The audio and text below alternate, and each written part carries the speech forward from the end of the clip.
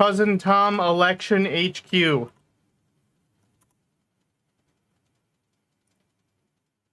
All right, folks.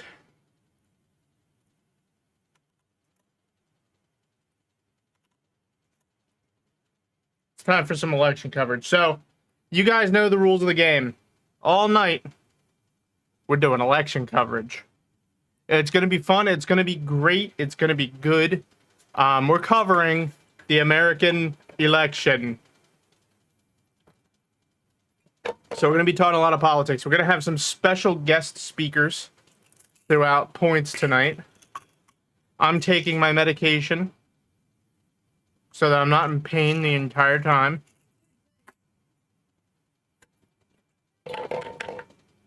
Brent Peterson is going to win. I don't even know who that is. Dude, no election coverage is complete without our local British person. Tell us what it's like down on the ground, Christian. Tell me what it's like.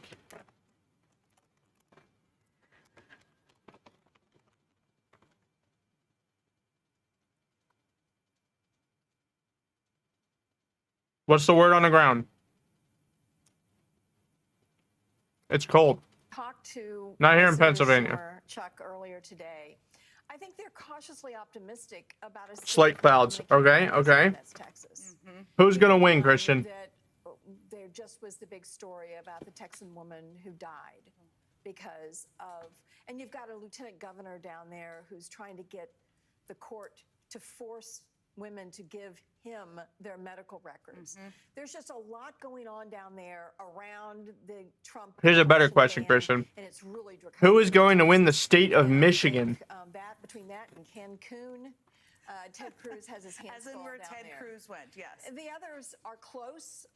Feel pretty good about Bob. Oh, Christian. Sherrod and John in Montana and Ohio. They've got the. I'm cautiously optimistic. Frankly, I give an edge to Kamala. About holding the Senate based on the map that the Senate had this time, the Democrats in the Senate had this time.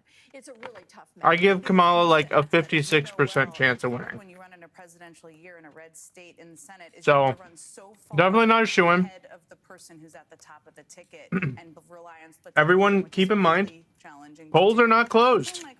If you have not voted, go vote in potentially the single most important election in your entire life. Go vote. We are going to say it over and over again tonight, including you, Christian. Vote from the UK. I'm in the coffee phase of the evening, but let me ask you about being foreign is no longer an excuse.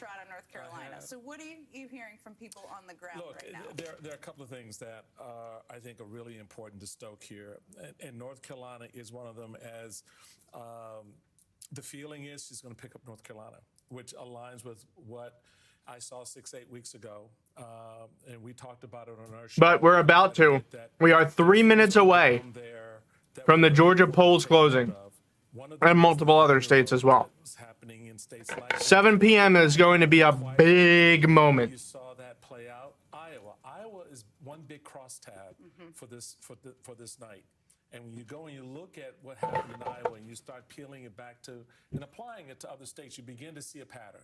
And so when you're starting to look at how this is playing out, North Carolina becomes very, very interesting. The reality of it is the gubernatorial candidate there is dragging down the presidential candidate. And that is, which is amazing given that the presidential candidate is pretty good at doing that on his own. But it speaks to one of the things that I keep trying to emphasize and help people understand. Elections are not just top-down enterprises. It's not just about electing a U.S. senator. It's about electing the state rep or the state senator who's going to help her get her number. Because unless she's fantabulous and doesn't have to worry about down-ballot races, so the major ones that we're going to be looking at here in Indiana are going to be Hamilton County, which is just north of Indianapolis. That's a place where you got a lot of college-educated folks. It's going to be a very good guesstimator of how other places in the country might go. We'll send over some portable chargers and some ovens. And once Georgia pops, we're going to start seeing Lafayette County. They're also going to be a very important indicator. What have you been hearing? What sort of a vibes check beyond just looking at the data? Well, I mean, I will say from the raft of undecided voters and just people out in the world that I talked to in battleground states over the course of the last few weeks, everyone's focused on women. Everyone's focused on the gender divide. Everyone, you know, Michael Steele mentioned the quiet vote, the notion that women are going into the booth and pulling a lever that's different from the lever their husbands are pulling. That was a direct appeal from the Harris campaign. But also this phenomenon, and there's a great piece in The Atlantic today by Elizabeth. We need a femininomenon. Married women are going to do, because traditionally married white women have given their votes to Trump in the last 2 election cycles. Does abortion change that calculation? Are women who are married seeing their fates tied more to women elsewhere? Is this a moment for, I guess, not to be heavy-handed about it, but sisterhood? Can abortion unite women in states where abortion access isn't threatened? Hint, no it can't. You guys really don't work well together for some reason. Access is threatened. 30 That's seconds. a huge question. It's going to, in many ways, maybe even determine the outcome of the election, how women see each other in each other's shoes. It's a practical matter. In the case of a national abortion ban, even if you're already in a state with a ban, it means there'd be nobody. All right, boys. Let us see Lafayette County. All right, this election alert means we are getting to our first poll closings. About 7 seconds at the top of the hour. We've got 6 states closing, and here are our first projections of the results in these states. See, guys, it didn't touch the hands. Starting What? with Georgia, in the great state of I'm Georgia, scared. the presidential race in Georgia at this hour at NBC News. Well, of course it's. They're saying too early to call, bro. It literally just closed. Very quickly. Moving on to Kentucky, where we had some polls. Plug in Trump and McDonald. Oh yeah, I heard that shit. NBC News projects that Donald Trump has won the presidential election in Kentucky. Yeah, well, I mean, Kentucky was safe to give him. NBC News projects Yeah. that Kamala Harris has These won ones the are easy. presidential race in the great state of Vermont. Moving now to They're going through all the Virginia. gimmies. NBC News projects that in the state of Virginia, the presidential race is too early to call. Moving now to South Carolina. South Carolina polls are closed, and NBC News projects that There's no way Harris wins South Carolina. And finally, our last poll closing of this hour 0% is in chance. Indiana. We had Indiana, some polls closed an hour ago. Now the state of Indiana has closed. NBC News projects that in Indiana, the race is too early to call. I will say we are expecting quite a lot of vote from Georgia and most of Florida, even as some of Florida voting precincts are not closed. We'll get a lot of that vote soon.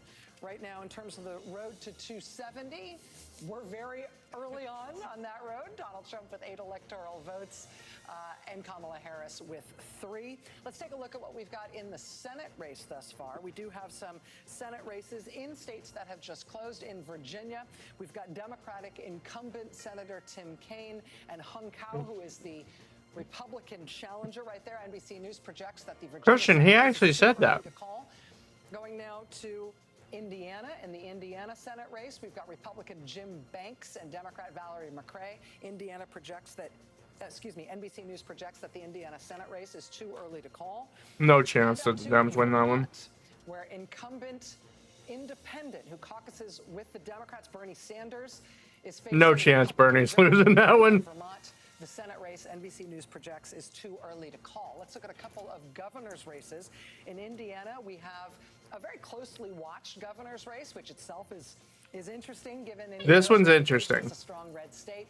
Republican Mike Hello. versus Democrat Jennifer McCormick. Kentucky and Vermont have already been called. Vermont goes to Harris and Kentucky goes to Trump. The Oh wow, Vermont are they governor's both the race same? At this hour, Not even close. Incumbent Phil Scott and Democratic challenger Which one Esther is more like Charleston. full college? The Vermont Kentucky. governor's race is too early to call. Those are our Maybe initial Vermont's like this projections for the big. first big round Vermont's like the size of Delaware. closings, but there's going to be a whole night full of them. On that side. Steve, what have we got? No, not really. Yeah, so what's about to happen here turn my- in Georgia? This is the best I can do for you. This new state law. Every Did that early help? vote from every county has to be reported out in the That's 7 good. to 8 o'clock hour. The early vote is That's the best I can do. votes. We know that it's about 80% of all the votes. So we're just waiting. This could start lighting up. You like this in nice South Dakota. recliner I got going on I'll show here? you Florida, because Florida is a state that counts super fast. And while we don't think of Florida as that competitive tonight, one that we wanted to look at, and I wanted to flag, is right here. This is Osceola County. This is a biggie just south of Orlando. Why am I flagging this? Because this is one of Kornacki Cam. majority counties in Florida. And Yeah, this Bernie's county never gonna has stop, the dude. He's highest gonna die concentration before he of Puerto drops Rican out. Americans of any county in Florida. 1/3 of the population in Osceola County is of Puerto Rican descent. So obviously, No given cold the ones events for of the you. Where are the campaign trail, we cookies? were very interested to see what plays out. Did you here. set a Now, timer here's the that you'll backdrop actually for it. hear? Donald Trump has actually been doing Okay. much better. in Lumpy, this don't county knock than that over, Republicans have done in the please. past. She's gonna knock it Donald Trump over. lost this by 25 You're getting ready to smack it. Look at this in 2020. We talked about his. She's gonna get scared and run right into it. 2020, a 25-point deficit became a 14-point. Oh, you like This your was one of his words? biggest leaps in Florida. What you're looking at here is even closer right now with the vote that we're looking at in Osceola. Now, take this one step further. What we get in Florida in these initial batches is the early vote. It's the vote by mail combined with the early in-person vote. Usually in Florida, this initial Wow, number, 71% in. 70% That's not a very is good. as good as it gets that- for a Democrat. No, in any that's given not county, good. because then they count the vote that was cast on Election Day. That's usually more Republican, and that actually increases the Republican share. So if that pattern holds, Donald Trump, in one of the most heavily Hispanic counties in Florida here, is poised to take another big step forward. Right now, they're going over the indicator counties.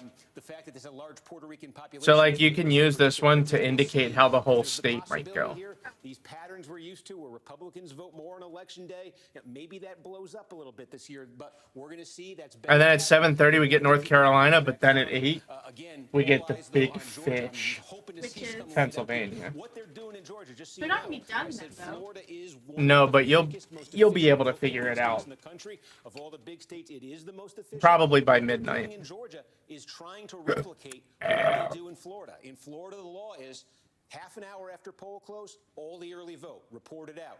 In Georgia, it's now 1 hour, all reported out. So you see how fast it starts coming in Florida. That's the aim of this law that they're first time it's been in effect here. That's the aim of this law in Georgia tonight. Look, we're about 5 minutes past 7, nothing yet. But again, if it goes to plan, we're going to get a lot fast here. Chris. Just something to keep your eye on in Florida tonight. The last New York Times Siena poll had Trump up 13 points in Florida, which is sort of an outlier and surprised a lot of people. One thing I'm looking at tonight is what you might call. I actually think Florida's a swing state this year. Which is, we have Yeah, just because Trump pissed the Puerto Ricans off so much. From the electoral college standpoint, it makes Like, no difference countrywide, if they're you're by coming 1 out to point, vote 10 against points, him. or 20 points. Like, literally, in Texas, they're literally lining the polling places, holding Puerto Rican flags in the air. There is the possibility that Donald Trump and Republicans end up on the wrong side of that trade. Let me interrupt you here for a second. We do have a couple of additional We need to hear calls. from Oh, we have a projection. In Hold on. Indiana, in the presidential race in Indiana, NBC News. Oh, yeah, they called it for project that Trump. Donald Trump We has figured that won was going to go to him anyway. Indiana. We've got an additional Indiana Well, it's very poll possible in he the wins. Senate race.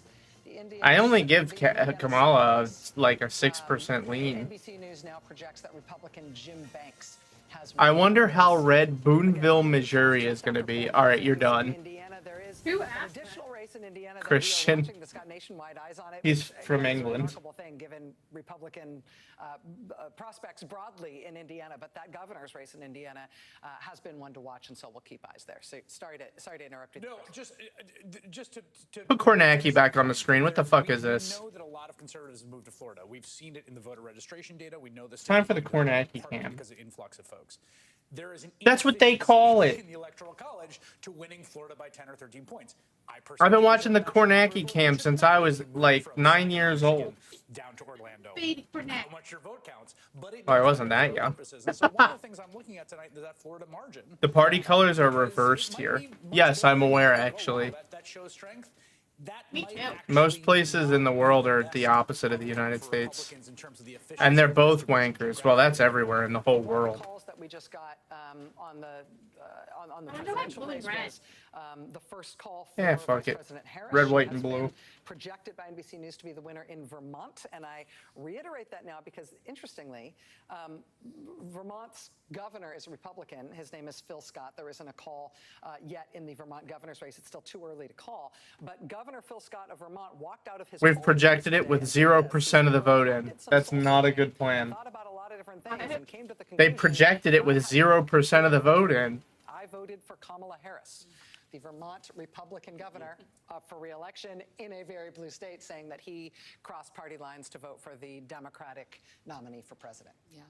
Man, that's pretty powerful. Question that sort of laying out there. We're getting Republican governors voting for Harris. That's kind of what Well, I do. members But, of my the family other who have interesting always thing been that's happened Republican, is like that you've old seen a members, lot of Florida. Yeah, you were telling me that. voting Democrats, because they're like, we Republicans have been winning can't. the voter registration drive, this voter registration game. We can't for a support long this guy time in anymore. Florida, but independents are winning it harder. And so you're starting to see a big part of that electorate in Florida be Well, he independent hates the and military. party-affiliated.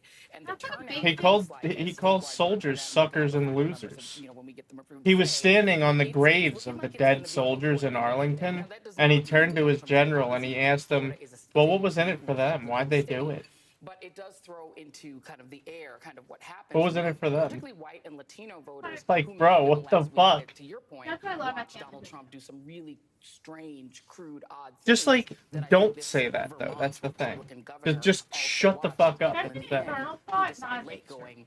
Well, the thing is, if he learned the ability to just shut the fuck up, this election would be a landslide in his favor. People We vote get to for it. learn tonight or in the coming days how it lands, but Iowa was out. I'm telling you, almost every single state in the entire country would have flung to him if he just learned how to keep his fucking mouth closed. And then maybe there's more. And so what happens in those My dinner was final pretty damn good. really key Cool. 10 days For my and other places cookies. that aren't getting pummeled with ads?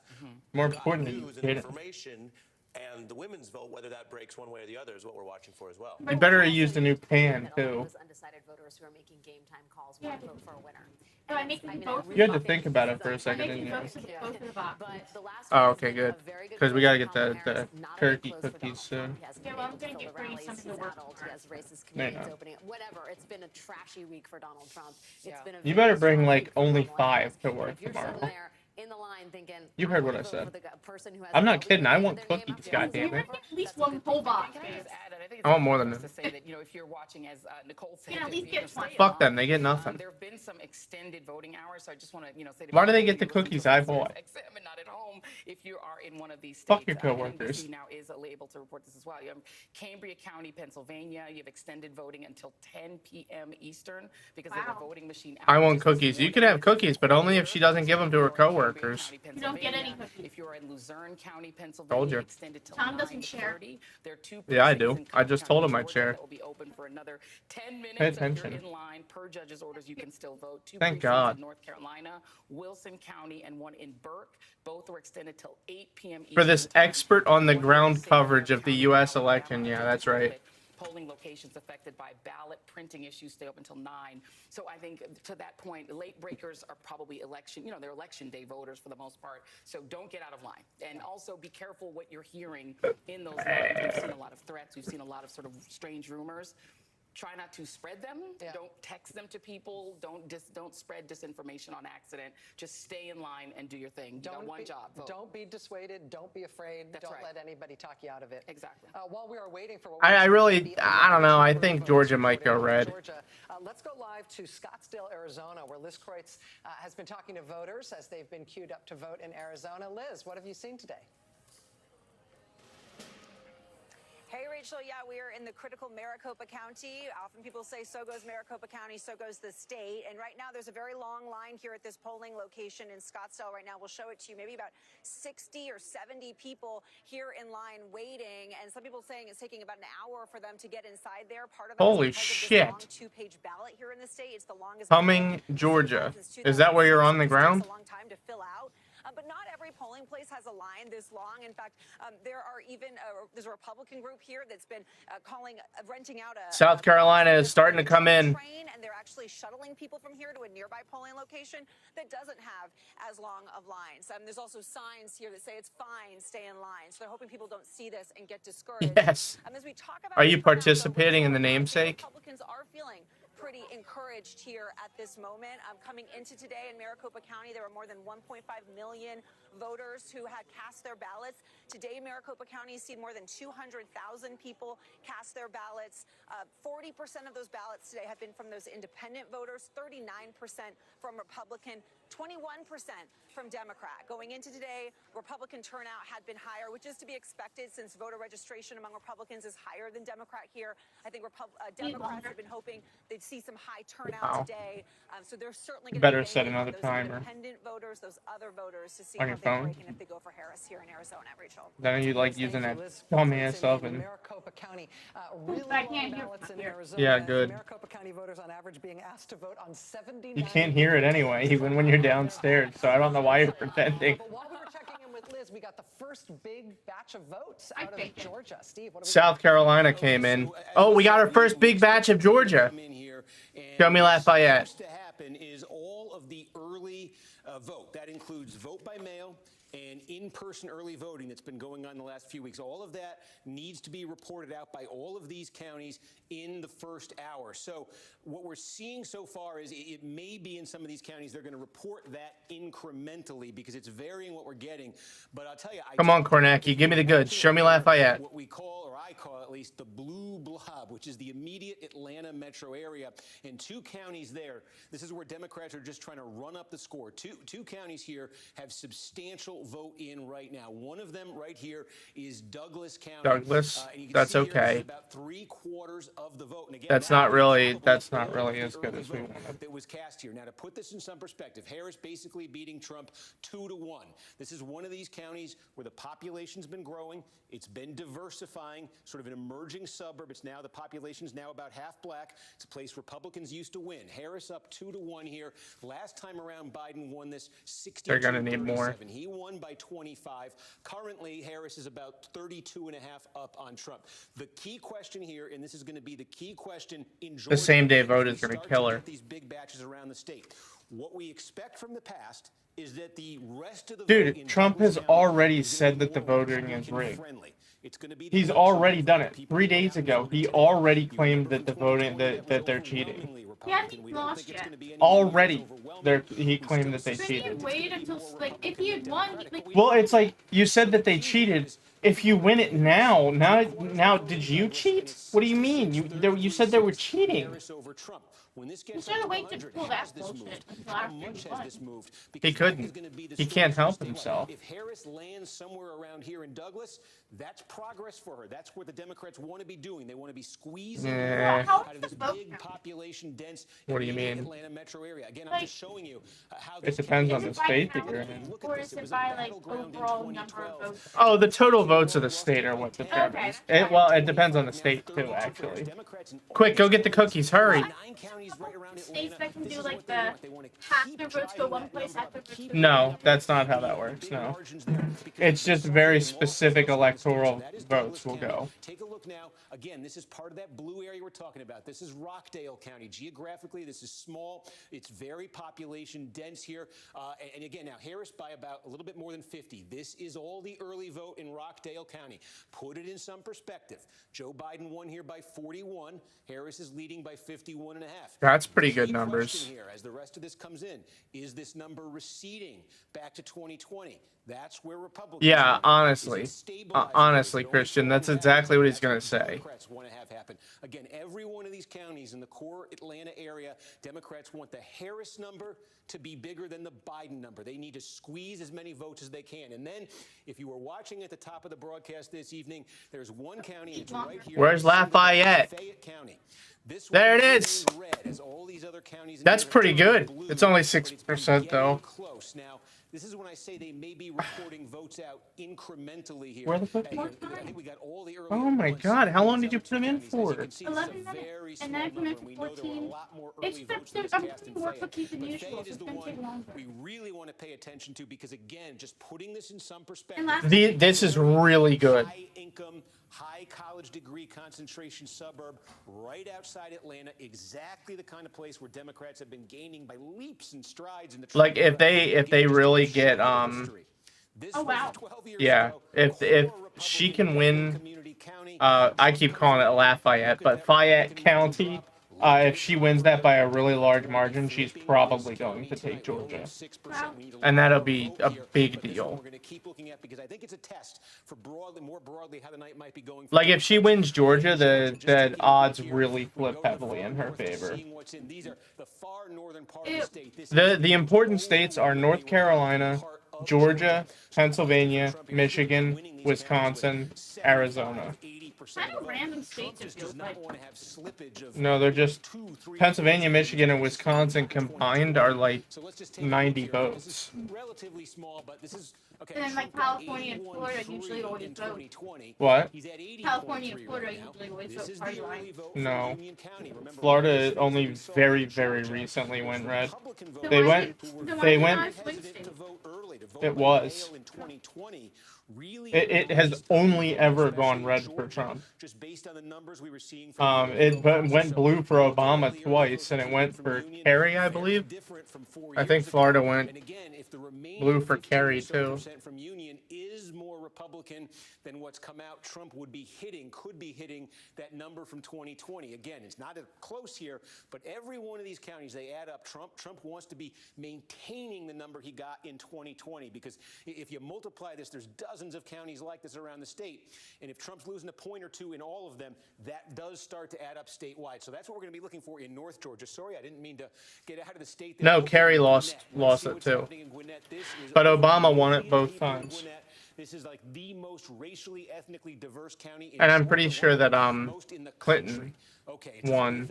Votes. I thought I was setting up for First Clinton won. But this is what I mean about it coming in incrementally. So sometimes you swing and you miss. Florida. But this Yeah. is a big one to keep an eye He on. won Florida too. Florida is the biggest in this area. Kornacki. Gwinnett is right behind it here. Have they said anything on Forsyth, Georgia? No, no one cares about Forsyth, Georgia.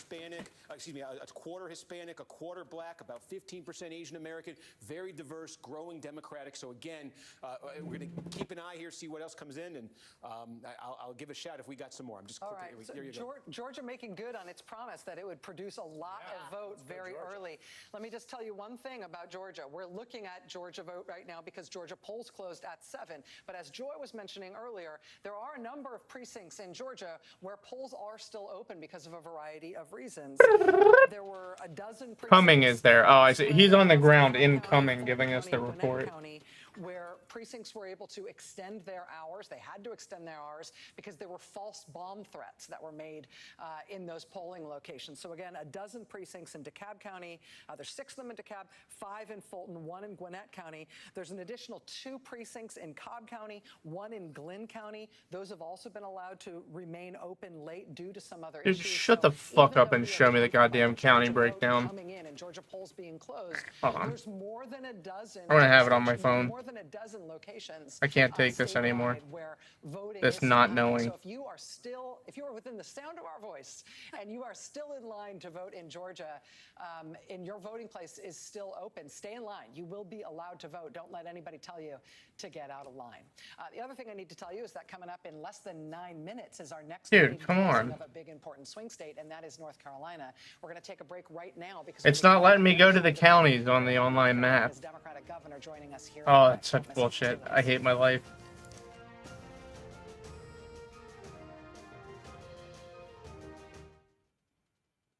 As a U.S. Senator, you can enrich yourself in so many different, let's call them, legal ways. How does Congress get away with all this? Well, it may be because Congress is regulated by Congress!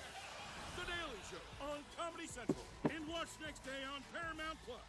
Pause for the facts. Susie here is shopping for a used car, but she doesn't know that nearly half of them have been in an accident. Interesting. But Carfax.com shows how accidents impact price, so she doesn't have to overpay. Unpause.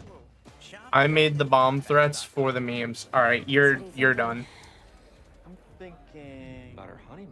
What about Africa? Safari. Hot air balloon ride. Swim with elephants. Wait, can we afford a safari? Great question. Man, Kentucky is a crazy wide margin right now. What the fuck? On a ranch In Montana. with horses. Let's take a look at those scenarios. JP Morgan Wealth Management has advisors in Chase branches and tools like Wealth Plan to help keep you on track. When you're planning for it all, the answer The one for me, the big one for me that I'm worried about is North Carolina.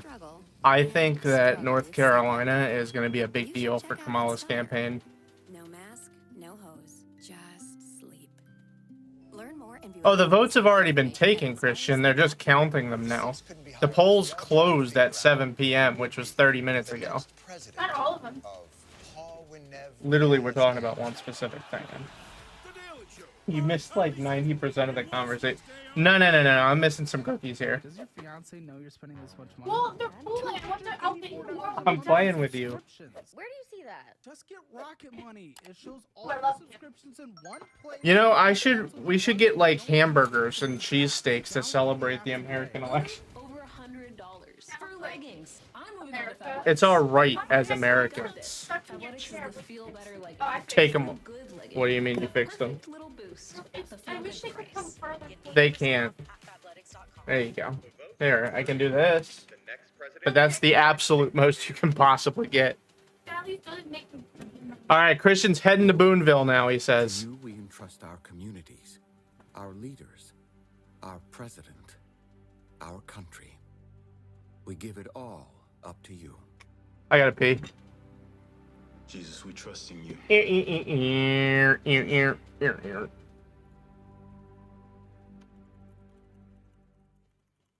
Tomorrow, on the morning after the election, Joe, Mika, and Willie. Georgia is looking really fucking. So much at stake, so much I'm on gonna the line. For the most comprehensive analysis of the 2024 election, you need your Morning Joe.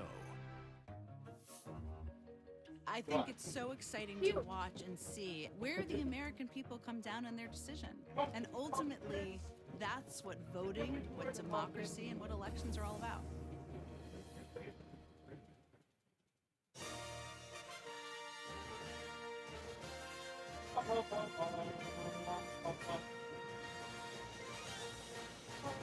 We are just moments away from polls closing in the very, very important swing state of North Carolina. Joining us now is North Carolina's Democratic Governor Roy Cooper. Governor Cooper, it's a real honor to have you with us. We know this is crunch time. Thank you, sir. Yeah, we've left it all on the field in North Carolina. A lot of sunburns, a lot of tired people, but I feel very good about where we are, that's for sure. As we head toward this imminent poll closing in just a few minutes, how has Election Day gone in North Carolina? Have you had any significant glitches, anything you didn't foresee, anything that you want to tell voters just before the polls close? We haven't. We've had safe and secure elections in North Carolina for decades. Things went smoothly today. We had a lot of people voting. We had very high early voting, and I was particularly impressed with the 50. She doesn't want to be a senator. She wants to be the big kahuna. Early vote being women, and that's compared to 54% in 2020. We know what happened in North Carolina with Donald Trump's overturning of Roe v. Wade. By one vote, the Republican legislature overrode my veto of a 12-week abortion ban. I think that's going to play significantly in this race. Donald Trump has to win North Carolina in order to be president. If Kamala Harris can pull this off, which I think she can, she will be the next president of the United States. I'm not confident in North Carolina at all. Trump and JD Vance in North Carolina. I don't know who he is. The last few weeks, they're clearly worried about winning North Carolina. Oh, wow. That we can pull this off for. He's like the owner of Vice Georgia President Harris and North Carolina. A lot of important down ballot. That's enough out of you. In North Carolina, including our next governor. Yeah, I was going to ask you about that, sir, because alone among the sort of 7 big swing states, you've had a national audience for your down ballot races because you've got some very controversial Republican candidates running for big jobs. Mark Robinson, the Republican candidate for governor, who has referred to himself reportedly as a Nazi. You've got a public schools chief candidate on the Republican side. Yeah, he did. Called for, Mark Robinson referred to himself as the Black Nazi. I mean, you got some characters. Straight up, word for word. Relationship between those down ballot races and He's the one I was telling you about who was posting on Pornhub about wanting to own slaves. Yeah, he made comments on Pornhub about wanting to own slaves, and he's the Black Nazi, and he thinks slavery should be legal, and he wants to take away women's right to vote. Of our state, and maybe in the history of the country, in North Carolina, it will be so important to make sure that we win these races. And when you have a No, we don't like him, Christian. and a gubernatorial race, it obscures these down ballot races, and they have a difficult time getting the word out. I do think, however, that these races have become so important, with the governor's race over with Josh Stein over Mark Robinson, with the superintendent of public instruction, with our attorney general. Jeff Jackson is running against. Oh, I see you, Christian. Yeah, I agree. Group in Congress. I believe that people 2 minutes for North Carolina poll close. Candidates will end up helping Kamala Harris in her presidential race. I think with her ground game that she has had in North Carolina, it's the best that I've ever seen here. And Who's excited for Alaska to close at midnight? Whoa! Hopefully for our success. California closed at what, 11? Okay. North Carolina Governor Roy Cooper, about 90 seconds. I can call California for you now if you really want me to. Thanks for joining It's Kamala. We'll be checking in with you again. Thanks, Rachel. While we've been speaking with Governor Cooper, we have a projection to make. NBC Oh. News can now project that in the great state of Vermont's independent senator caucuses with the Democrats. Bernie Sanders has been reelected as Vermont's senator. That means NBC News has projected in Vermont that Kamala Harris has won the presidential there and Bernie Sanders is reelected there. We're also, of course, watching the governor's race in Vermont. Interestingly, there's an incumbent Republican governor. Hamilton County, Indiana, the one that's really important. Harrison is winning with 50% to 48.8. 66% of the vote is in. And in 2020, Trump won that county by 7%. She's beating his fucking teeth in that county. Flawlessness, which with Kamala Harris has held together the full range of the Democratic coalition. Bernie Sanders, everyone else in the party, she held them all the way, right to the finish line. Not an easy thing to do, and something 20 seconds. Democrats have really struggled with. Bernie Sanders enthusiastically out there for Kamala Harris every step of the way. Yeah, and just as influential as he's ever been in national. Come on, North Carolina, bring it home. Less than 10 seconds away from the next poll closing, and this one includes a big one, a big swing state of North Carolina. As we hit 7:30 Eastern Time, NBC News can project that in the North Carolina presidential race, no surprise here, it is too early. Oh, geez, thanks for letting me know. Show me the fucking map. North Carolina, not the only state that's closing at 7:30. NBC News can also project in the West Virginia presidential contest. In West Virginia, Donald Trump is the winner. In West Virginia, yeah. Projecting that right now for Yeah. Donald Trump, and in That's why they're calling it so fast. NBC News is projecting that in the presidential race, it is too early to call. Good news. Kamala Harris and Donald Trump. Looking at the road to 270, we are still just barely on our way. 23 electoral votes thus far for Donald Trump, with the West Virginia, Indiana, and Kentucky races called for him, and Vermont thus far called for Kamala Harris, 23-3 on the electoral votes. Let's look at Senate and governor's races. No, sorry, let's go back to Georgia, to the Georgia presidential race. What? Still too early to call. You see, we've got a 270. but Steve Kornacki's been watching the vote come in No. Georgia. We're expecting to see quite a bit of vote come in Georgia. Baby, in this first hour. California has like 56 votes by itself. Let's go to some Senate and governor's races. This is a really important race.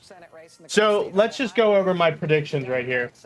I think that the Democrats are going to win the House, and they're going to have a 1-seat majority in the House.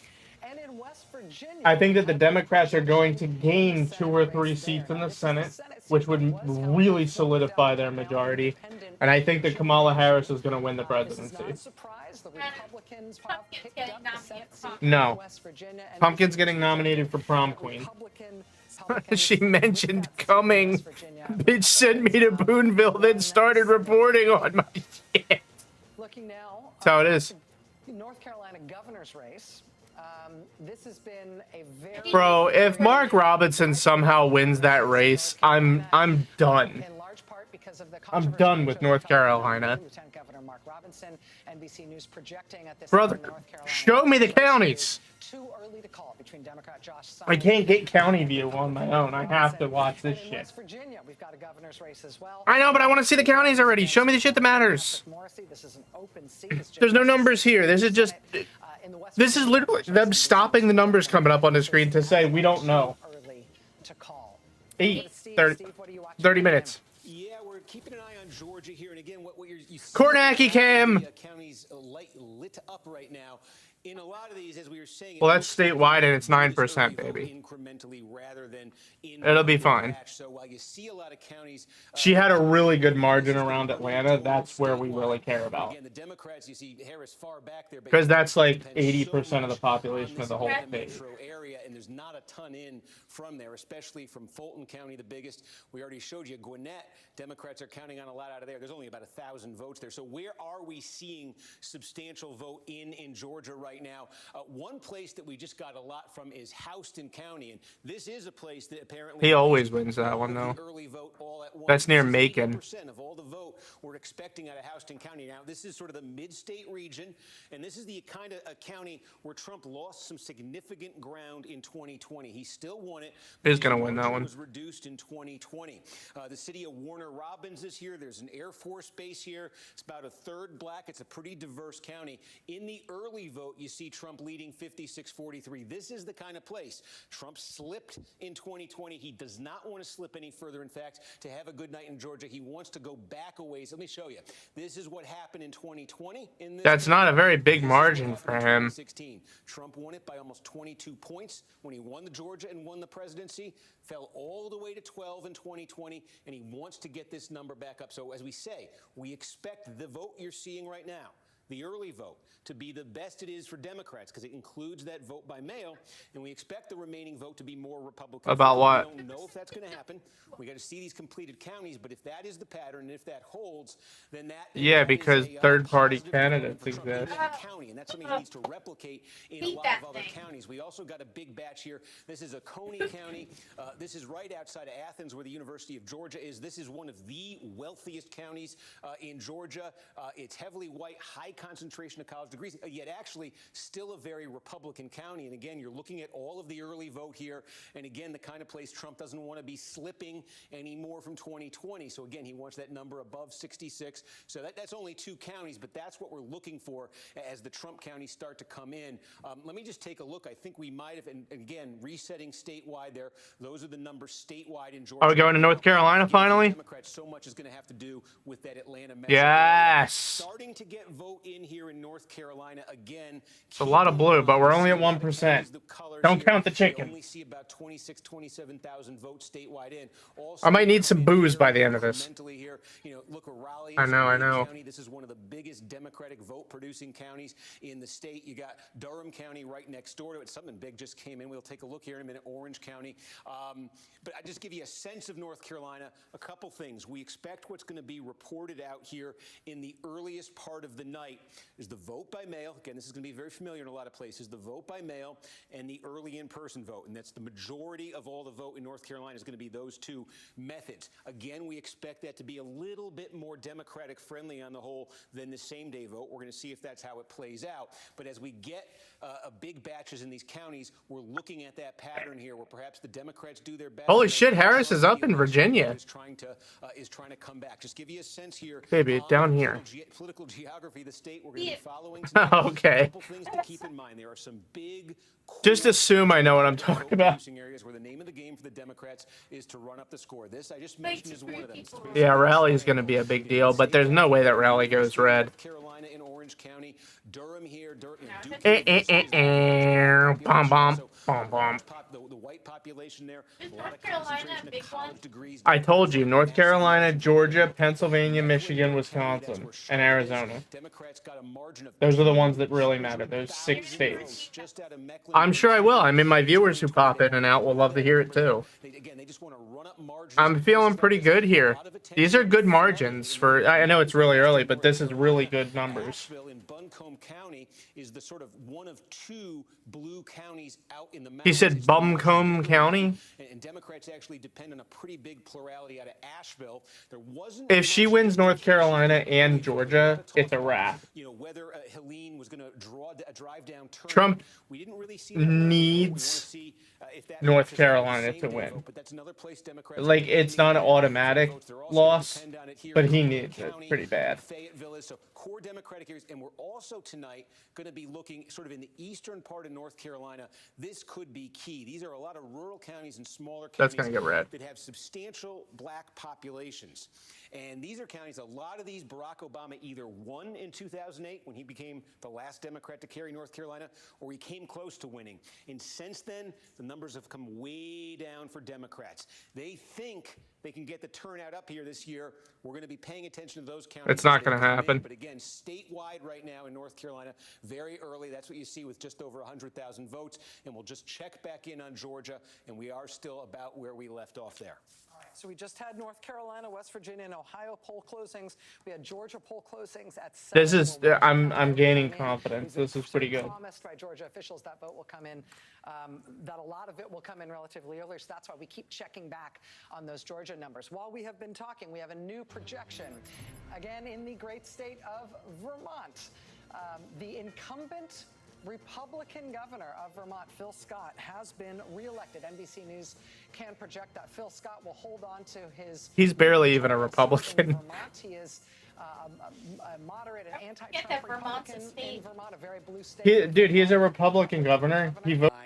Let's show you what the front of the line looks like. Now remember, Maricopa County, it's the most populous county here in Arizona. It's also People are delivering food. in Arizona. The margins the last time around 2020. Did you know in Georgia, last time around, they made it illegal to bring food and water to the polls?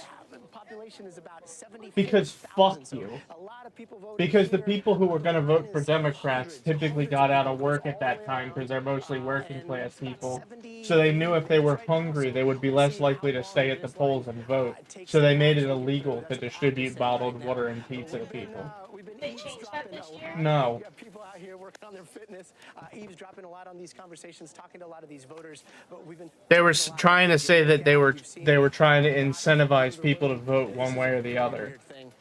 Yeah, that's what their argument was. Their argument was, here, you can have this food, just make sure you vote for whoever. That's it. That's illegal. You can't do that. That's illegal. Which is why Elon Musk is in trouble in Pennsylvania right now. It's a big driver. It's a lot of the conversation that we're hearing.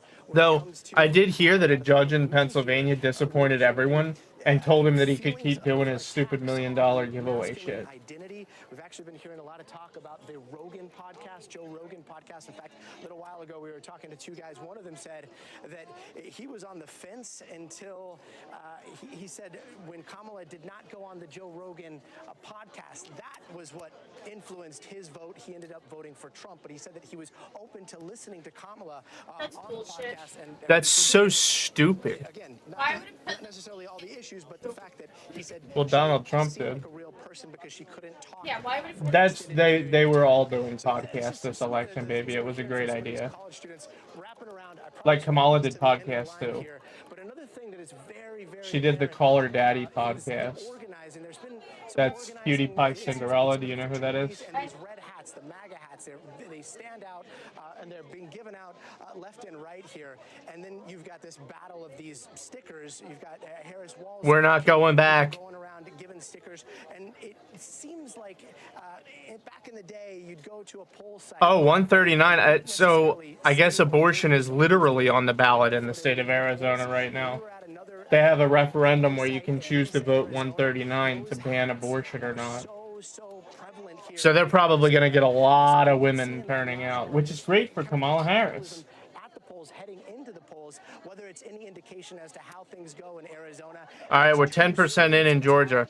And Arizona, again, it could be a very, very tight race here. And if it is a tight race, it's possibly. That's all right. We got days, we got weeks, we got as long as it takes. We are tireless, Scotty, just like you. I don't know about all that. I don't know if I got weeks. Students there at ASU, at Arizona State University in Tempe.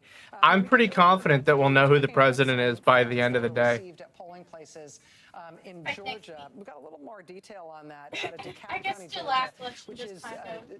Should have went on the fumble forecast. Yeah, if Kamala Harris went on the fumble forecast, it'd be a shoo-in for her. That NBC News has spoken to say they have received bomb threats at 7 locations in the last hour, including 5 voting precincts. Police evacuated the polling sites. Polling sites include churches, Dude, that's community insane. centers, Who the fuck threatens to bomb polling sites? in Lithonia, Georgia. Honestly, prison for life. Locations appear to include That should be considered an act of So terrorism. again, we have heard about false threats being Prison for life. to Georgia voting. Well, no, it is illegal, but then they'll get like 5 years. Prison for life in a different country. Extended or indeed voting, poll closings have not yet arrived in your state. Yeah, they should have had a Trump versus Kamala debate on the Fumble Forecast with me and Mark as the moderators. No, they should have had a that drill you could do. Wait, what? That drill you do. Oh, Oklahoma drills? I think I'd probably fucking kill Kamala in that drill. I think Trump would probably fucking kill her in that drill. I mean, he is a big fucking dude, like. On the East Coast, that is our biggest overall hour. And she's not very big. I'm pretty sure she's like 5'4", isn't she? Quick break, stay right there. What? I think Kamala's like 5'4".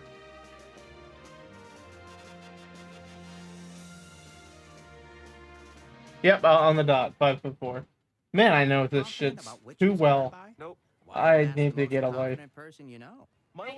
Honestly, this is an important thing to know about with your life. I don't know. You're just lucky.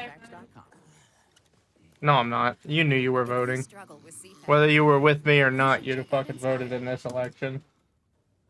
No mask, no hose. Just like every other election, because you voted in all of the elections you've been eligible for. Don't be stupid. Have you always had trouble with your weight? Sing. What do you mean? You weren't 18 yet. Were you?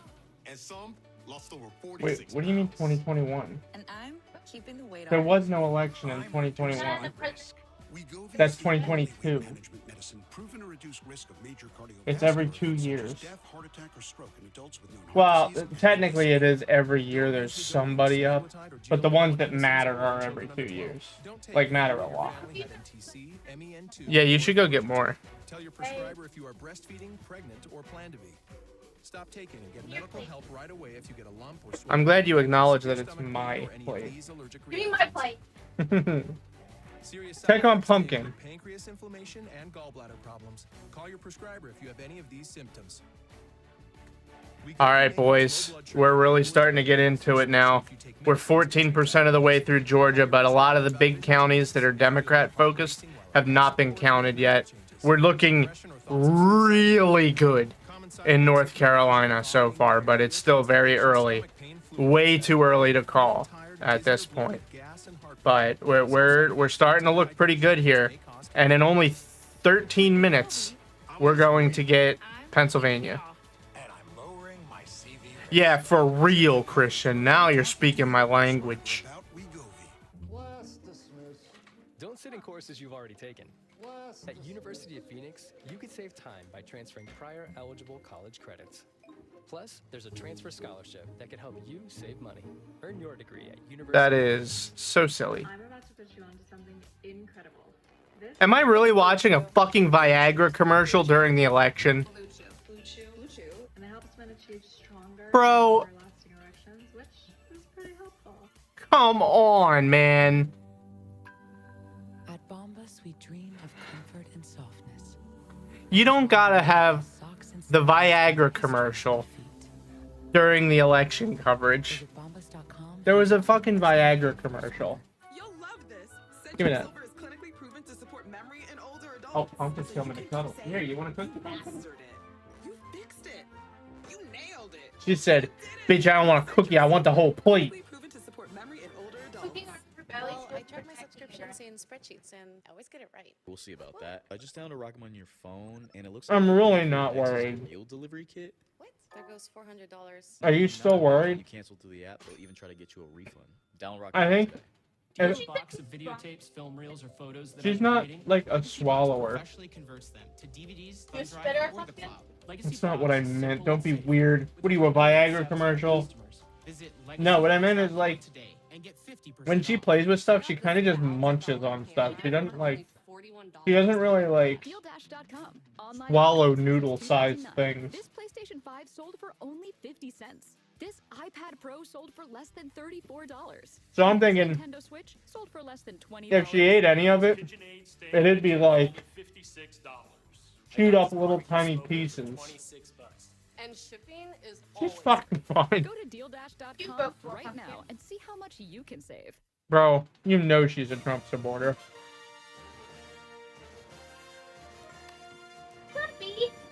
Lumpy, what? You voted for Jill Stein? What is wrong with you? You troglodyte idiot? Poll closings we're going to have at any one time. Oh, yeah? Course of the night. We've got more than a dozen. Wait until you see what I did to your song. At the top of this hour, just a few minutes from now, that's going to include the all-important swing state of Pennsylvania. It also includes Florida, where we know Republican presidential candidate Donald Trump will be watching with his family and his campaign staff tonight.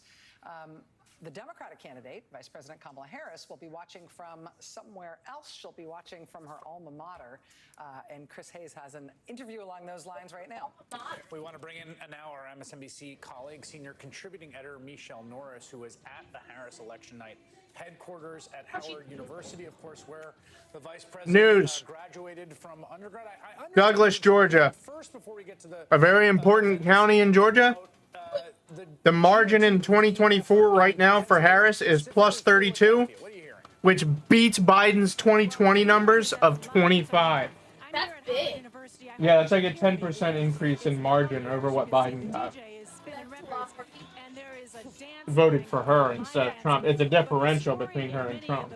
Precincts around the country are long lines, and that's true throughout Pennsylvania and including Philadelphia, where they put a call out for volunteers to go help make sure that people who are in those long lines stay on those long lines, and with reports about bomb threats also to keep people calm.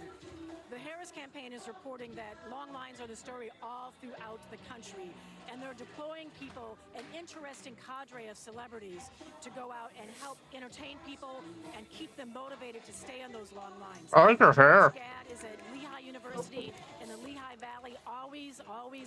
You want the last one? Years.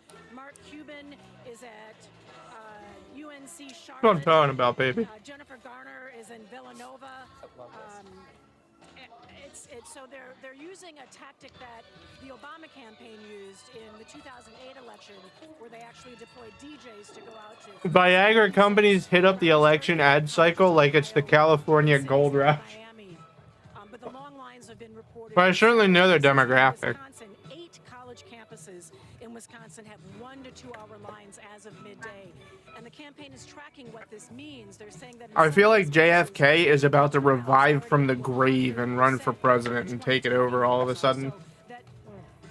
That means that they're cautiously optimistic. That's fine. I was saying nonsense. You are there at Howard University. It sounds like the party has already started. That's the worst part about when I waited in the last election was I waited in line for like an hour and previous plans for election night activities, and of course. Yeah, that's crazy to me that you waited in line for an hour. That's never happened to me.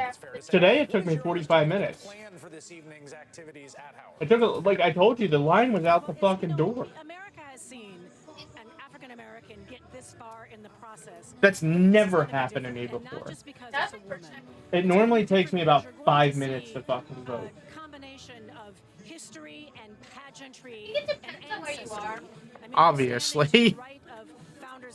Good. Great, baby. Good job. Folks from Howard said, get that straight. It's actually Founders Library. And so let's get that straight now. And it's a place where the ancestors are always I have no idea. Tonight, you're going to I don't know. national anthem. Look it up. Several members of the Divine Nine that are going to be step dancing. It's interesting because this is a moment of pride in many ways for people who are part of the constellation of students who at one point attended HBCUs, but also that huge group of people who are part of the so-called Divine Nine, the constellation of fraternities. Oh, well, that's where this is. That's probably why she chose it. 5 million around the world, with most of those here in the U.S. Lumpy, what are you sneaking around like that for? Look at her. Florida, in some ways can be attributed to the Yeah, that sounds like her. You're stealing the election, Lumpy. Oh, she's probably confused that this is here.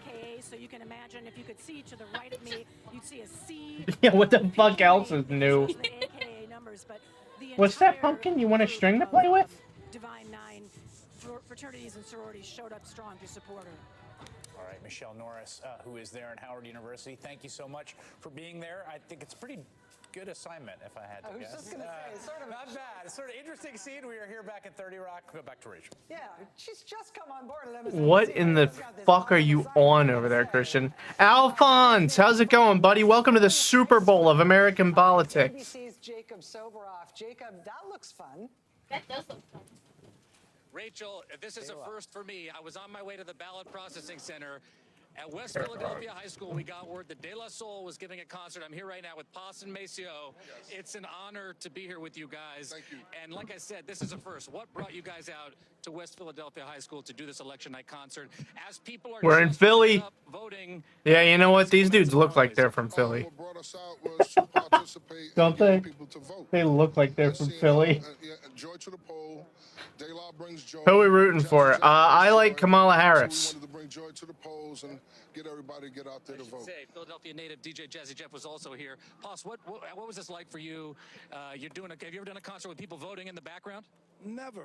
It's a first for everything, but it's an honor to be here, man. It's something that's needed, and on each side, wherever your heart lays, wherever your mind lays, your political views, you know, don't complain about it. Get out and vote. So, yeah. What's the sense you get about the level of enthusiasm? Actually, when I was looking up the thing about the string, apparently cats do that very frequently because they're trying to add a little bit of fiber to their diet. It's not abnormal. They eat grass too. Like in the wild, they eat grass to make up the difference. That way you let plastic And what we bags. mean to politics. So I'm glad to be a part of it in She such thinks a it's grass. strengthening way. Did you ever think you'd be doing an interview with people dressed like ballot boxes standing behind Ow! Pumpkin. Pumpkin, are you gonna shit yourself? Trying to top the fact that Paul Rudd was out here giving out water, but But I have to say, this is, like I said, I've never had a night like this. But yeah, also Jimmy Carter. All right, so we got 5 minutes for Pennsylvania. What you do, I appreciate it. You do really great at it. Thank you very much. All right, boss. Thank you very much. Rachel, back to you guys. Thanks. Oh my God, the guys from De La Soul just complimented you. First of all, you got that interview, and then Can't you're like, believe yeah, it. Jacob, you're great. Just retire right now. That's it. They You saw just the Paul peaked. Rudd winner thing. They were watching MSNBC earlier today. What can I say?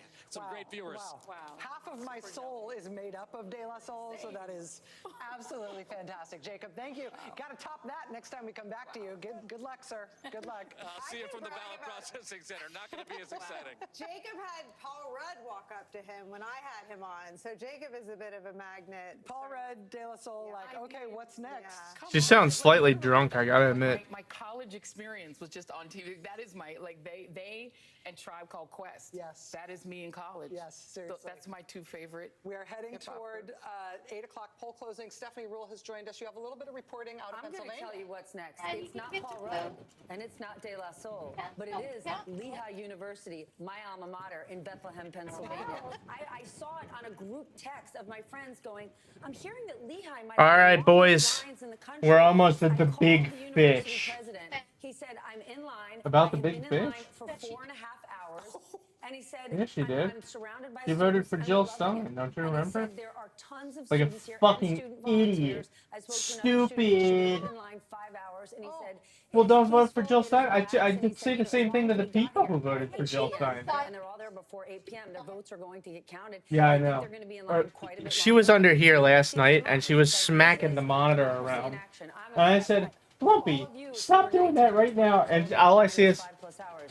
Would you definitely She looks Can I tell you? I am Dutch. We have an 18 political parties. So the whole, yes, no, I got you, Alphonse. Poland is set up the same way with the, they call it the same. They have a lot of parties too. Personally, I think that's better, but I have to play with the hand that I'm dealt. Mark Cuban a few minutes ago. He was FaceTiming with students in line at Chapel Hill, and he said, you know, I thought I was going to need to keep them going, but They're happy. They're waiting. They're getting the job done. I'll have to go after my reporting in Alaska, where I'm heading after Boonville. etc. would show up at Excellent. polls, and people would, and this is before the time when we really were like texting, and but everyone would know that X celebrity is at the poll, and people would stay. So that was a tactic, absolutely, during the Obama campaign, and it works. It is both an inspiration and also enraging to know that there are 5-hour lines to vote in the United States of America. It's awesome, and if you're in line, don't get out. If you're in line, you can vote, even when your polls close in Pennsylvania, which happens in 2 minutes. Yep. If you are in line, do not get out. Stay there until you are allowed to vote. If you're We in should line, be able to run a voting system that does not have. Yeah, if you are in line, you have to be allowed to vote. Yeah, exactly. Like, they'll stay there until tomorrow if they have We to. do have a few results already. We've got Yeah, 4 they'll be. states called. People are still going to be voting in PA at midnight. Projections: Kentucky, Indiana, West Virginia, all projected as Donald Trump wins. It's outrageous that we don't have a better Projected way thus far as a Kamala Harris. We do. It's called early voting, mail-in ballot. About to get more poll closings. We quite literally have exactly that. We've had. Oh, it made me feel not happy. I don't like it. I like voting in person and putting it in the machine and it goes, bing, bong, American flag, you voted. They ran out of I voted stickers. Holy shit, dude. They ran out of I voted stickers at my polling place because so many people turned out. Or because the stickers were Yeah, they like voting in person too. But Alphonse, I am also a left-leaning liberal myself. It depends on the issue. I think that's the one thing that for we're me. all prepared for at this point is that it's going to be a long night. I will say, while we are watching these things coming at the presidential level, This just in. Harris is currently leading in Ohio with 22% of the vote in. some interesting gubernatorial races this year. That means it's going to be razor close at the end. Race, and some key Senate races. We'll be tracking those at the top. Wow, Alphonse in the Netherlands, the only way that they have to vote is in person. Yeah, but you guys don't have nearly as many people voting. Like, it's not even close. All right, 5, 4, 3, 2, 1. All right, show me the PA numbers. This is a big hour. A lot of states close at 8. Oh, I didn't even hear. I'm gonna turn off the fucking audio so you can't keep fucking me. Happy New Year. No. Digital voting is more risky. That's not what I'm talking about. We have remote and early. So when I say remote, I mean mail-in. Like, you can cast a mail-in ballot and mail it to the voting facility. You can put in your mail-in ballot what you want and then drop it off in person at the polls if you want. And there's also early voting where you can show up multiple days in advance and just vote in person. So there's lots of options when it comes to over here. Well, we already knew Trump was winning Missouri. In the state of Alabama, NBC News projects the winner of the presidential race is Donald Trump. In the state of Oklahoma, NBC News projects that the winner of the presidential race is Donald Trump. In the District of Columbia, which for some reason isn't a state, NBC News projects we have a winner. The winner is Vice President Kamala Harris. In the state of Illinois, NBC News projects that it is There is no fucking way Trump wins Illinois. to the northeast. In the state of New Jersey, it is too early to call in the presidential race. In the state of Connecticut, NBC News projects it is too early to call. There's no way Trump's winning Connecticut either. Rhode Island, NBC News Or projects Rhode it is Island. There's too no early to chance. call. Down back to the deep south, in the state of Mississippi. Well, there's no way that Kamala's winning Mississippi. That's about as red as it comes. Maine's gonna split, I think. Maine's one of the states where it can split the votes. It's actually there's only 2 states. It's Maine and Nebraska are the only 2. President Joe Biden in Delaware. Too early to call. I think we can call it in favor of Kamala. To the overall national map as these candidates try to beat one another to the all-important threshold. Oh, they already gave Florida to Trump. Electoral votes.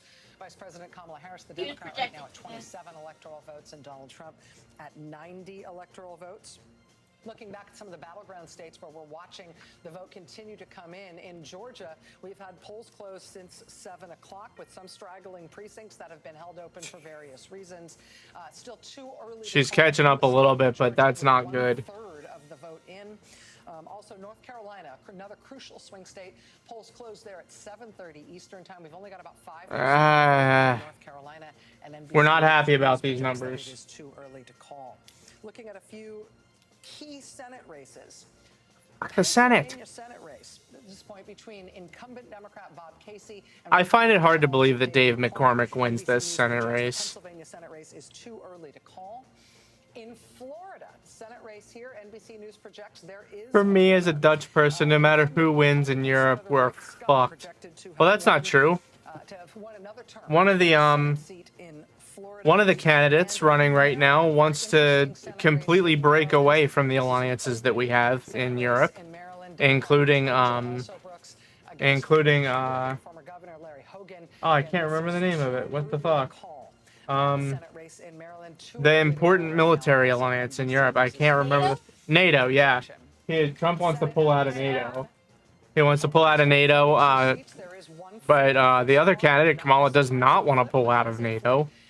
So, very heavy European implications there on that one. Dude, just show me the PA numbers. God damn. I want to see the big fish. I know that we've got in Georgia just over a third of the vote in. What are we seeing? We're starting to see. What do you mean? The picture maybe emerging with a couple layers to this again. Okay, here we go, Georgia. And you see Donald Trump up by about 200,000 here. That's going to be a hard margin to overcome. What I can tell you is this one thing we were looking for here and are looking for in Georgia. I was describing it earlier.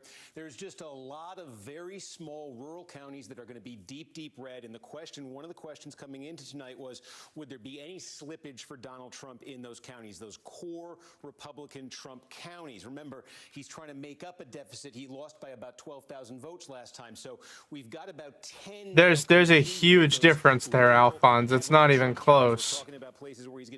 Like the U.S. being in NATO is just obviously beneficial for Europe. Trump's vote share relative to 2020 has gone up between 1 and 3 points. So again, there's a lot more rural counties out there, but they start to add up. And when it's 10 for 10 so far, I'd say that's something the Trump campaign in that layer is looking for. Now, there are other layers to this. Let me take you to another one.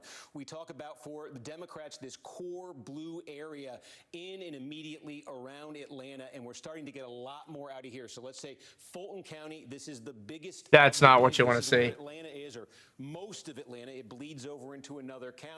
But again, we've got the early vote, we think, here out of Fulton, or a lot of it. And here's Harris. I'm pretty sure Biden carried it by like 7. Yeah. This is how Biden did in Fulton County in 2020. Yeah, that's not good. All of these Atlanta metro counties, the story here has been Democrats getting bigger and bigger margins election after election. But it's only 50% of the vote, so. Trend to continue tonight. They don't want it to stop. They don't ever want to recede from that number.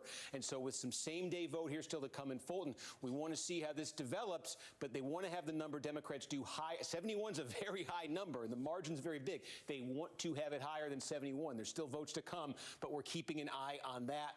We've also got here, this is just as core a Democratic county as you're going to get, a large historically black county, Clayton County. We've got more than 2/3 with Charlie Boy on? This is sort of customary Democratic level here. That's on that, we would disagree. What, that the U.S. is an important member of NATO? Is still pretty empty. Champ, come on now. We asked as a key question in this metro area, is this blue zone expanding at all? And this is the county. It's about to be speaking Russian. Fayette County, and we've got a lot of Fayette County in right here. And again, take a look. This is what it was in 2020. This would be progress for Democrats. There's still more vote to come, though. But Democrats want to be flipping this, I think, to have a really good night in Georgia. Same-day vote. That's the more Republican-friendly. Still to come here. So is this as good as the picture is going to get for Democrats in Fayette County? Now, I say there's layers to this. That's the core Democratic area. We'll see how much they can squeeze out of there. Another question here has been, and a big one that looms, is when you get just outside this core Atlanta area, there are some very big counties in sort of the fringes of the Atlanta metro. Is that loopy guy still in charge? I'm pretty sure he was only recently elected, wasn't he? less red in 2020. It's a huge reason Donald Trump lost the state. In fact, I can Well, I can't help those you there. counties up here, and we'll just show you what they look like. It's sort of these. You can come over here. There's some socioeconomic differences, but we're keeping a close eye. I can't on help you, to baby. see if there's because these are big. I can't help highly you. populated counties. If there's What do you want me to do? slippage in them. So I can't put it on the other attention monitors. to. This is one of the biggest. I can't. Then I won't be able to see it. 80% of the vote. Canton, Georgia's here. This is getting a little bit more diverse. You know, about 2 decades ago, it would have been 90% white. Now it's about 75% What are you doing? white. The diversification of the Atlanta What are you metro area doing? is extending to sort of the ex-urban area. But again, the key here for Trump is this is what he fell to in 2020. This is still a great number, you know, if you just looked at it, but relative to what Republicans are used to in Cherokee County, Trump took a big step back in 2020. His campaign wanted to claw some of that back. And again, with the same day vote to be tallied here in Cherokee, Trump is already almost a point above the 2020 number. And again, I got a bad feeling right now about this. but again, they want to be climbing, not falling back and climbing a little bit in a place like Cherokee County or next door. Steve? Yep. Can I interrupt you just for a moment? We have a change in the characterization of the race in Georgia. It had previously been characterized, the presidential race in Georgia had previously been characterized as too early to call. We're now changing characterization to too close to call.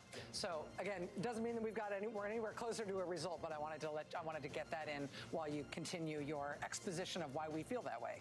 Yes, absolutely. So again, want to see there if that Trump number comes out. All these counties in sort of the ex-urban area. Forsyth is another big one. And actually, you know, you can see here a little bit less of the vote in, but Trump so far. There's coming. We're looking at coming right now, Christian. If in a place like Forsyth, Trump is falling short of that number. And another key here, just in Georgia, that we're going to be watching, it's just slowly taking shape. Again, I will call these counties up sort of in a group on the screen so you can see them. In sort of south and in mid-state Georgia, there's a number of counties with large, they're rural counties with large African-American populations. And this is the place where Democrats think they can improve the turnout and either get better margins or cut into Republican margins in some of these counties. So again, a lot of incomplete here right now, but a couple with a significant vote that I can show you. One would be Baldwin County here, and almost all is in Baldwin County. Again, very small, but again, this is a place Joe Biden won it. Yeah, that's not going to happen. 45% black population in Baldwin County. Joe Biden won this one in 2020. With almost all the vote in now, Trump 3 points ahead of Harris here. It's only one small county, but we're looking to see if there's trends in these types of counties. Randolph County, another, about 2/3 in very, very small here. But again, this is what Joe Biden was able to do here in 2020. These are all counties like those small rural Trump ones. I have a feeling that we're going to see really good numbers in Philadelphia in a second here. But that's a thing we're going to be looking for as the results come in and as this map. No, it still looks pretty good. A trend there. So again, 37% of the vote is in right I now. thought he said jerk Biden there. He didn't. He did not tell you to jerk off Joe Biden. This is another huge one that's empty. This is DeKalb County, you know, right outside Atlanta. In fact, She some wants of it's you to pet her. inside the perimeter here. It's about half black. There's a That's not large something she's college-educated white population, very Democratic friendly. Huge number. As someone who knows American history, it's so strange to see the South vote Republican. They vote for the same party that kicked our ass in the Civil War. It's not the same party anymore, Alphonse. That's the secret. To expect here in Pennsylvania, because you see a massive There's been multiple party splits since then. There's really only, you know, we talk about this early in-person voting that, you know, millions of people are doing in other states. They don't really have that in Pennsylvania. All right, we got PA. Vote by mail. We got a big margin for Harris in PA right now with only 5% of the vote. Vote by mail is going to A fat fucking margin. She's got a fat margin in PA right now with only 5% of the vote in, though. The vote by mail, we think, will be very That's pretty good. Democratic, and the same day it'll be more heavily Republican, and so that's what we're seeing. Look, I wonder at what time it changed. It was like early 30s is kind of where it switched. From Philadelphia here, so that's why this will. Yeah, Pittsburgh, Philadelphia, Harrisburg, and Allentown are probably all going to go blue. Same thing with Scranton. All the vote by by mail perhaps in Allegheny County, or a very, very good chunk of it. Again, Looking real good in Pittsburgh. 1.2 million people, the inner suburbs around Pittsburgh. Wow-wee. Heavily Democratic. So again, big Democratic number there. And also in Lancaster County, well, only about 700 votes there. So really the two big cities in the state have come in. We're getting a little bit more now, Butler County and a few others. But again, you can expect it's the vote by mail first in Pennsylvania. So you can Well, Montgomery County is going to really go red, so. in these early, in the early hour and a half, whatever it is. And the story in Pennsylvania, it's going to be the opposite of the story we followed 4 years ago. 4 years ago, the story was they counted the same day first. Trump had a big lead, and night after night, Biden was chipping away at it with the mail vote. Tonight, we expect just What the fuck are you saying to me, Christian? followed by the same day, and the question will be on the Yeah, it wasn't Alphonse. Well, what you saw was the Democrat Party kind of formed in the 1920s, and they were super turbo racists. Like, literally KKK members. Yeah, we all knew he was going to win South Carolina. But the Democrats originally were, like, KKK worshippers. And then in, like, the 1940s, they had a bit of a party split, the 1940s, 50s. They had a bit of a party split, and Oakland County, remember, this is gigantic suburbia, high income, they flipped. Concentration of college degrees right outside Detroit. Now, what you're getting here again in Michigan, they overhauled elections completely this time around. So for the first time in Michigan, I didn't know that. They have early in-person voting. A lot of people taking advantage of that. There's also vote by mail, and I think what you're looking at, it's going to vary in Michigan tonight. Unlike some of these other states, there's not a lot of uniform. I like how Michigan is mostly actual squares of relatively the same size. I suspect just based on this margin, Yeah, you getting tired over there? Early vote here, but remember, she'll be asleep in 10. The test we're going to be applying all night, one of them is to compare Oakland County to its a neighbor to the east. We're going to be up pretty late. Blue-collar suburbia in Macomb, white-collar suburbia in Oakland, and the Democrats, what they're aiming for here in Oakland County, Pumpkin. look how big this is. Stop sleeping. 750,000 votes were cast here in 2020. Look at her, she's sleeping so good. By 14 points. That's what Democrats She's like kind of smushed her face into the bed. big jump for Biden, over She's like really, that's a hard sleep. by single digits. Biden got it to 14. Oh, I believe it. That's her favorite spot in the whole house now. Whenever I open the door, she runs right in. She's got to be feeling very good. Steve, I'm sorry I have to Especially in the morning. more time. Well, presumably the first of many more times. In North Carolina, in the governor's race, NBC News can now project. Wow, yes, that's a huge win. The Black Nazi lost. He was up against the very controversial Republican candidate, Mark Robinson. Excellent. Good job, North Carolina. To get Mark Robinson off the ballot, thinking that he would not only Holy shit. but he might lose it. He's fucking slobnobbering him. The prospects for Donald Trump and J.D. Vance. Yes, Alphonse. We had a Republican candidate in this election. He's a black guy. He quite literally referred to himself as the Black Nazi. And he's also talking about how he wants slavery to return. He thinks that he would own a few slaves if it was still legal. He wants to take away women's right to vote. And he is now currently losing by like 35% of the vote. You see, this is very little vote, but you see here Grand Rapids. This area of western Michigan that Grand Rapids is sort of the anchor city of, is a traditionally Republican But the thing here is, that could be a really good sign. Because what it means is maybe the people in North Carolina are so turned off by the Black Nazi that maybe they just decided to not vote for Trump too because they're in the same party. Grand Rapids is a city of about 200,000 people. In 2020, Trump lost it by 6. Democrats would love to get Slavery return, that still exists. Look at some American prisons. That is not even remotely close to the same thing, big dog. for growth. Also up here, by the way, you see that's Grand Traverse County, where Traverse City, Michigan is. Both parties sent their candidates to Traverse City a couple times here. This part of Michigan, it's not as big population-wise, but it's very volatile politically. They sort of call this the cherry coast. You know, cherry farming is big up there. There's wine country. This is Leelanau County. It's one of the wealthiest in the state. Again, these are traditionally Republican counties where they've given way for Trump. And this is one of the counties, Grand Traverse. You see just a little bit of the vote is in right there. It's where Traverse City is, but that's one to watch tonight if it turns blue. Democrats would love to shift that one. So again, Michigan, it's early. Those are some of the things we're going to be looking for. And of course, Wayne County, Detroit, the inner suburbs there, cities like Dearborn, where the Gaza situation, we want to see if it has a bearing. All things we're going to watch as Michigan comes in and we move to the Tar Heel State.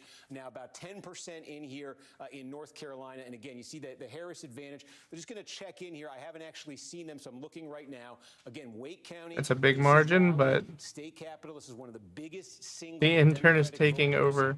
Counties in the state. Not much in. Democrats just want massive margins here in Durham County. Well, yeah, no, Alphonse, it's definitely different. But the for-profit prison model is very not the same. Like, a lot of people don't realize this, but those people who make things in prison in the United States, they get paid for it. Like, they don't just make you work and then you don't get anything. You get paid. And I want to draw your attention to a county that I think is going to be very key to telling the story as it unfolds in North Carolina. It's this one right here. Not a lot. Like, it's definitely dog shit wages, but they do get paid. Bedroom community suburb of Charlotte, Mecklenburg County, and it's still a very core Republican county. The banking industry is very big. It's minimum wage, Alphonse. It has to be minimum wage. That's the law. Maybe think of it that way. Just take a look, though, at Union County. Here's the trend. Again, it's slippage for Trump. It's more dramatic in other suburbs around the country. Trump won here by more than 30 points in 2016. In 2020, Trump still. I'm pretty sure that that's the law. Actually, it might depend on the state. Democrats think they got a shot here tonight, and this is a big reason why Trump's margin shrank in North Carolina. He just didn't squeeze as much out of these big core Republican suburbs. He won it, but it was 24 instead of 30, and I think that's a very good bellwether gauge tonight. As you see this county come in, is Trump falling short of that number again? Democrats would like to chip away, get that down to 60, 59, something like that. There's a number of big suburbs in the state. There are some of them, are outside Raleigh. So I was wrong. It's not minimum wage. They make $2 an hour while they're in there. Less so. But at the same time, they quite literally cannot spend it. As you can see in these different counties, but statewide right now, 4 points. And again, Well, that happens in the U.S. too, Alphonse. I'm checking these. Some homeless people just commit crimes on purpose so that they get sent to jail. Anson County has a. Let's take a look and put this in some perspective. It certainly would be better than being homeless, I think.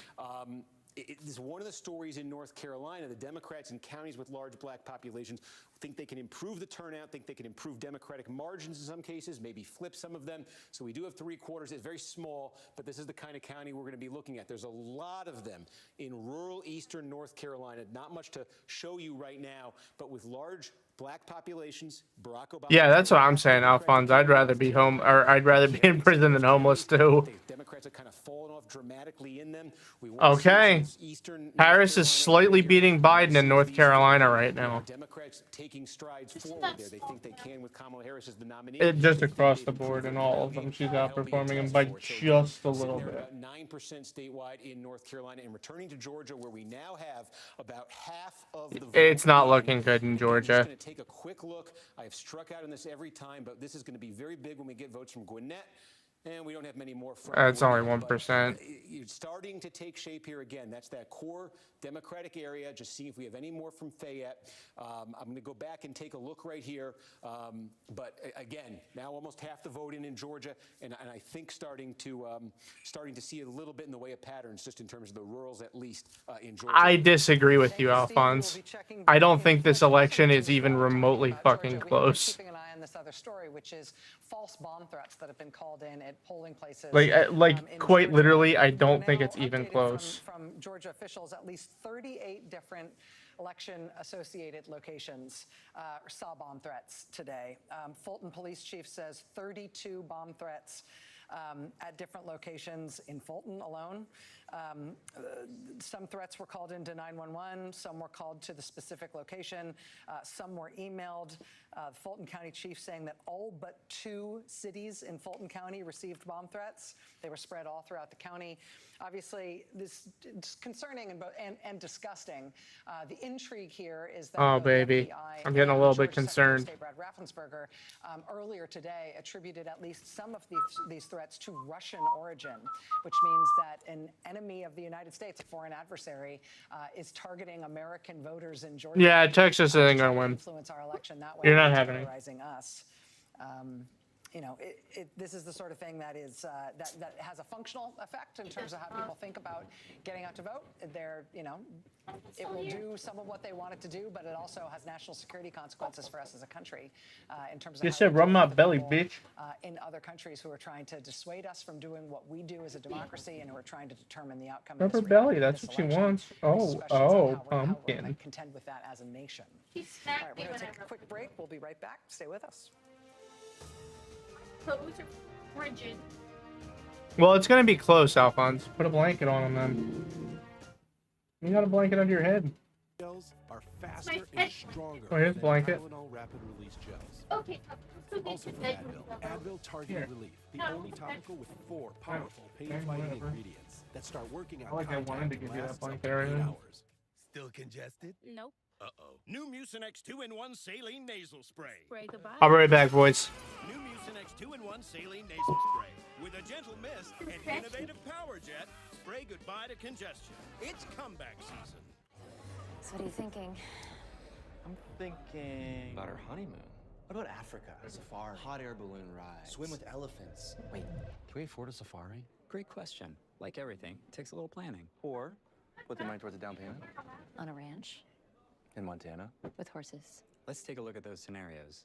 JP Morgan Wealth Management has advisors in Chase branches and tools like Wealth Plan to help keep you on track. When you're planning for it all, the answer is JP Morgan Wealth Management. If you're looking for the one, find the home with a short commute to work. Find the one in a great school district. And find it exclusively in professionally sourced listings.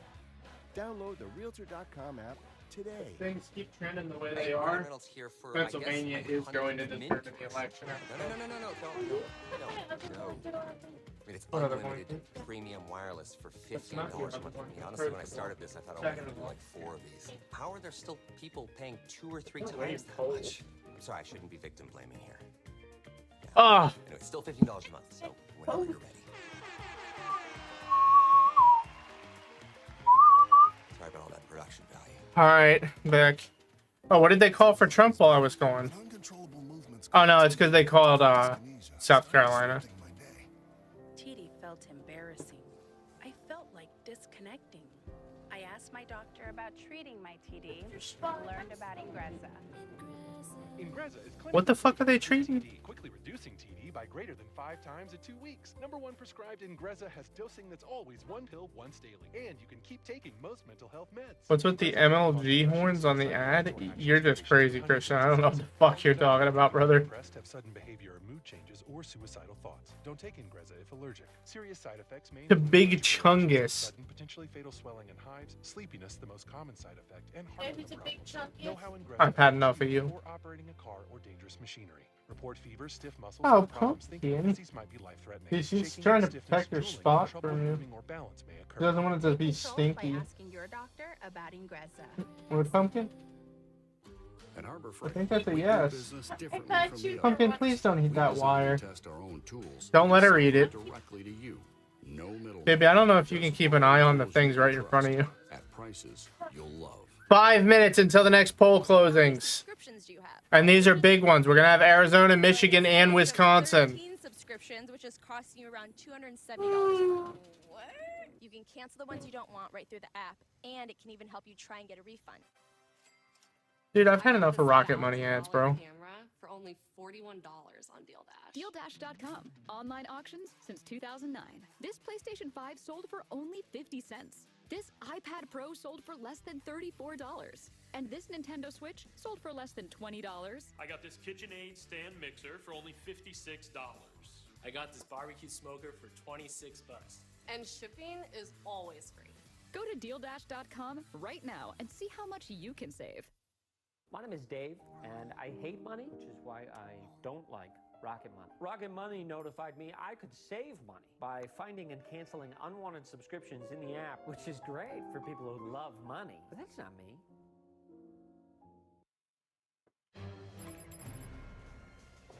NBC News can now project at this hour that we have a winner in the Great. Rhode Island Senate race. Democratic incumbent Senator Sheldon Whitehouse has been reelected. I totally couldn't have guessed that. Mighty state of Rhode Island. NBC News can also project that there is a winner in the Senate race Oh, come in on. Massachusetts. Democratic incumbent Senator Elizabeth Warren will be returning to the Senate for another. So what'd you miss? Well, we just got back from commercials, but in 30 minutes, we're going to have the next round of poll closings. NBC News can also make a projection in 30. the Senate race. Wait, it might be 3 actually. I might be confused.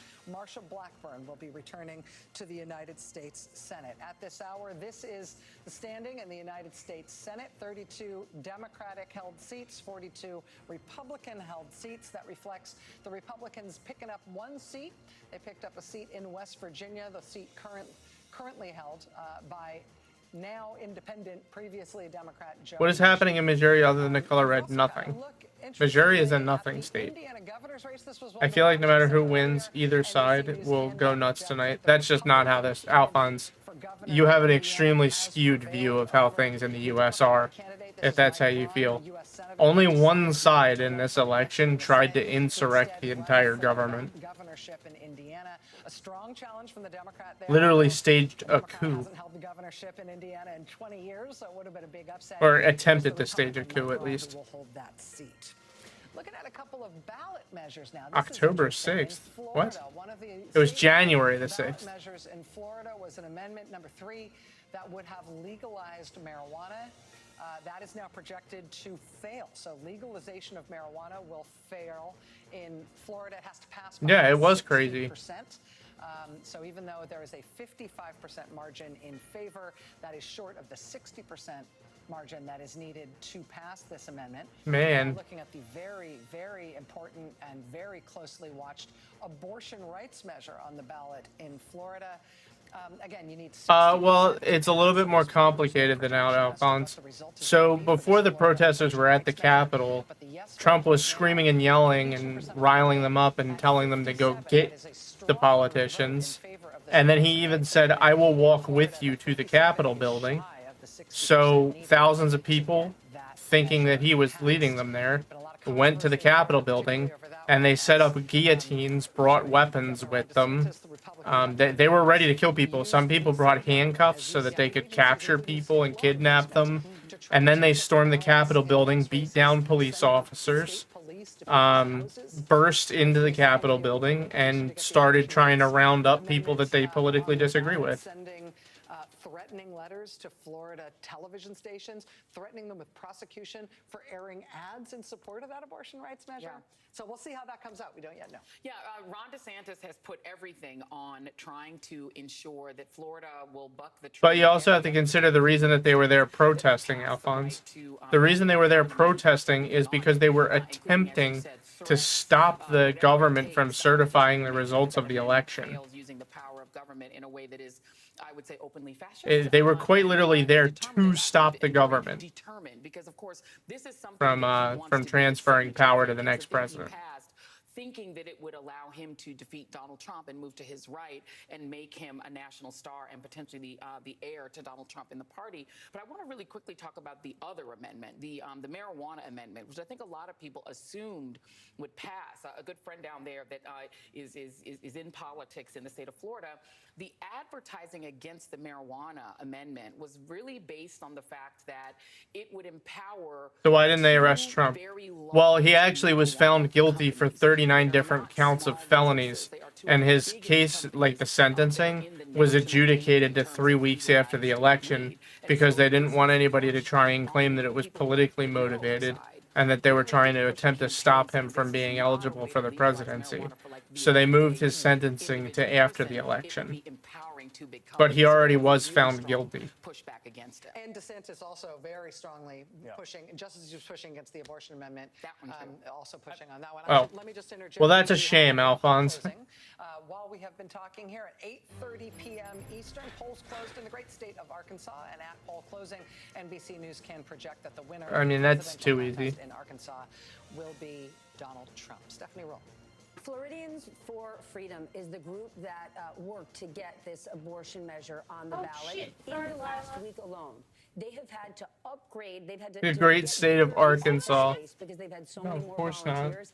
In the last What'd you 48 do? hours, they did a last-minute fundraise because people came in and for said, it we want and more we're yard live signs. to And when I separate heard it from one out. of their backers, I said, why do they need more yard signs Just for don't 24 fuck hours with ago? them. And he said, it's not about the signs. You can figure it out. She knows how shitting This kind works. of demand in the last week. And what's interesting, they got a whole slew of Shame her, new Pumpkin. volunteers right after Donald Trump's speech Oh, she's at attacking Madison Square Lumpy. Garden. Puerto Rican women in the Orlando area. That's a good said, sign. We're about to mobilize. We're going to call our network. That's What? all in the last week and a half. So they might only be at 57%, but 60% is. She wasn't in the litter box. And they have No, got but some you wind stick in sitting their up front of it like I'm gonna get They you. tried the Republican I don't think that's what opponents she was doing. Ohio try to maneuver No. this last summer. She'd have attacked her the second she got out of it if that's what she was doing.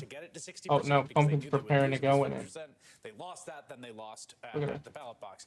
If they lose Oh no, she was just 57, inspecting. 58, 59, somewhere around there, it still means that in a state that Donald Trump is going to carry by quite a bit, and a state that has been moving to the right, Pumpkin, what the fuck a are you doing? strong majority, I mean a 14-point majority, a 13-point majority, something like that, for abortion rights in a state in which the Republican governor was campaigning against She said, it, that stranger for 60% pussies, I'm upgrading the Florida- cables. Florida law. It's not like a funny game they played, but what it means about public opinion is true whether or not it gets over the line. Of course, it matters greatly to the women and families in Florida whether it does. We have another projection. NBC News has just made a projection in the presidential race in Delaware. There's a woman in the presidential race in Woohoo! Yay! Wow! Nicole, you were going to jump in there. Gotta be fucking kidding me. We're going to be watching these dynamics, and they're not going to 56%? It's only 48% of the vote in. The story that we've all been covering, the thing we've been talking about, the thing that Seven Anchors are getting at, is really at its core a gender gap on the issue of bodily autonomy. And I think that that is not. Those are the things you're getting in your ear, right? The We love Delaware. No. Delaware is a cesspool with inbreeding. Is going to be very slow. Right, and Lumpy? tedious, and I think it's going to mean that Lumpy. some of the people that used to be Republicans. She's just now staring me independents, down, dude. some of the- I mean, we're going to be putting. No, people in boo Delaware. Boo. We hate Delaware. of some of the- Delaware New York, trash. A state that Trump won handily. Trash has can 57, Delaware. Perhaps maybe they'll get up to 60% of its voters, men and Trash, women, trash. young and olds, who support abortion rights. Let me jump in. No. Call. In I can the see your state of feet. Delaware, we just had a presidential call in the state Oh. of Delaware, but NBC News can now project Oh. the Senate race in Delaware. Ow. This is an open seat, the seat that had been held by Democrat Tom Carper. Christ. Republican Eric Hansen versus Democrat. They should just stop calling Delaware. Just, it's just Sunderland. It's worse. Blunt, Rochester. NBC News can also make a projection in Delaware in the governor's race. Well, because it's a Democrat. Delaware. Wow! Matt Meyer. So Delaware with How did they not call that one the second the voting ended? And can I just throw in that I could have told you who won the that. abortion question in Florida also has impacts across the entire Southeast, because Florida was Okay, we've got a good margin in Illinois. in the South could go to for reproductive care, and now the all eyes turn back to North Carolina, which will have a Democratic governor, will retain a Democratic governor. It'll be interesting to see if Republicans lose their supermajority, which they have by one seat because one Ow. Democrat switched. All right, let's see how we're doing in states that matter. Let's look at Michigan and Pennsylvania. I'm pulling it up on my phone. To reestablish the right to abortion, and then that will leave one other place. Let's Because right see. now, women in the South have to drive all the PA way to currently leads with Kamala. Virginia. And so there's a real issue of women who potentially We have 8% of the vote in, and Kamala is winning with 71.1% of the vote in become PA. an abortion wasteland. That's a lot. As you've been watching these couple of hours of results that we've had come in thus far, what's caught your eye? Well, I just want to go back to Lisa Blunt Rochester actually winning that Senate seat in Delaware. That's a former Senate staffer working her way up all the way. It's one of those great stories of this candidate. Kamala Harris is sitting at, let's see what percent of the vote. 5% of Michigan is in, and Kamala is winning with 57.3. Made it all the way. And Wisconsin As hasn't we watch closed the yet. Senate unfold tonight so far, the Democrats have, in effect, lost only one seat, and they had big hopes for Florida, which it didn't come true. The other big hope is Texas. And so for the Democrats, the What's that? The big white hope? Texas in the Senate is the big thing they're watching. And of course, watching the challenged Democratic incumbents in Montana and in Ohio. Yeah, can they hang on? Yeah, can they hang on? That is a big question. We don't know. Yeah, absolutely. Let's go back to Steve, who I know is watching some of the Pennsylvania vote coming in. Steve, what do we got? Yeah, and again, now a little bit more than 10% statewide, heavily the vote by mail here. That's why you see such a massive Harris lead. Not just heavily vote by mail, but heavily Philadelphia and Pittsburgh area, Allegheny County. Those are the two biggest in the state. All right, show me Philadelphia. I'm predicting 86% Kamala. Be back. So I've been playing Tamercan. Yes. He is pretty good. I actually just started my first campaign ever on him recently. So we're about to get Philadelphia, boys. 87.2. I was right on the money. She's crushing Biden in Philadelphia. I know, but you can get these margins. It's about the margin more than anything. My mic working? Yeah, I can hear you. Ignoring you. How's it looking? How is it getting food? It's a coin flip. It's looking okay in Georgia. Like okay, it's still possible. We're not done. But it's starting to swing a way we don't like. In North Carolina, it's a dead heat.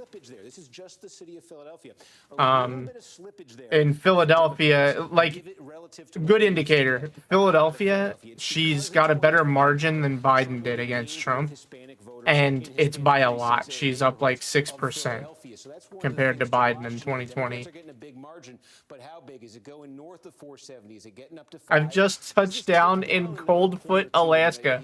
All right, tell me what it's like down on the scene.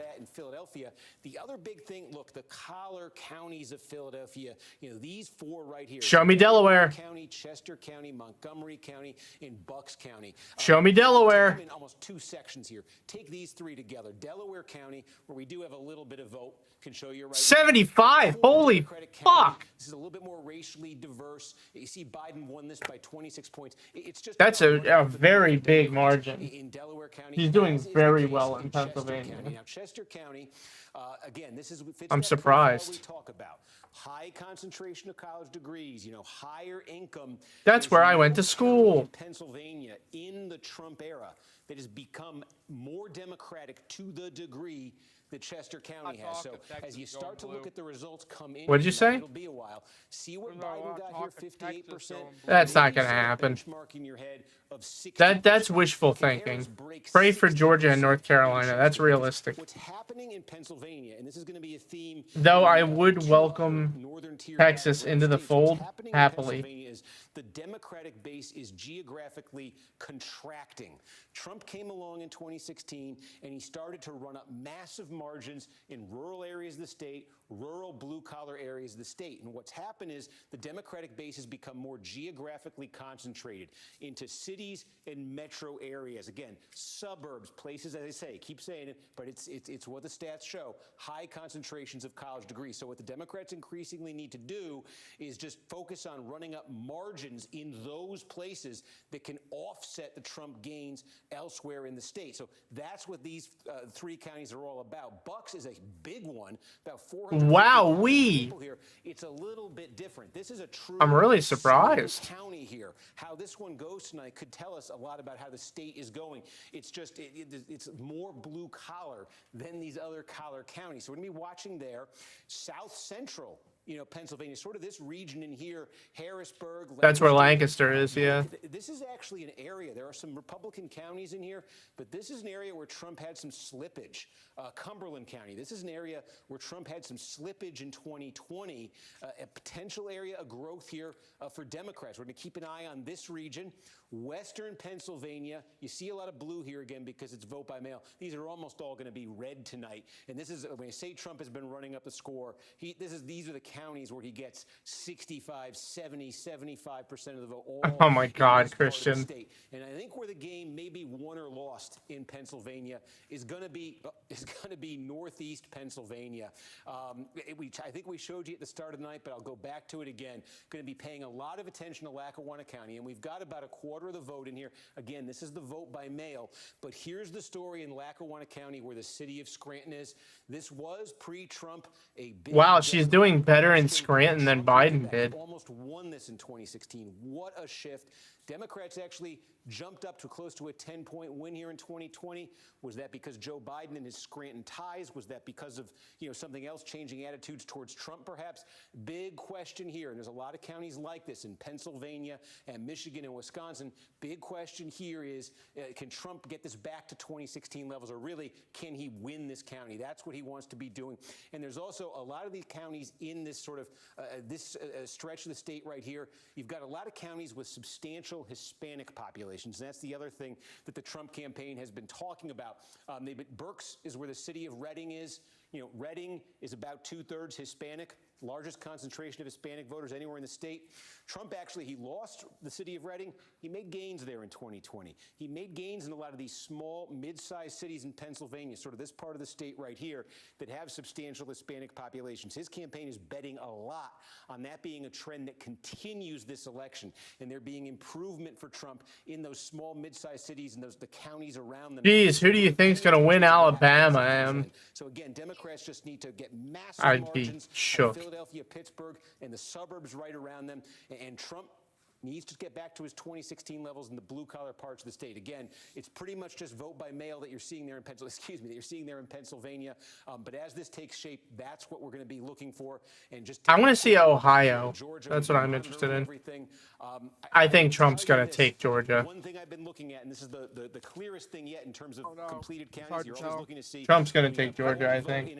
That's bad, and though. You compare it to the last election. Well, obviously that's bad. So one of the things, there's like 3 or 4 of these categories we're looking at, but one of them we've said is the rural counties in Georgia, the heavily Republican rural counties, and it's very consistent. We now have 15, maybe 20 of them that are basically complete right now. Very small, but in just about all of them, Trump is running a point to 3 points better than he did in 2020. And that was one of our questions in Georgia. Is Trump going to slip a couple of potentially critical points in his core parts of the state? So we are not seeing that there, but there's a lot more, obviously, we're going to be looking for as Georgia continues to come in. All right, as we continue to watch that vote come in, as Steve continues to parse those results, we're looking ahead toward 9 o'clock Eastern time. Show me Ohio, bro. Polls are going to be closing in Yeah, 15 minutes we get Michigan. Interesting states. We're going to have poll closings in Arizona, Colorado, Iowa, Nebraska, Wisconsin, Michigan, and more. We're going to get to all of it. Stay with us. We're back.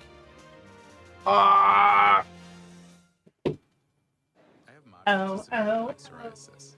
Thanks to Skyrizi, I'm playing with clearer skin. 3 out of 4 people achieve 90% clear skin at 4 months, and Skyrizi is just 4 doses a year after 2 starter doses. Serious allergic reactions and an increased risk of infections or a lower ability to fight them may occur. Tell your doctor if you have an infection or symptoms, had a vaccine, or plan to. With Skyrizi, nothing on my skin means everything. Ask your dermatologist about Skyrizi. Learn how AbbVie can help you save. Take a breath of fresh air with the Stanley Steamer air duct cleaning. We clean over 10 million feet of air ducts each year with our specialized trucks, built by us, removing the contaminants from your home. Your air ducts aren't clean until they're Stanley Steamer clean. It's your home cleaner. Moments make up the story of your life. But as you get older, you can miss them because of severe flu, COVID-19, or RSV. So get vaccinated, because your presence makes all the difference.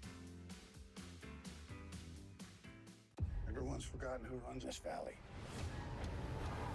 Time to remind them. The only thing left to do is kill as much as you can before they kill you. Ow. Stone. Watch on Paramount Network. Gum problems could be the start of a domino effect. My Toblerone melted on my chair. Clinically proven to help reverse the 4 signs of early gum disease. A toothpaste from Parodontics, the gum experts. At Harbor Freight, we design and test our own tools and sell them directly to you. No middleman, Just quality tools you can trust at Oh, prices you'll love. Emily. Whatever you do it for less at Harbor Freight. My mental health was better, but uncontrollable movements called TD, tardive dyskinesia, started disrupting my day. TD felt embarrassing. I felt like disconnecting. I asked my doctor about treating my TD and learned about Ingrezza. Ingrezza is clinically proven to treat TD, quickly reducing TD by greater than 5 times at 2 weeks. #1 prescribed Ingrezza has dosing that's always 1 pill once daily, and you can keep taking. All right, within the next couple hours here, we're gonna see if I'm gonna be crying or happy. Actions in patients with Huntington's disease. Emily, Doctor, if you become wake depressed, up. sudden behavior or mood changes, or suicidal thoughts. Or you're getting Taking Ingrezza tickled. is allergic. Serious side effects may include I will allergic tickle you reactions, awake. potentially fatal swelling and hives, sleepiness, the most common side effect, and heart rhythm problems. Oh, and the Republicans already picked up a Senate seat. Report fever, stiff muscles, or problems thinking, as these might be life-threatening. Shaking, stiffness, drooling, and trouble with moving or balance may occur. Take control by asking your doctor about Ingrezza.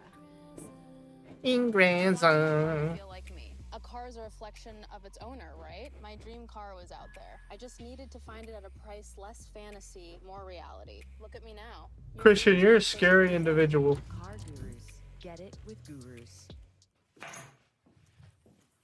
I'm a forgotten subscription. Poor guy signed up for my free trial a year ago and forgot to cancel. Now he pays me $18 every month. It's awesome. Don't let this happen to you.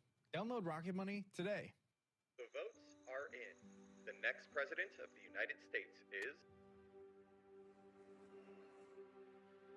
Lord, to you we entrust our communities, our leaders, What the fuck am I watching, bro? our country. We give it all up to you. Jesus, we trust in you. Amen.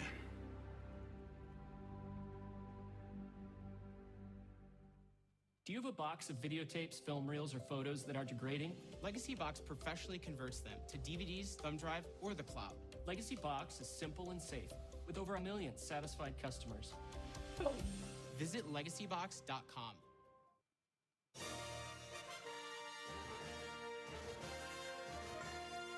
You like that one, then? As we are headed toward 9 o'clock Pumpkin, Eastern, don't the eat big the poll fucking for those we're gonna be cardboard. Watching there is, of course, Arizona. A little She bit was of doing news it out of too. Arizona. Arizona Secretary of She ran State away. Adrian Fontes announced at a news conference that there were 4 non-credible bomb Would threats. you, Cody? You're very quiet. Directed It's like at Kamala's Navajo winning County in Virginia right Arizona. now. Again, hoax. Yeah, she's expected to. There are just these hoax bomb threats that have been phoned in to dozens of locations in Georgia, and now we know to multiple locations in Navajo County. Again, in none of these instances does there appear to have been any 10 actual minutes threats. until These are Michigan. simply hoaxes And designed Wisconsin, to I dissuade think. people and to Or no, cause Wisconsin's chaos, at in 10. cases to force evacuations of polling places. I have not seen much come out of Ohio In some yet. cases, officials have attributed these things to Russian origin. Interestingly, in Arizona, they're saying that some of these threats came from a .ru email address, but that is something somebody could spoof. It doesn't necessarily mean that it is. And so, from like, Russia, but it Trump's turns out probably that's gonna what win the Ohio. background noise of today's election day in multiple states in the United States. But Kamala leads in Michigan and PA. From what you have seen in all the results that we've had come in thus far as we head towards 9 o'clock, what's caught your eye? I'm just going to give a couple of everybody take a breath warnings here. One is DeKalb County is not in Georgia because of the poll extension of the poll hours. That is such a big county for the Democrats. We don't know what's going to happen in Georgia. I would also just reiterate. We're also maybe catching you've up in also Georgia. said this, it's like a baby blue state. I'm going to Yeah. say it's not been blue for a long time. Dude, I don't know about Georgia. The Harris team, Georgia is. I mean, I think it's possible still, but Atlanta has to really show up. Talking about long lines in these college towns, that is a huge deal for the Harris team. Like, we need to see an 80% margin minimum in Atlanta, like Fulton County, Georgia, in order for us to have any chance. Given Gaza, given protests that were happening on campuses, that's something I've heard from officials in Lumpy, Michigan, stop I've it. heard from officials Jill in Stein is not going to win. There are big, long lines in these college towns, which I don't know that we would have all predicted that just a couple of months ago. Interesting. The other thing is, we've talked about, I think the Iowa poll and your interview. Lumpy, how many times do I have to tell you Jill Stein is not going to win? polling young people is impossible, and really nobody gets it right. So we don't have good models for how many of them will turn out. We don't actually know till day of how many will turn out, and it depends on their schedules, it depends on the weather, it depends on the entertainment, it depends on their motivation. And we don't have great models for predicting their turnout, and we have even worse models for predicting how they're going to vote. So it might be one of the, I keep saying we might not know until late in the night or maybe even tomorrow, but this is one of the most opaque voting groups.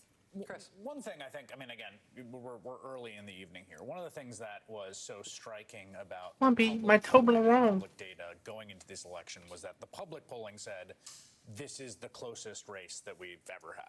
Yeah. Basically, I mean, that was the consensus view. And there was a real question about, well, maybe the public polling's wrong, and maybe it's going to miss a few points in one direction or another. We don't know at this point. It's very early in the evening. But I would say at 8:50, like, it's a very, very close race. that right now, it looks like the public polling, broadly speaking, that this was a very close race, is broadly at 8:51, based on the data we have, about what we're seeing so far. We are seeing signs of a very close race. I'd say that if you are just joining us right this second at 8:52:06. That's where her favorite spot is, right? Look at her. No surprises. Pretty much that's what's happening. She's got her eyes on you. There's been no surprising result anywhere, I don't think. Now, that doesn't mean that said the no surprise result for the presidential race will be, it's really tight, we don't know. And that could be true for a very long time. The turnout thing, to your point, which is so hard to track, is there are groups, both sides are betting on turning out, and we don't know if they will or won't. So when you She see a loves huge Turkey. number in a state like Michigan, seems to be from the strategists I've talked to, the people in Michigan, higher than they anticipated. Is that good for Trump? Is that good for Harris? We don't know. And that's one of the challenges, because typically, you know, if there's bigger turnout in certain areas, it's good for the Democrats or good for the Republicans. This year, because there's the low propensity young male voters that Trump is going after, and there is the quiet vote, as we've been shorthanding it, on the other side. It's harder to know what turnout means in some ways, at least as I've been looking at the early information that we've And there's also, let's not forget the mama-driven young people vote, because I have 3 humans that are grown adult children, and you have a lot of young voters who wait to the last minute, who are pushed really hard by their families to vote, pushed by their parents to vote. So you have some of that, of the youth vote that actually reflects what you're seeing in the sort of, grown folks vote, because there are, especially when you're talking about black voters, I'm telling you that black mamas are making all their kids vote. I made not only my kids, but my bonus son also. I mean, it was... What incarnation is a bonus son? You have to have an extra, because I have 3. It's like multi-ball and pinball. So I don't like to be outnumbered with odd numbers. And so we have 3, so we add a 4th so they can team up, and it kind of dissipates their power. Wow. Yeah. Give us more influence. Always have an extra. We take them on vacation. Deep insight into your parenting strategy, Joy. Even numbers. Keep me in charge. I would like to issue an apology to all of those states. That's Joy Reid. It's not our fault. That's her name, yeah. Fathers. They decided on this thing. She's called definitely the not the Electoral worst. College, which, interestingly, no other country in the world decided to copy. And because of that, in presidential terms, in effect, on nights like this, you have a right to think that it feels like no one cares about your vote. If you're in California or if you're in New York. And when you think about how enormous a force that can be in voter suppression, there may be nothing quite like it. Imagine if California voters ever got to think that their votes for president matter. There are 7 million people in California who don't vote. They're registered. They don't vote today. And how many of them would turn out? And oh, by the way, how many more millions would that add to Kamala Harris's total? New York, the state of New York, another 7 million people who don't vote in this presidential election because they know what the outcome is for their state. Most of those, if they voted, would add millions to Kamala Harris. And this Electoral College problem is one that bedevils us in the 21st century as it never has before. Thank you for saying that, because go ahead. I'm sorry, let me just jump over to Alex Wagner with the insiders. We're about 4.5 minutes from this next poll closing. And I know Come on, man. You've been talking about what you've been hearing about some of the specific swing states that we don't yet have a result in. We sure have, Rachel. Thank This you. next opening or next poll closing is the most important one of the whole election. Michigan Michigan one? Michigan, Arizona, and Wisconsin all at once. At 9 p.m. That's great. Yeah, go to your Michigan page. They're all collated, alphabetically according to poll closing time. What 4 are you hearing minutes. about the vote in Michigan? We know it's tight, as they all are. Yes, all of my Democratic friends are saying it's very tight, and they don't want to make predictions, but people are hesitant to say, but they are encouraged. They're encouraged by what they're seeing in Detroit specifically, even with some of the, and I will just say this as I know this for myself, there were some gaps within the Detroit operation when it comes to the Harris Walls campaign. But even with the gaps, they are encouraged by what they're seeing in those numbers, and very encouraged, like in all of the other battleground states, by what they're seeing on the college campuses. Those cities with large college campuses, the college students, they are in formation. You ready for a group of 10,000 weirdos in Michigan to determine that Trump is the president? Broad national polling about exit polling about Harris's strength among Yeah. Latino men, and they seem to be breaking for Donald Trump, which is a very big difference from gonna be 2020 great. when they broke for Joe Biden by, I believe, 23 points. They may be breaking for Trump by as many as 10 points. Again, this is early.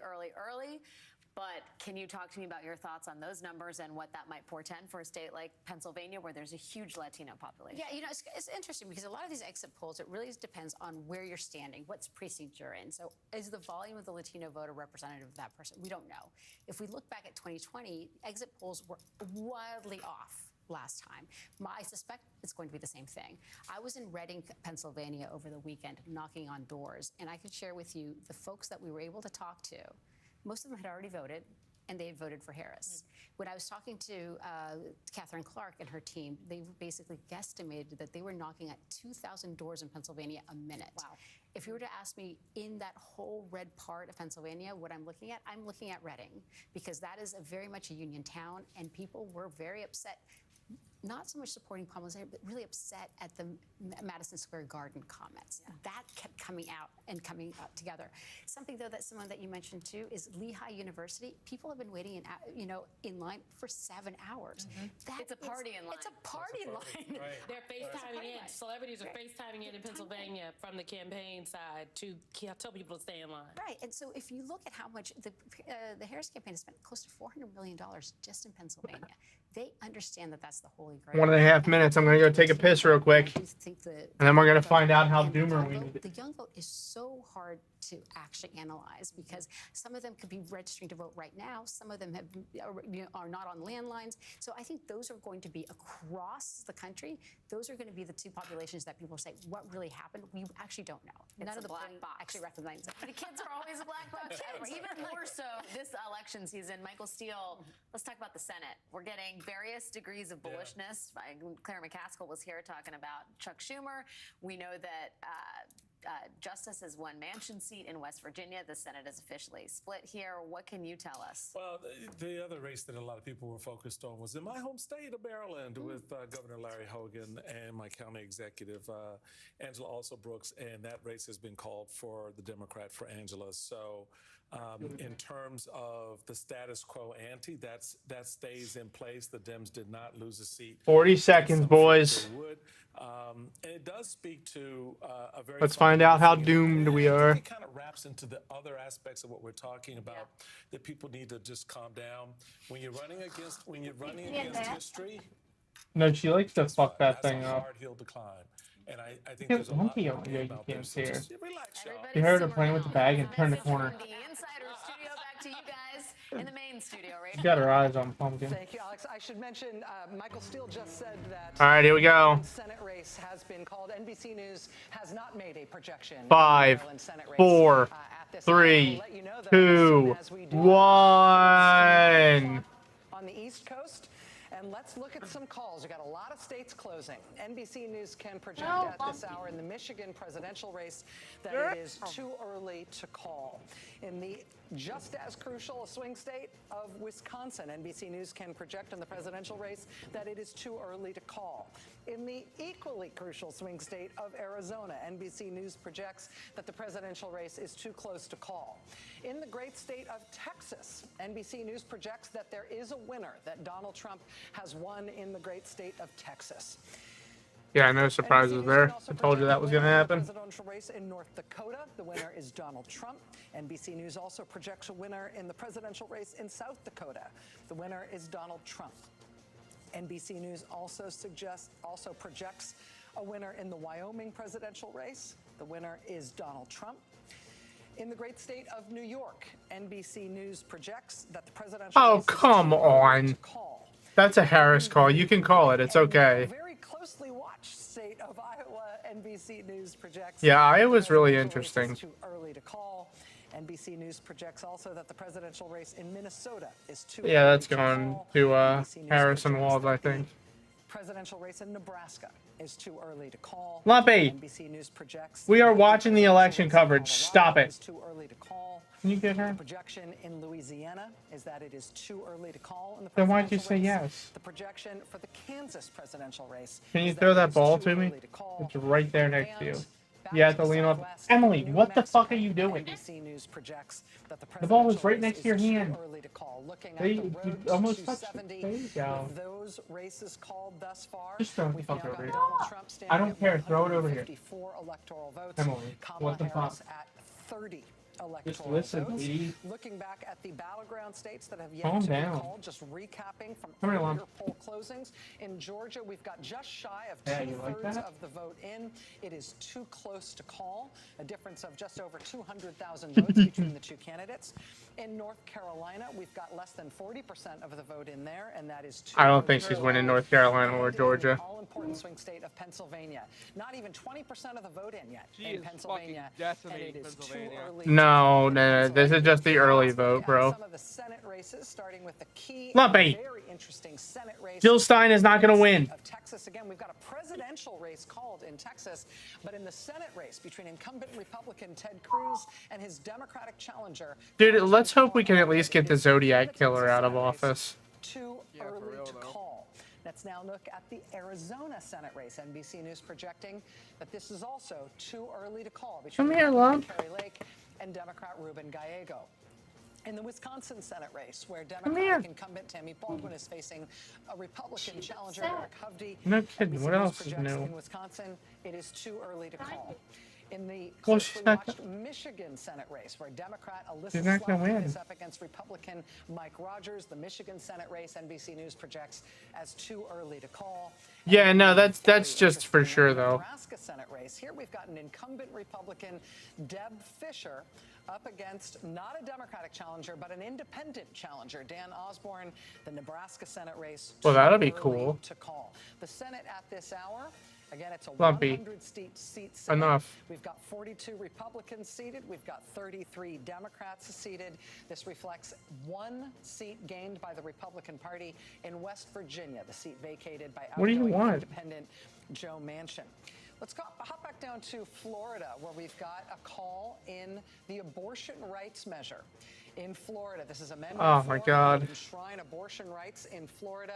This, as you see here, has 57% yes and 43%. What no, is but fucking wrong with 60% is the people? threshold that the yes side needed to meet in Florida for the right to It sucks abortion that they, ballot measure, the amendment to Florida state They constitution. were like 3% off NBC again. News can project that the Yeah, abortion rights I measure know. in Florida will fail. It will fall short of a 60%. This means that abortion will be illegal in the state of Florida. One governor's Yep. race. We've got a Now a governor's race to barbaric look at fucking in third world North state Dakota, like it. and the governor's always race in destined North to be. Dakota. Honestly, this hour, NBC News is projecting. I mean, as it's just too early to ridiculous. call. So again, lots of calls there. I think the one that, I don't know if it qualifies as a surprise, but I think one that Democrats were hoping was within their reach here was that Florida abortion rights measure. Joy, as you were talking about earlier in detail, and Nicole as well. Again, it looks like it's going to win, to Chris's earlier point, by a very large margin, but not a large enough margin to put it over 60 points, which is what they'd need to get a yes. Yeah, and this is the reason that Republicans wanted that 60 vote threshold, because, I mean, as they tried to do in Ohio, you know, Governor DeSantis has bet his political future on being the champion of denying women their rights over their own bodies. He's campaigning, obviously. Yeah, how you with like Governor that, of Lumpy? Texas. He's thinking about a future She's in just which he would staring like at to me.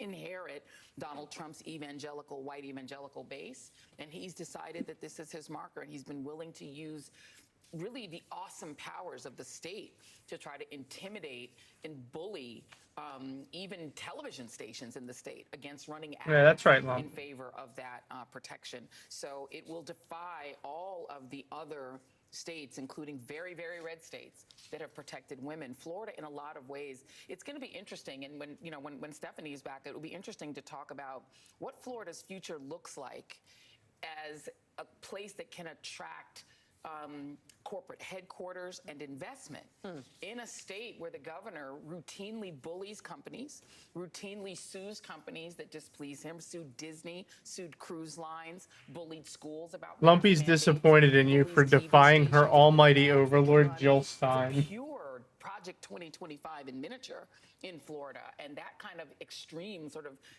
Dude, give me the Kornacki cam so that I can go feed these cats, please. Florida, does that make it a more attractive place, or does it make it more like some of the other southern states that don't get a lot of investment and interest from, it also particularly means international investment? that Florida, trying to be an international business hub, but also, even without everything you just described, they will now continue to retain an incredibly draconian 6-week abortion ban, which is going to make it hard to persuade any large company that they should move their female staff there, let alone any of their staff that has female offspring.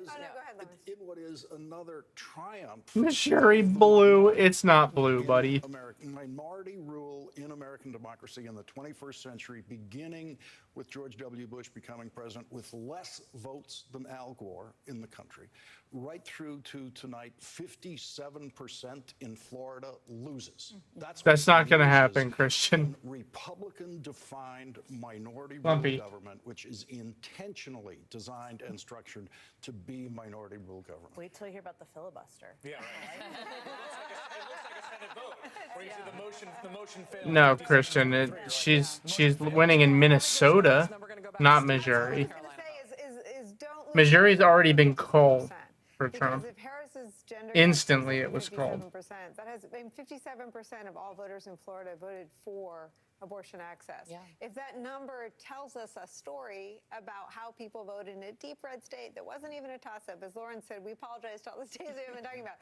57% in Florida voting for reproductive health care is an important number to keep an eye on. Is 55 to 57? Is that, if that's where Harris comes in with women, with all voters, with men and women? If that question was number one, it might be a long night, but it could be a very good night for the Harris campaign.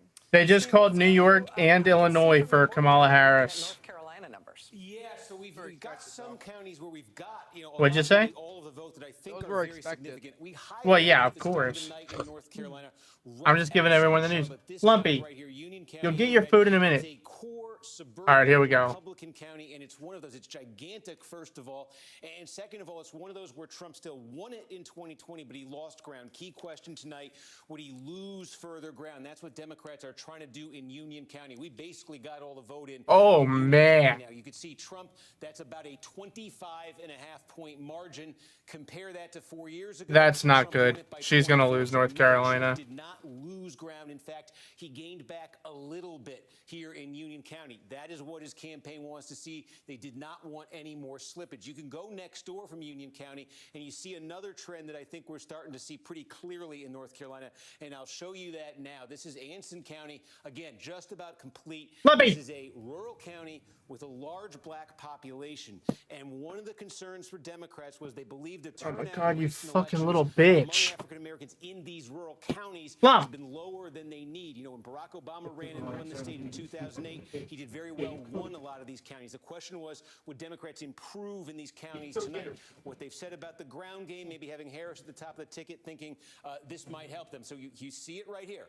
This county looks like it's going to flip. Joe Biden won this by 4 points 4 years ago. Now Donald Trump, with just about all the vote in, is ahead by 3 in Anson County. Again, rural, large African-American population. A lot of counties that are similar to that are here in the eastern part of North Carolina. And again, we're starting to get most, if not all, the results. Vance County here, large, rural, African-American heavy population.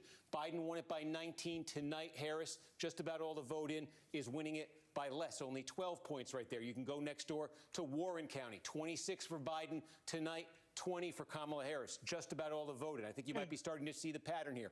Bertie County, majority African-American, rural. Biden, 21.5 points 4 years ago. Tonight, about 17 points. Still a little bit to come there, but Harris behind the Biden number so far. You could look down at Martin County. Again, large black population. Trump 5 4 years ago. Tonight, 13, with about 20% more to come. That's the pattern we're seeing very clearly, I think, in these rural counties with significant African-American populations where turnout and support level was a concern for Democrats. One thing you have to add in a lot of these counties, too, is that it may not just be turnout. There is also declining population in a lot of these counties, too, that might be affecting Democrats as well. But again, that's a pretty clear pattern right there. The other pattern that we're seeing in North Carolina statewide, What I we're miss? tracking this is because, again, a lot of what comes out first in these counties is the early vote.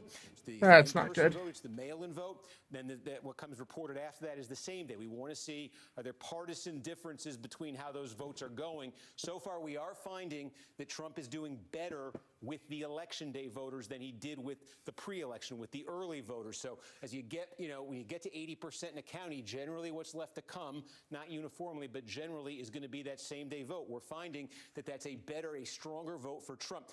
What Democrats are looking for here right now, take a look at Wake County. This is the biggie. This is, the state capital is here, the heart of the triangle. 3/4 of the vote is in here. And again, the game here for Democrats is just drive up the margin as big as they can.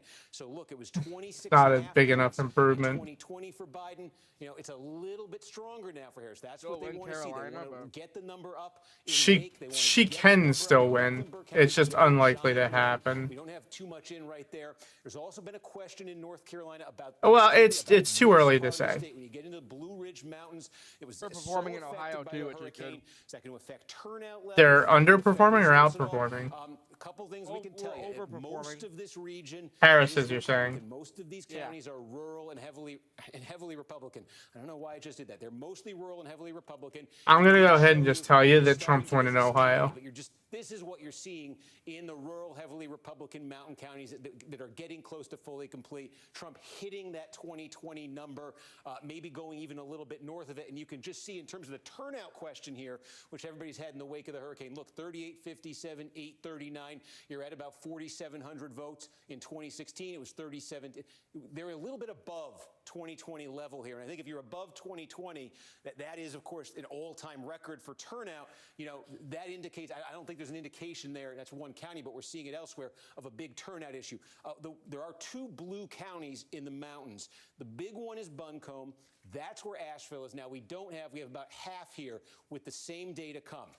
If this were to hold, Democrats would be very happy with what's happening in Buncombe County because they depend on this to run up big margins here. But again, still to come is that election day vote that we think is more Republican. So is this vote going to come down for Democrats? Let's see as that comes in. They want to be hitting. Yeah, I'm not sold. Of what Biden did. The other county that's just about complete, and it is a blue county. It's where Appalachian State University. It's not blue, Christian. Stop. County, just about all. Yeah, it might be ahead right now while they're counting the votes. She has no chance of winning Missouri.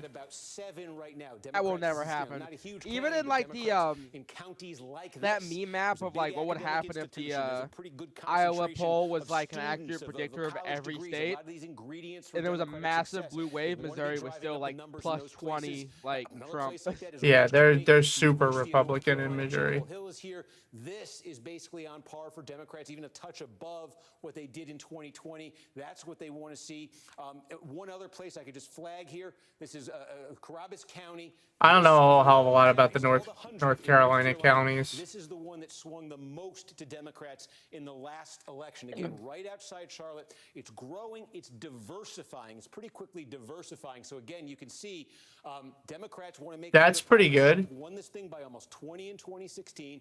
And again, look at that. It came down to single digits in 2020. This is another test tonight. This is a place where Democrats want to really keep that momentum going. going. Early, but that's when we're going to keep an eye on there. But again, you can see those trends. Trump in the big suburban test outside Charlotte, I'd say he probably passes that test in Union County. And the Democrats so far in these rural counties with large black populations not getting what they hope for there. Still to come, though. We want to see how Wake finishes. We want to see Mecklenburg, the Triad. You got Greensboro. Again, we don't have a ton here. Greensboro, Forsyth County, where Winston-Salem is. So still a bit more to come there. And then Georgia, look, 70% in now. Trump continuing with an advantage here. It's about 243,000. Show me Atlanta, you bum. We are getting a lot more clarity in the metro Atlanta area. A couple of things. We talked about this. Democrats wanting to improve margins here. That's what they need to do. Cobb County is a place, How bad is it if we lose Georgia? Not long ago. She doesn't need it. See what happened in 2020. Biden won here. I mean, there's still multiple paths for victory here. 78% of the vote is in. Harris, this is the early vote likely. Harris is winning here by 16. The concern for Democrats is the remaining vote, we suspect, is that election day vote, a little bit more Republican friendly. 16 would be a very good margin for Democrats in Cobb, but does that come down? If it falls below that 2020 level at all, that's very alarming for Democrats. Fulton County, again, we've got the early vote in here, and now some of the same day as well. Look at that. It looks exactly like it did in 2020. Yeah, that's not going to be good enough. A little more. Again, concern for them. It's a big blue county, but if what's still to come in Fulton, she needs to do better. Less blue, and that number slips below 2020. That's a trouble sign for Democrats. We flagged Fayette County early in the night. Would this one flip? If the blob, I call it the blue blob there, was going to expand, this is the place. It's not quite all in, but almost all in right now. You see Trump with a 2.5-point lead. Now, that is progress for Democrats from 2020. This was a 7-point race in 2020, so it's progress for Democrats. Will it be enough progress? Again, those other big, giant suburban counties there are going to tell a lot of that story. We finally have a little bit in Gwinnett County. Yeah. I just linger on this one for a minute because it's enormous. This county has over 1 million people. It is transformed demographically in the last generation. This used to be a staunchly Republican, heavily white county. It's now one of the most diverse in the country. Democrats, you can see Biden won here by 18 points in 2020. And again, the Democratic margin. I can tell you the answer to that question, Christian. It was a single-digit. He's voting for Trump. Almost 20 in 2020. Democrats want this over 20 tonight. Let's see. It's early there, but that's a key one just because of the size and because of the trajectory. So again, and we can also just take a look. I said these sort of exurban, fringe Atlanta metro counties that are red. The question here is, do they become less red? The biggest of them is Cherokee County, and we got almost all of Cherokee County now. This is where Canton, Georgia is, one of the wealthiest counties in the state of Georgia here. Take a look. This is what happened in 2020. Yeah, Trump's outperforming in the Georgia rural areas. You could see almost the same. It's about 0.3 of a point off. The Trump campaign, let's see here. Big slippage. There's not big slippage. That's not good. She's looking like she's going to lose Georgia. They're not losing ground, and there are scenarios where that's enough for them in Georgia. You can look next door. Is Forsyth County. Now, this is another. This is very wealthy. This is a biggie you can see in terms of votes. This is a place where Trump lost substantial ground in 2020.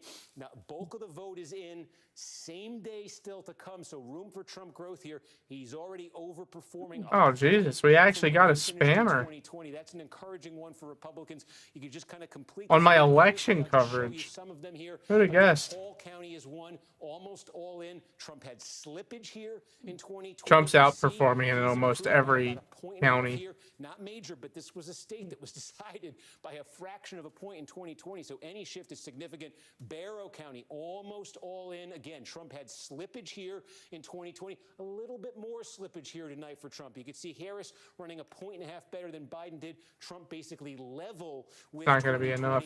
And you can take a look down here. Walton County, again, this is the early vote in Walton County. Trump had slippage here in 2020.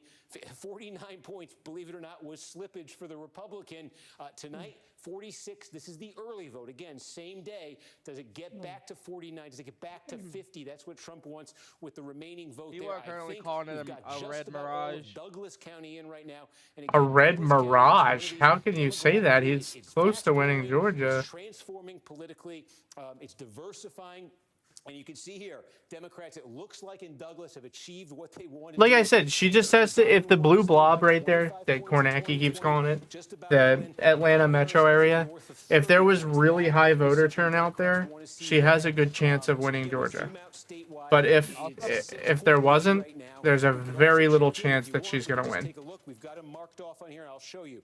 This is, we were talking about this in North Carolina, same in Georgia. There's a lot of rural counties with large African-American populations. Apparently none of North Carolina's big suburban counties have can they reported improve? anything yet. They'd like to improve turnout-wise, vote performance-wise. Well, they've started reporting.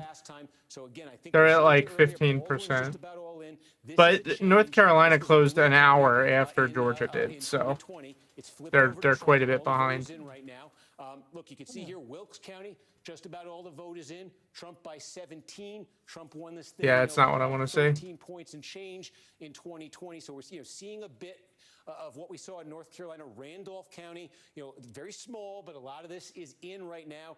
Oh. By 9 in 2020, it's sitting there at about 8 points right now. What's left to be reported out in Randolph County is going to be that same-day vote. We're seeing this in a fair number of these counties too. It's a bit similar, I think, to what we're looking at to what we're seeing so far in North Carolina. Here's another one, very small, but again.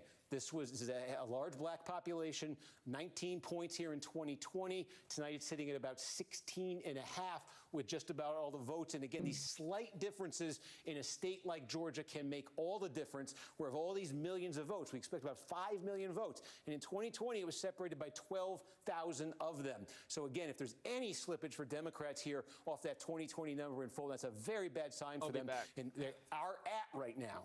Harris is at 72.6. This is the biggest single county in Georgia. 72.6, 72.6. If this number starts dropping with the remaining vote, with that remaining same-day vote to come in, even though that looks like an enormous Democratic win, and by numbers it is, it may not be enormous enough. The Democrats don't want any slippage there, so we'll be paying close attention to that one too, Rachel, as we get more from Georgia. All right, Steve, we've got a few updates since we have last checked in.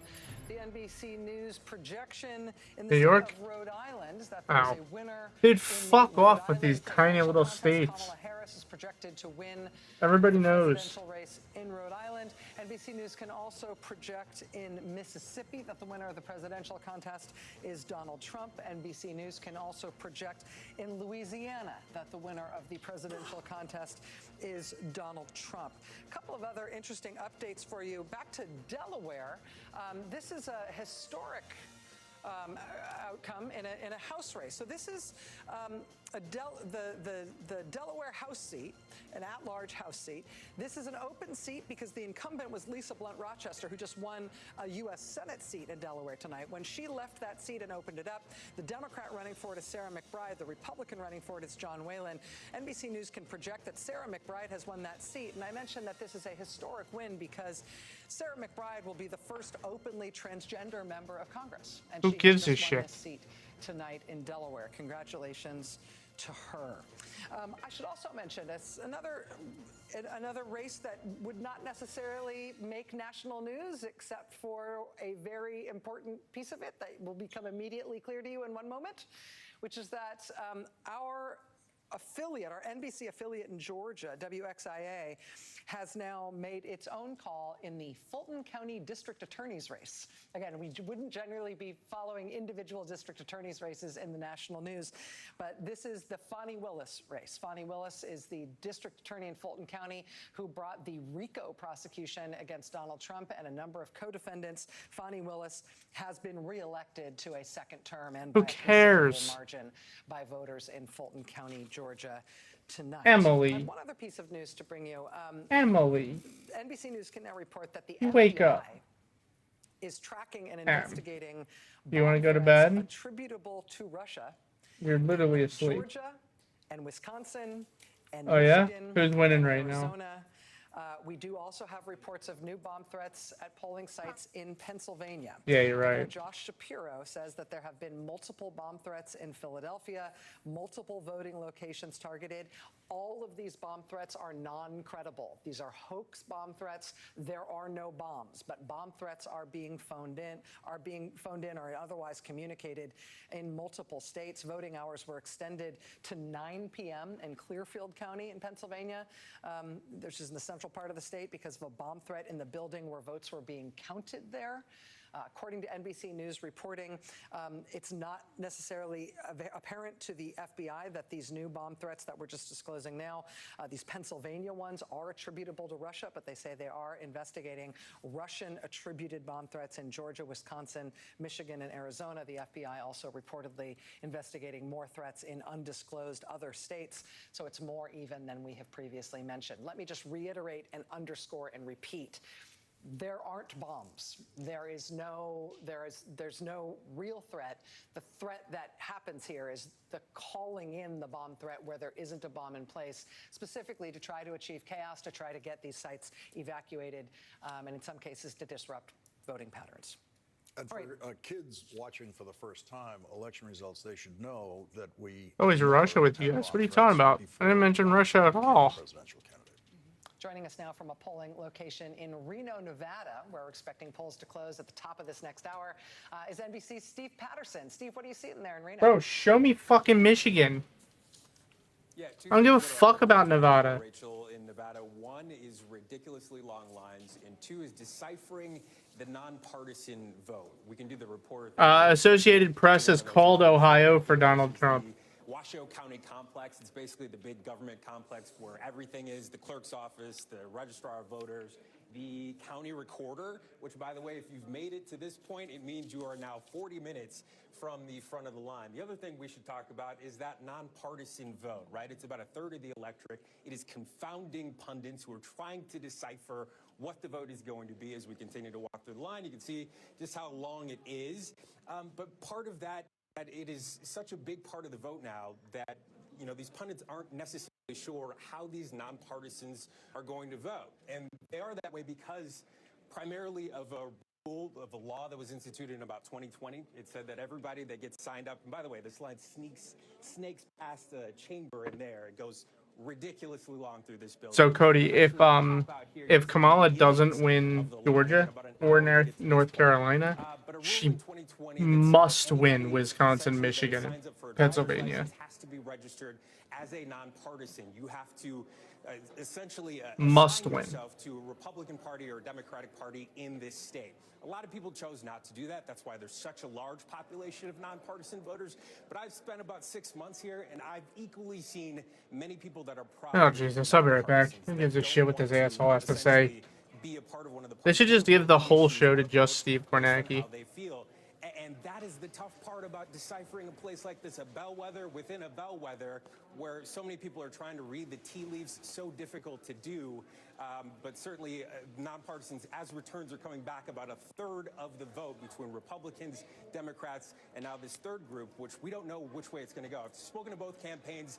Everybody seems to think they have a Trojan horse in this population. Republicans think that they are leaning more right. Democrats seem to think that this is a younger, more diverse population, and that will turn into a Democratic vote. We'll see, although we're hearing the lines are particularly long, not just here, but also southern Nevada counties. 3 hours we're hearing for some lines, which could push this into the night. Rachel. Steve Patterson for us in Reno. Steve, thank you very much. Fascinating. I love seeing people come into the polling place behind you while you're talking with kids in tow, especially if they know it's going to be a long night. Can be hard to arrange the childcare. Why not make it into a field trip for the kids to see how voting works? Steve, we'll be back with you later on as we head toward poll closing in Nevada. Much appreciated. We do have a call to make. NBC News can now project that the presidential race in New York has a winner. Kamala Harris has won the presidential race in the great state of New York. Steve Kornacki. Oh, wait, hold. Two people just spoke to me at once. What did you say? Hold on, lady. All right, we got New York called for Kamala. I already knew that. Road to 270 map. Donald Trump with 168 electoral votes. Kamala Harris at 62 electoral votes. Steve Kornacki, you are looking at Pennsylvania. Yeah, and again, the story in Pennsylvania is we say most of the state is going to be Democrats putting up giant numbers in these counties, and then Trump, that's with the mail vote, and then Trump with the same-day vote trying to chip away at that and reverse it. Now, this one we flagged at the start of the night, so I want to check in on it. Lackawanna County, where Scranton is. This is one of the most complete counties. It is not complete yet, but it's one of the most complete we have so far in Pennsylvania. About 80% of the vote is in right here, and this is following exactly. All right, we're at 80% in. Oh, that's just one county in PA. Gigantic lead with that, and with every update since of the election day vote, Trump has been chipping away at it, and you're at 80% right now in. So more to come. And again, this is a key county, I think, once we get full results here to understand where this might be going, because this is what we're looking at. In 2016, Donald Trump, this was a huge game for Republicans. To get absolutely flattened here. Donald Trump only lost this county by 3 points and change. In 2020, Joe Biden, Scranton native, got it up to almost 10. And the question is, this is winning for Democrats statewide. This or anything less than that gets very shaky for Democrats statewide. So where tonight is this going to land? Right now, if you froze the election here and you said that's it, Democrats would be thrilled with this number out of Lackawanna County. We need to see, though, with that remaining 20%, if it continues to come down and it ends up looking more like this or even closer than that. But that's the most complete we have right now of a big, substantial county in Pennsylvania, and that's what we're looking at there. And again, just a couple other things to flag. We don't have much. Erie County, we'll keep an eye on it because there's only 2 counties in Pennsylvania that actually swung between 16 and 20. 2 counties that went for Trump in 16 and then flipped to Biden in 2020. Erie County is one of them. We basically have no vote from there, but that's a bellwether county. 1,000 people. As it comes in. And the other one is on the eastern side of the state here. This is Northampton County. Now we got about a quarter of the vote. That's not the margin we want to see. You can just see here. This is what it lets the mail-in vote. You see, Joe Biden won this thing narrowly in 2020. I'm getting slightly concerned here, This is Kobus. the question now, as the remaining vote starts to get tallied up and come in, can Donald Trump get back to that number and beyond it? Can he flip this county? These are potentially bellwethers in Pennsylvania. By the way, Wisconsin, we started to get some results here out of Wisconsin, too. And I just want to show you, we said at the start of the night, bow wow. The bow counties, Brown, Outagamie, Winnebago, blue-collar counties, Green Bay, Appleton, Oshkosh. These are areas where Donald Trump lost some ground in 2020, still won them, wants to win it back. And wow, that's Washington, Waukesha, and Ozaukee. These are core Republican suburbs where Democrats have been gaining. Are the Democrats gaining more? So How in the fuck does Steve Kornacki remember this shit? In the biggest of the wow counties, this is Waukesha County.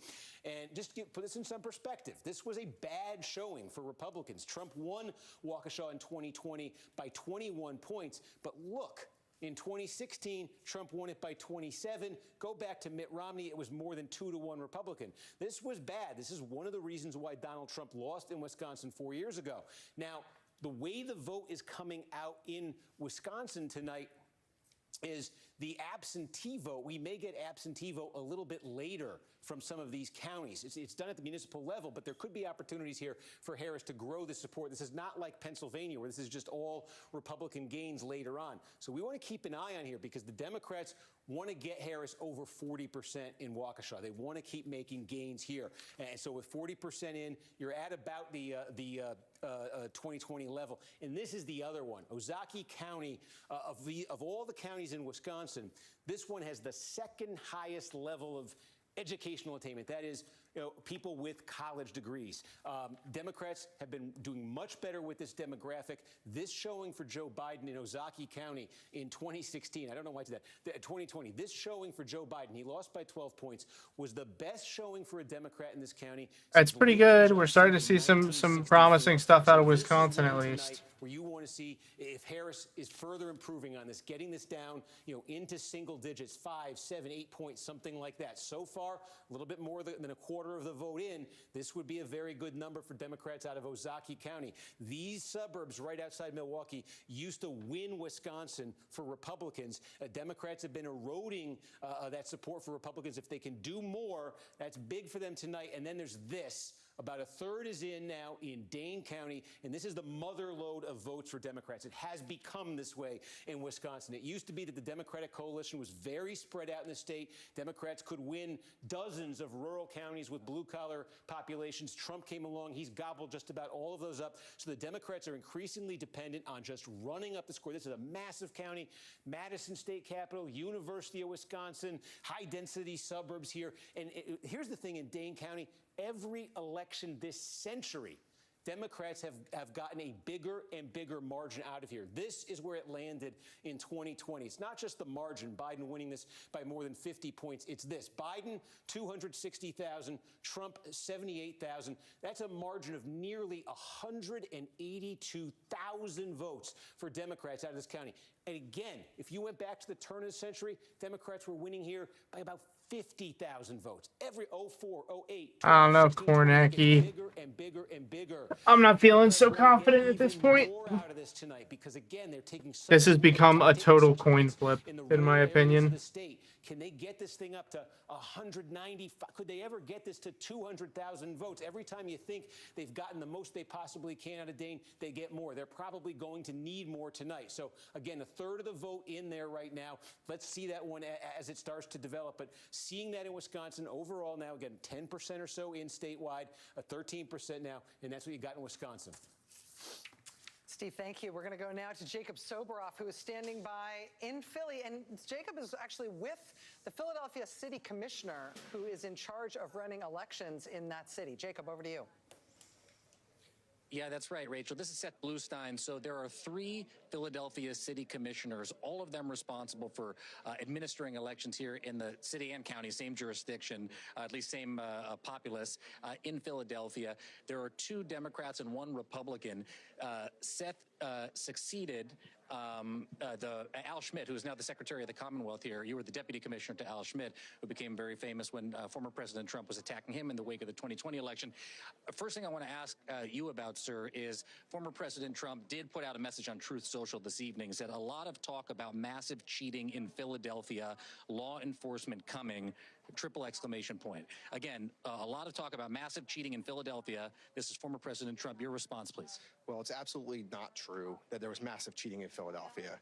Voting in Philadelphia was safe and secure. We worked very closely with the RNC and anybody else who had any complaints throughout the day to address their concerns. We had open lines of communication, and voting in Philadelphia went really well. And so just to put a fine point on Perfect. it, the allegation of cheating by former President Trump in Philadelphia is false. Is that what you're saying? It's absolutely not true. Okay, let's also talk about safety and security here. This is the main ballot processing center for the entire city and county of Philadelphia, where we are right now. You had told me earlier this evening there were some bomb threats here in Philadelphia at or around polling places. How many? What's the nature of those threats? Did it affect people's ability to cast votes tonight? Yeah, there were concerns at about 10 polling places right at the end of the day. One polling location actually needed to be evacuated for a short period of time, so voting was extended there for about 23 minutes. Okay, and just finally this evening, here in Philadelphia, I know that the mail-in ballots, you all don't process any ballots here. Steve Kornacki was talking about this until 7 a.m. this morning. Those ballots and that tabulation, that processing is underway right now in the building behind us. What's the status of the count? When are we going to have a result here in Philadelphia? Yeah, so in our initial release, right when the polls closed at 8:01, we had 115,000 mail ballot results that got posted. Over the next couple hours, we'll have in-person results coming in, and then we'll do another release of the mail ballot results right before midnight. Ultimately, when the process is done, isn't really up to us. It depends on the margin of the election. Right? The so voters if it's close, choose. this might go into tomorrow. It absolutely could. And just finally, I know that you had threats against yourself in 2020 at a police detail. What's the nature of that now? Any threats against you or your fellow commissioners? We're keeping an eye on the threat environment. We don't have anything specific at the moment, but it's definitely a possibility. We're glad to hear it. Okay, Commissioner Seth Bluestein, thank you very much. I'll let you go back inside. I really appreciate it. Thank you. Good to see you. Thank you very much. Rachel, so that is the city commissioner. I'm going to show you just as he walks in.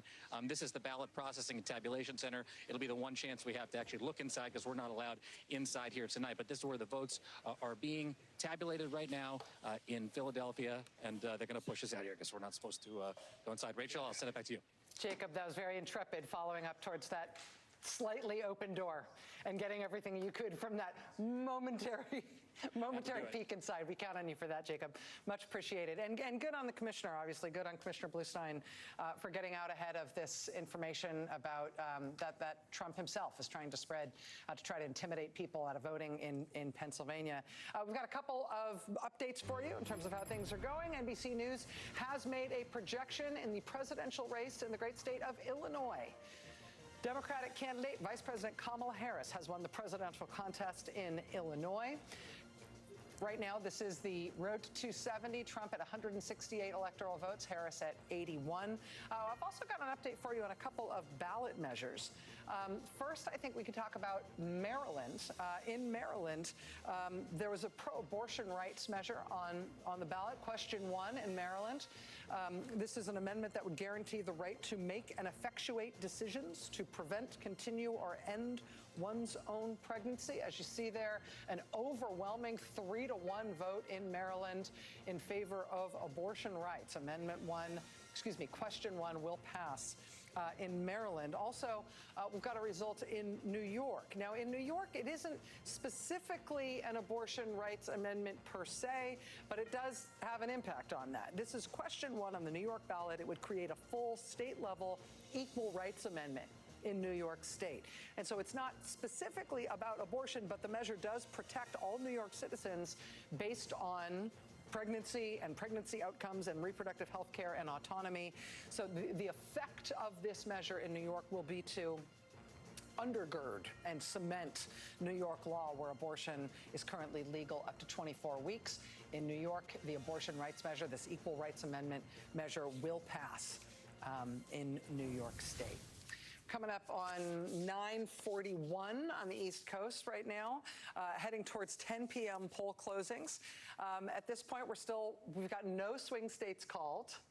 We've got Trump doing well in terms of his margins in the 2 southern swing states that we've got the most vote in, North Carolina and Georgia, as Steve Kornacki has been portraying it. We've got no surprises really anywhere unless you want to count the Florida abortion measure falling short of the 60% threshold that it needed in order to pass. Alex Wagner, let me ask you, just in terms of how things have been unfolding, so what's caught your eye, or what have you been hearing from people on the inside? One of the things, and we talked to David Plouffe about it last time we were all gathered here on Sunday night, was the way in which some of these abortion measures might influence the electorate. And even though what I think is really interesting, and it's something there was some reporting on earlier this election cycle, 57% of the state of Florida voted to try to enshrine abortion rights into the state constitution. But Donald Trump and Rick Scott also won that race. So that's telling me that there's a fair number of people out there that are saying, yes, we want to protect abortion, we want to bring it back to the state effectively, or bodily autonomy back to the state, but also we're voting for Donald Trump and Rick Scott, 2 people who are very clearly anti-choice, and one person in particular who could play a hand. Yeah, that's because abortion isn't that big of an issue in Florida, dude. That I think is distressing for Harris and people interested more broadly in abortion rights are the voters who are saying, yes, we care about abortion. Yes, we're going to vote on these referendums that are across the country in support of choice legislation or choice rights, but we're also going to vote for Donald Trump. It is a real cognitive dissonance, and it suggests that his sort of very muddied position on a federal abortion ban, which, if you dig deep, isn't actually that mysterious, but that in some ways that might actually have been. Well, hey there, new game dev. That's This is an extremely interesting cool. thing to watch. I talked to Gallego the other night. I mean, it'll definitely have to be later if I do check that out. But vote for Trump, Gallego. we're doing election coverage right now. Beef. And that bends the mind. So there's other ways to you gotta be careful. in the most diplomatic way. Because how We're why? Trump, Gallego. Hold on, I'll be right back. It's similar to Florida. So this is a very interesting trend, and one of the things that Nicole keeps What do you reminding us want? of this, where you can't entirely capture it in polling, right? Because we know where the public stands on abortion rights. And that makes us assume that they would all vote against Trump. And we just don't know that at this point in time. That's exactly right. Lawrence, looking at that split ticket voting, I'm honestly looking at horizons here. I mean, depending on what happens in these southern states, we're going to know how important Pennsylvania is to the whole thing. And then once we know about Pennsylvania, we're going to know how important those western states are to the whole thing. But regardless of what happens with the presidential, we are seeing a sort of a splatter painting in terms of the way that voters are plotting the valence of their politics here, their ideology, and what their priorities are. So I've heard from more than It's one looking bad, Cody. that this phrase, it's not an issue about abortion. It's not an issue. It's not an issue, which is exactly the feeling Donald Trump has tried to get across. It's not an issue. It's up to the states. He kind of shuffles the deck and pulls out a different card whenever he wants to, and that seems to have succeeded with some Trump voters. But it is also. I mean, the Trump voters I know who are, in fact, staunchly Shut the fuck up, Kristen. also have other thoughts and could very conceivably want to vote for a senator like Gallego, vote against that measure, vote for Trump. I mean, I know people, abortion doesn't automatically line up the vote all the way up and down the ticket. I've got to interject here with a call. NBC News has projected a winner in the presidential race in the great state of Ohio, home state. Yeah, Trump won. Yeah, Vice I presidential already knew that. candidate to Donald Trump. Donald Trump is projected to be the winner. I gotta tell you, these guys take forever to do the No projections. surprise there. Ohio used to be like the prototypical swing state, just like Florida. Neither of them considered to be a swing state anymore. I mean, when the Iowa poll came out, when Ann Seltzer's Iowa poll came out, I think people thought, like, if that's the kind of race that we're looking at here, if Iowa is potentially in play for the Democratic presidential candidate, then a state like Kansas could be too. A state like Ohio could be too.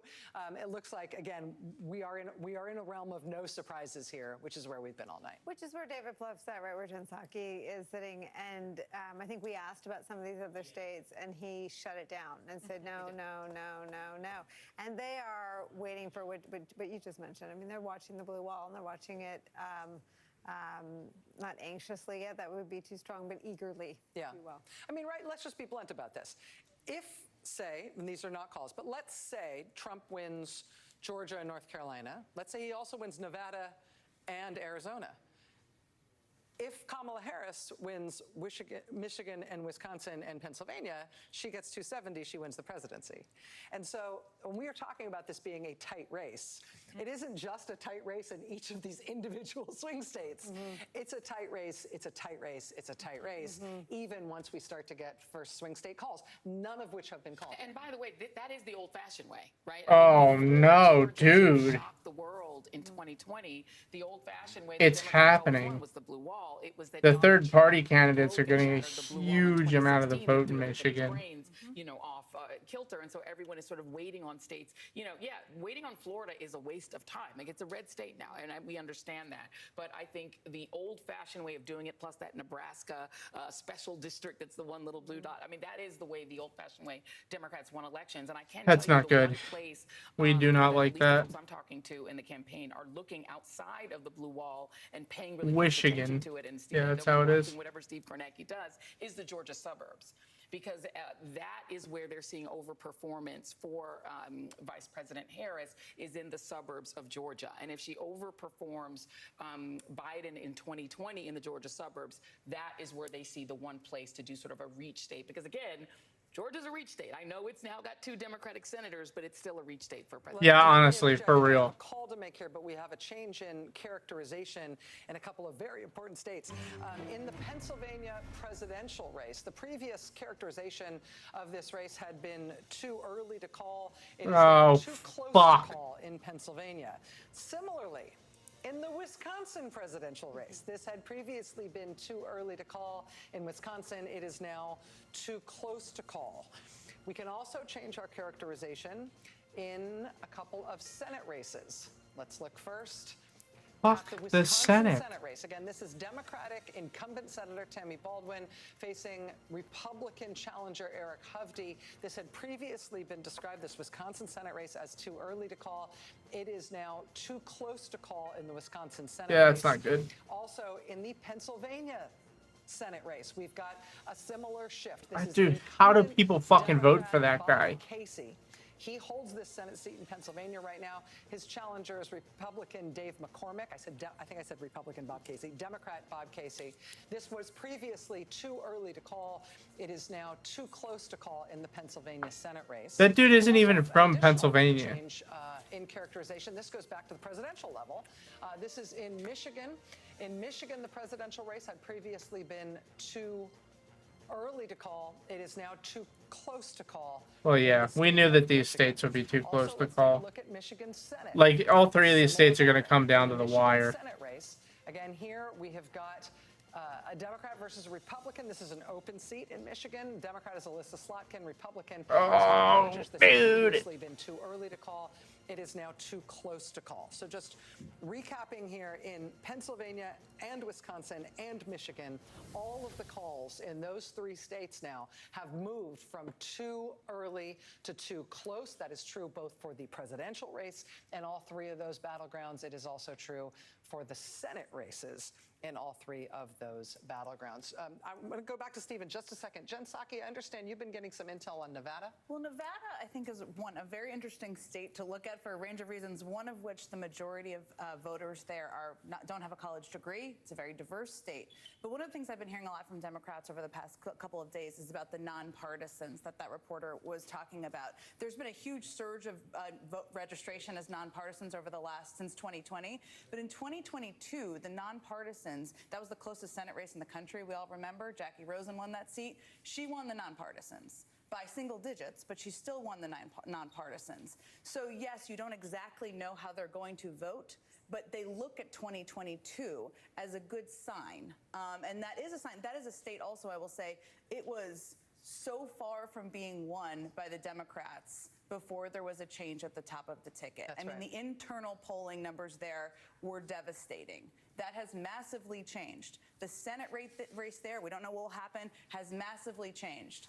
So that's an interesting race to watch for me. And I think the nonpartisans, there's reason why the Democrats feel good about the nonpartisans. Let me interject here. We've got a new call. We've got a projection in the presidential race in Kansas. NBC News can project that the winner of the presidential race in Kansas already knew that shit. is Donald Trump. Stop giving me dumbass fucking projections. Everybody knows these buttons. As we head toward those, we're keeping an eye on lots of different battleground states. Claire McCaskill, I'm bringing you in here because I understand you've maybe got some intel out of Wisconsin. Yeah, I've talked to folks on the ground that have been running these Senate campaigns, namely in Pennsylvania, Michigan, and Wisconsin, and they all feel good about those Senate races. The only two out there that everyone is still biting their fingernails over are John Tester in Montana, who has to overcome a huge Trump margin in Montana, and Sherrod Brown. We don't know at this point what kind of margin he has to overcome for Trump. We don't know what the final margin will be. I know we've called it for Trump, Ohio, but the rest of them, everybody's feeling really good about. And I'll tell you one other thing that people are feeling really good about, Rachel, and that is what they're seeing on college campuses. This is going to be big in Pennsylvania. It's going to be big in Michigan. All right, we have breaking news. We already have those are the three states we need. A recount of 30,000 votes being demanded in Wisconsin. And they have been surprised. The campaign has been surprised by the level of involvement on these college campuses today on Election Day. They weren't expecting such long lines that actually is requiring in some of these locations that they keep them open longer. Claire, thank you for that. Much appreciated. It is, of course, our fate as actors in this Shakespearean drama that you've got to have these swing states that are absolutely unbelievably crucial to the outcome of the presidential race, and they also have incredibly tight-fought Senate races at a time when Senate control is going to be very, very important. Let's pass it back over to Steve. Steve, I see you've got Pennsylvania up there on your board now. What are you watching coming in? Yeah, and again, it's kind of coming in incrementally. So a lot of these counties, as I said, there's this big division between the vote by mail and the same day, and it's kind of unclear in a lot of these counties. We just don't have enough to say. But one county where we're getting real close, and I think is going to be a very big indicator here. We've talked about this, is Lackawanna County, where Scranton is, and now That's not good. 90% of the vote is in. And we were looking at this a few minutes ago, and we were saying again that we expected Trump to close, to cut into the lead that Harris had. It was at about 6.5, 7 before. Now with 90%, and you can see he's cut it a little bit. It's down to 5 points. And remember what we're looking for in Lackawanna County. There's two very different ways this has played out in the last two elections. In 2016, Donald Trump got close to only about 3 points behind here. He won the state of Pennsylvania. In 2020, Democrats with Joe Biden came in and won this by more than 8 points. Biden won the state. So we were saying at the start of the night, Trump wants this number, Democrats want that number. Right now, it's sitting right in between them. It's sitting at 5. So there's still some same data. Starting to get nervous, boys. See this remaining 10%, what that does to this margin. Again, the same day seems to be favoring Trump. How much is it going to favor Trump? Is it going to bring it down back to this level completely? Is it going to stabilize? But that's the most complete county we have in Pennsylvania right now.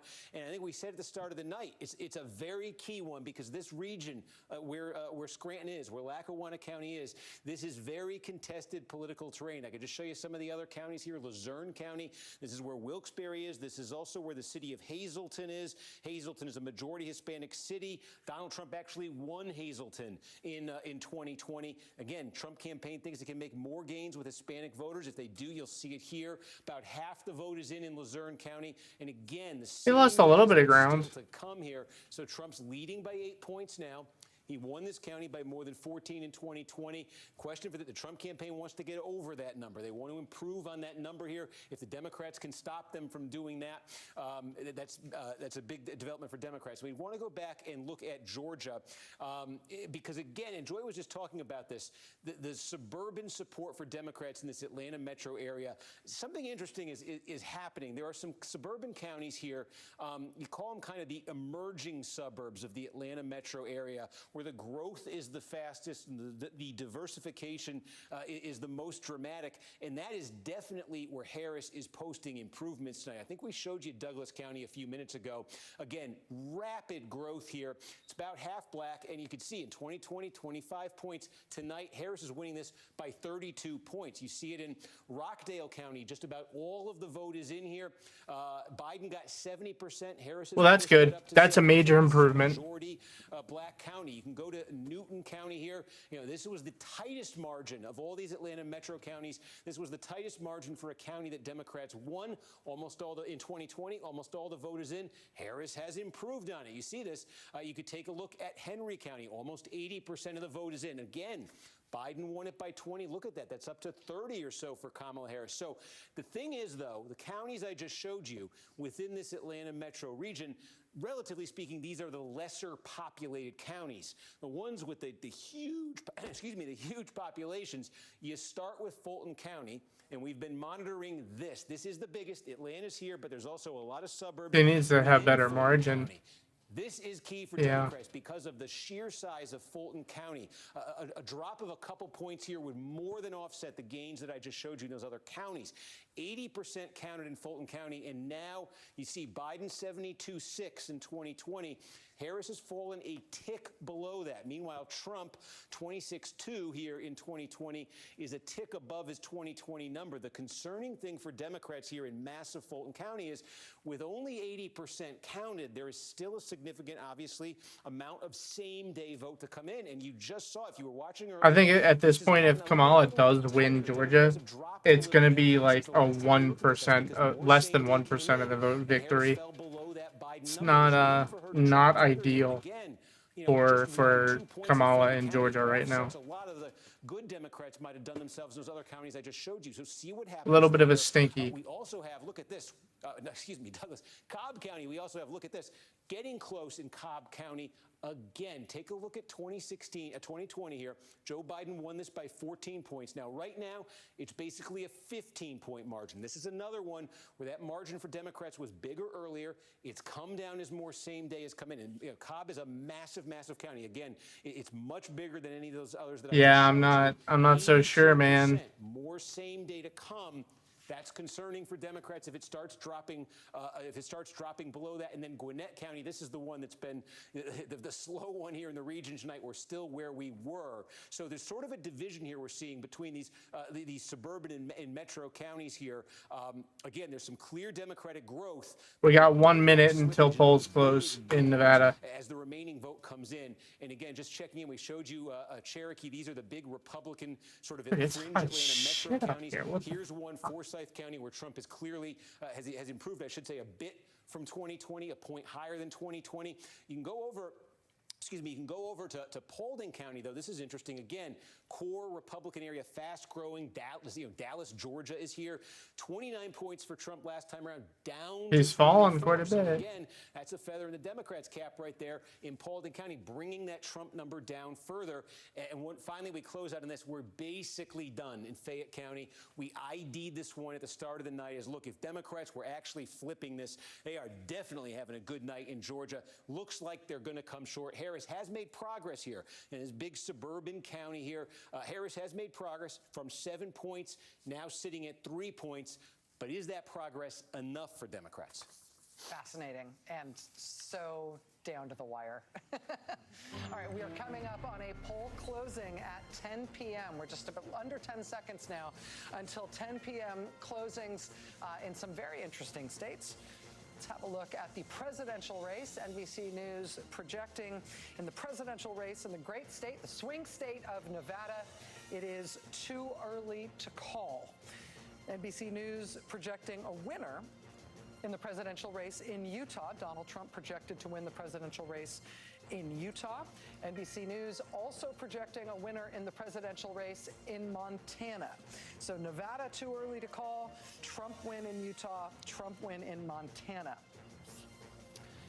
Looking back at the battleground states that we're still awaiting definitive calls in Georgia, it's too close to call between Donald Trump and Kamala Harris. In Pennsylvania, it's too close to call between Donald Trump and Kamala fucking Harris. Christ. In Wisconsin, oh, it's God. too close to call between Donald Trump and Kamala Harris. In Michigan, sing it with me now. It's too close to call between Donald Trump and Kamala Harris. In North Carolina, it is too early to call between Donald Trump and Kamala Harris. And in Arizona, it is too early to call between the two presidential contenders. Let's look at Senate races right now, including in some of the states that have just closed with 10 p.m. Eastern Time poll closings. Looking at the Senate race in Montana, incumbent Democratic U.S. Senator John Tester facing a challenge from Republican Tim Sheehy. That is too early to call. In the Nevada Senate race, Oh my God. Democratic Senator Jackie Rosen is facing a challenge from Republican Sam Brown. Was he like a That is burn too early to victim? call. In the Utah Senate race, this is also considered to be too early to call. Let's look at some calls from Senate races from the 9 p.m. poll closings. I like Kirsten in Gillibrand. New York State. NBC News can project that Democratic incumbent Senator Kirsten Gillibrand will be returning to the Senate for another term. NBC News can also project a winner in the North Dakota Senate race, where incumbent Republican Kevin Cramer will be returning to the Senate from North Dakota. NBC News can also project a winner in the Senate race in Mississippi, where incumbent Republican Roger Wicker will be returning to the U.S. Senate from Mississippi. This is the status of the United States Senate at this hour. Again, no surprises. 44 seats held by Republicans. That includes one net gain seat, a flip they got from the West Virginia Senate seat that was previously held by independent Joe Manchin. This is starting to look pretty spooky, dudes. 34 seats right now. There are still 22 uncalled Oh, my Senate back. seats at this hour. All right, we're laying down a little bit, boys. I don't know if you guys know this or not, but I really fucked my neck up the other day, and I went to the doctor. They gave me all kinds of steroids and muscle relaxers and all this bullshit. And I mean, it hurts. I just need to relax. It was +4 nationally. I mean, I think that what we're right, what we're seeing is what that looks like. And you take a national number and you toss it around and you think, oh, no, that feels fine. I think that you said a few minutes ago, let's be blunt. Let's be blunt. I think when you watched what Donald Trump did in 2020, what Democrats were fantasizing about was a landslide victory, where he wouldn't be able to peer at a red mirage and falsely claim victory. And so some of what was wanted and desired was a sweep that in a 50-50 country where the final best poll had her +4 nationally really didn't, none of the data suggested that something that would disallow Donald Trump to claim victory before the results were known. That really wasn't on the table. We live in an evenly divided country and it creates anxiety, but it also requires patience. And the fact that there were still people waiting online during the last live shot that Jacob Soboroff did, the fact that there are still people voting in the West means we really do have to do what Jen said, because we have to wait for the votes to be. Well, I mean, all of the West Coast is going to go blue. To be something we keep an eye on. It's not even a question. Is Donald Trump is against all the votes being counted. At least 4 years ago, that was his public position. And so I think there'll be a moment when it is very much still up in the air, when Steve is still tapping counties and we only see numbers like 34, 44, we don't have all the vote in. And I think this will become another test for the country and our patience. It's also, I think the reason there's so much anxiety is that I think, and I've gotten a fair number of these texts, and I'm sure you all are as well, it is fairly shocking. And I don't think it's something that should make us super proud. That despite all of the things that just we've seen in the last 2 weeks, even if you could somehow forget January 6th and an attempted coup to overthrow the country, even if you could forget taking classified documents and hiding them in your bathroom, even if you could set aside, which is very hard to set aside, an adjudication of sexual abuse against a woman and then 24 other allegations, and Jeffrey Epstein saying it was his best friend, you name it. You just think about just the last 2 weeks and the things that Donald Trump has said into the TV that people could hear him say and do, the vulgarity in front of families with young children, and the threats to do mass deportation and a violent start to his dictatorship on day one, and you name it.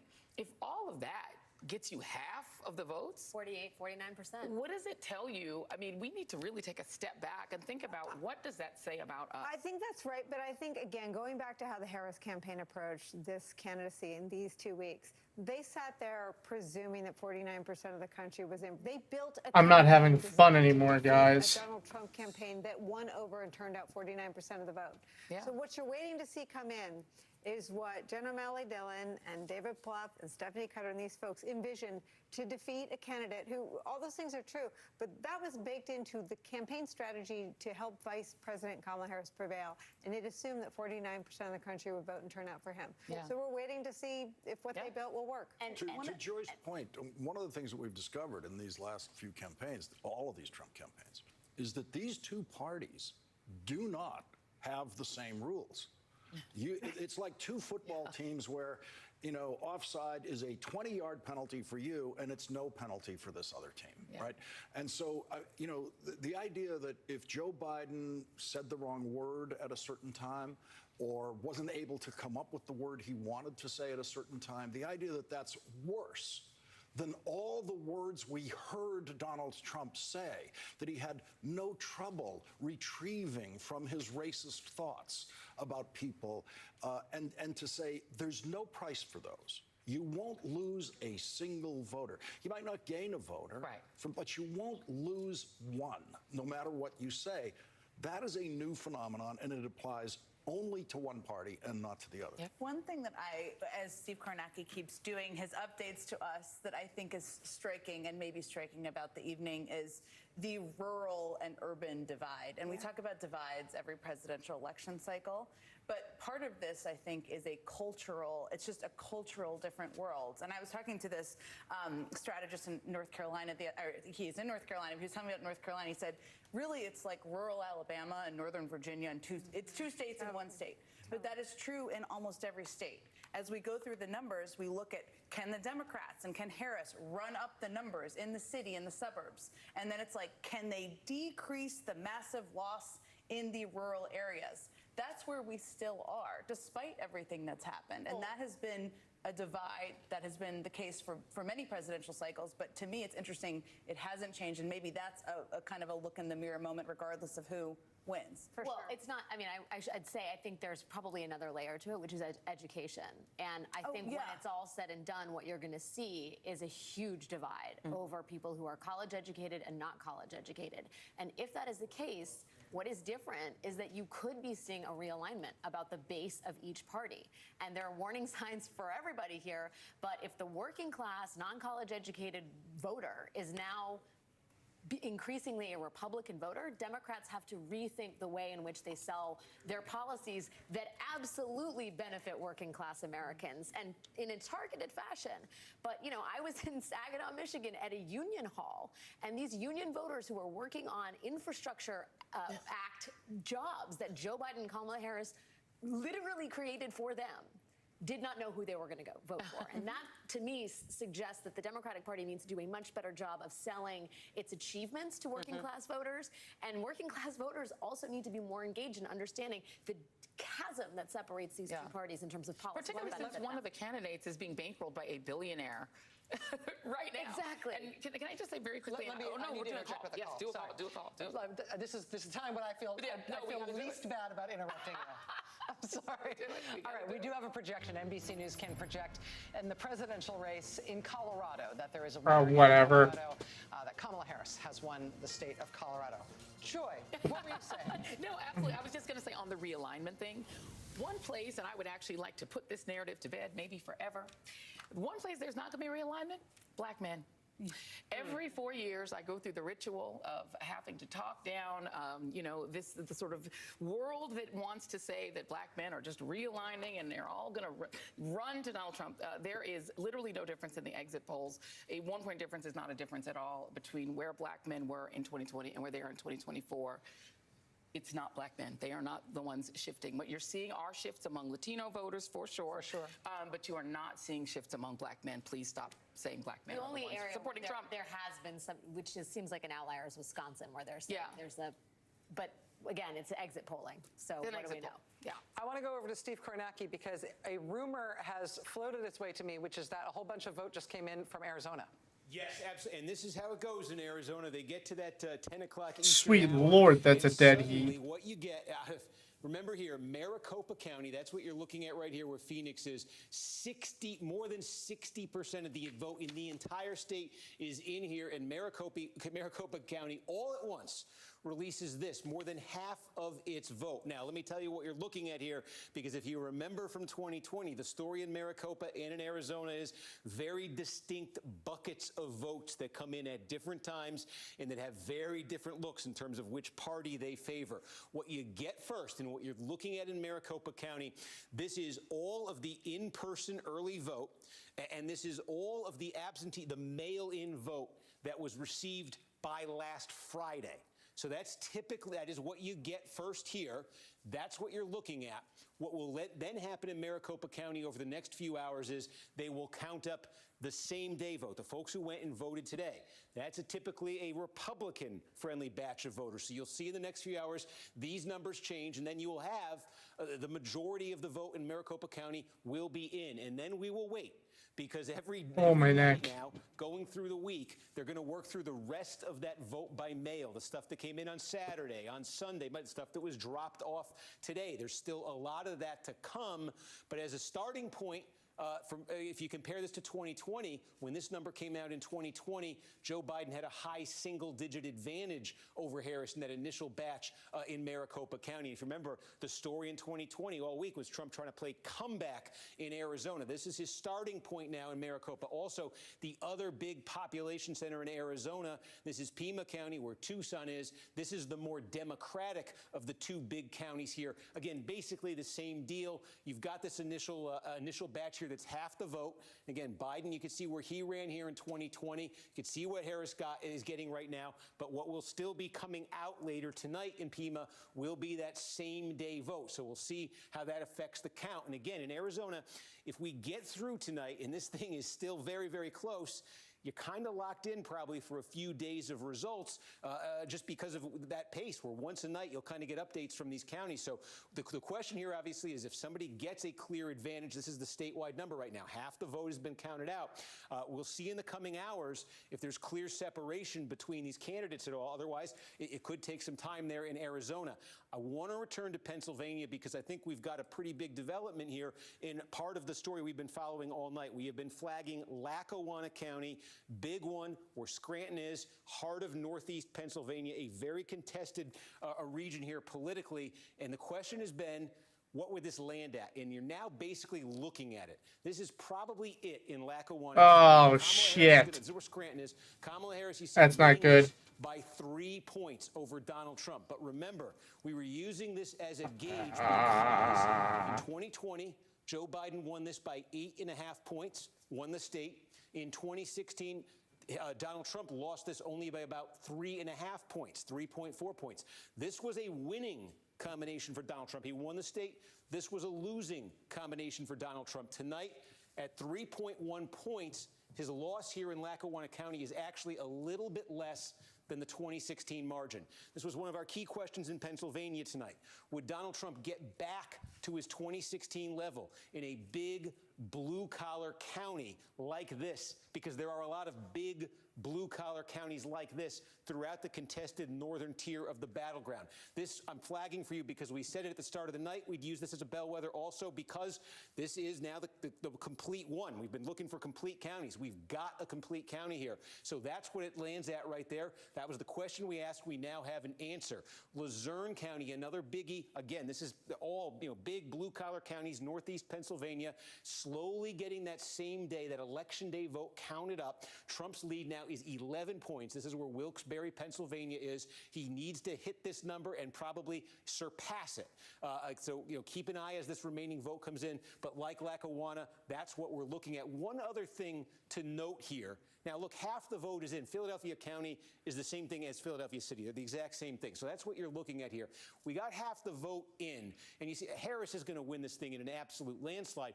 The question in Philadelphia, I don't think her margin's good enough. Because what we saw in 2020 was ever so slightly, even as Democrats won the state and improved on 2016, Joe Biden actually lost a little bit of ground in Philadelphia. And a reason he lost a little bit of ground in Philadelphia was Donald Trump performed a little bit better in some heavily Hispanic parts of the city. So the question, another key question tonight has been, do Democrats win that? Yeah, she's not going to win it. Ground they lost, do they lose further ground? Now, you can see Biden won Philadelphia 81-18 essentially in 2020. And right now it's 79-20.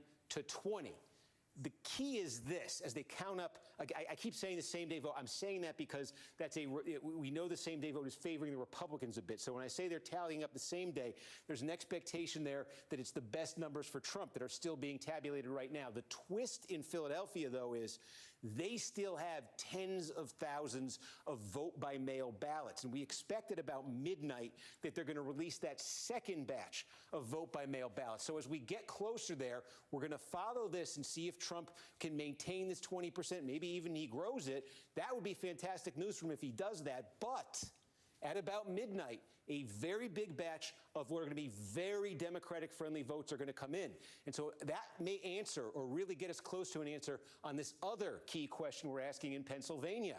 Are the Democrats able to hold what they have in Philadelphia and maybe even win back the lost ground from 2020, or does Trump make further inroads? Because again, this is a county where the Democrats won by about 470,000 votes in 2020.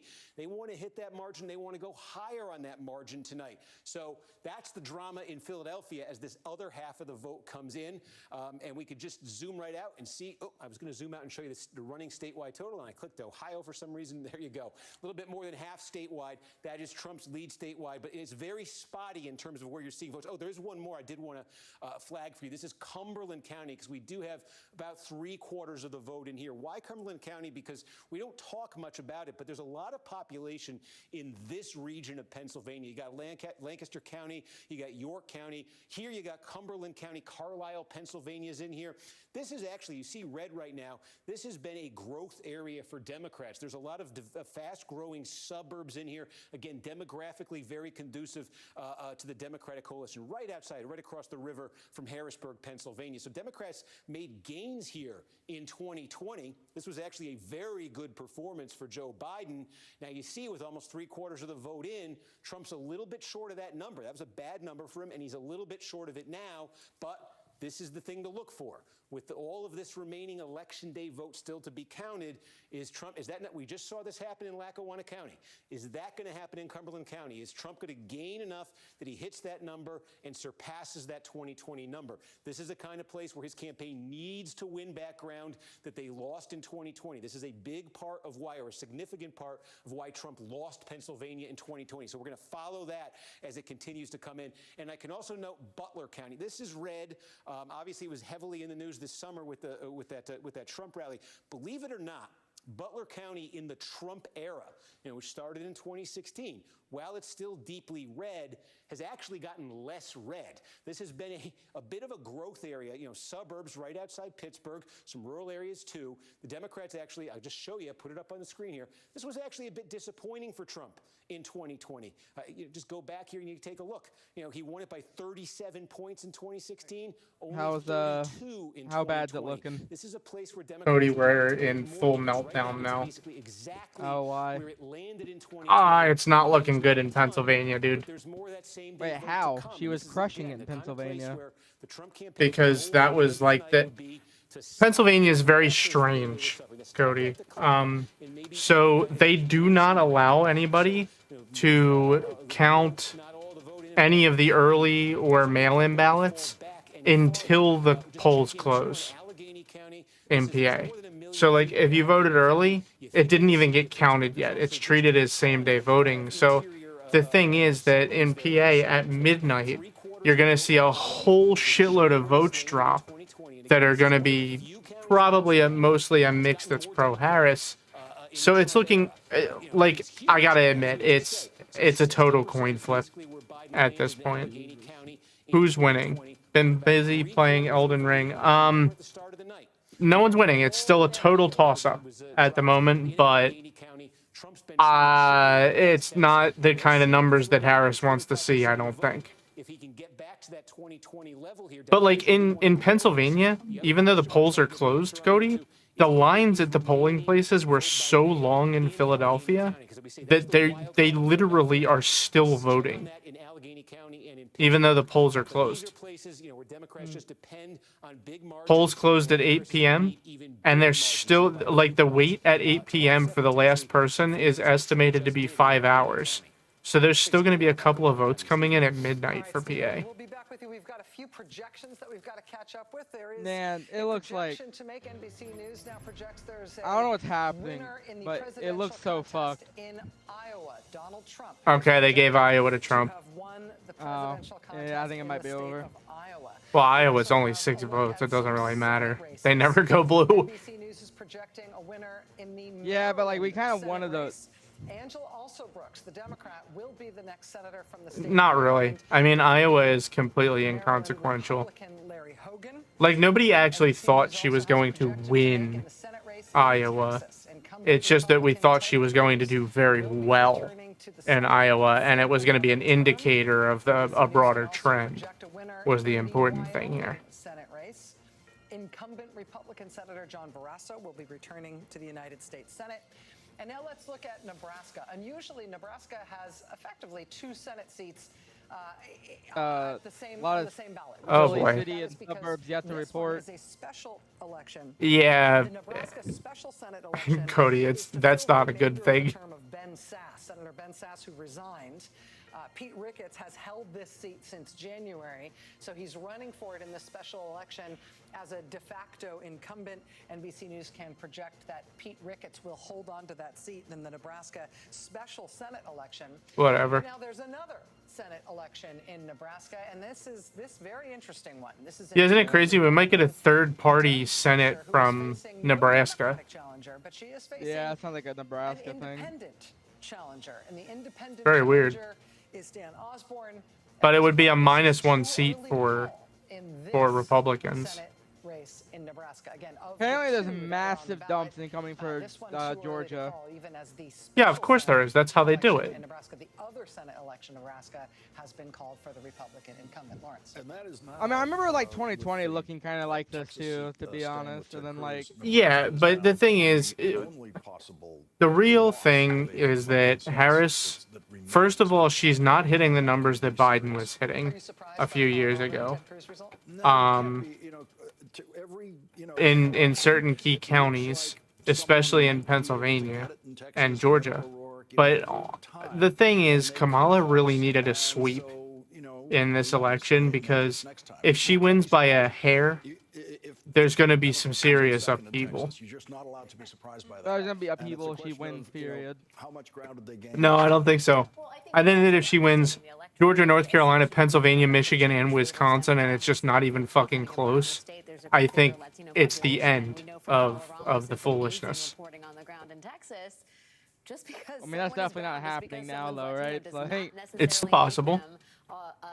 Georgia is still within reach. So Georgia is another state where especially in the major cities, they haven't even gotten the mail-in ballots counted yet. And mail-in typically really prefers Democrats.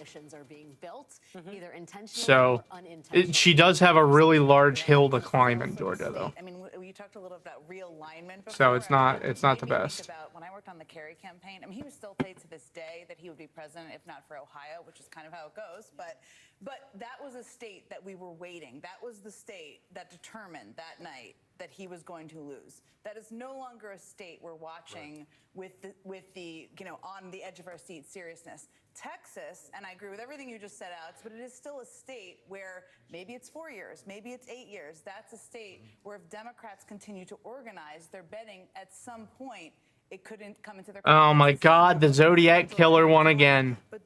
It's so sad. We're never gonna get rid of that motherfucker. Actually, over the last 20 years. God, what does he have to do?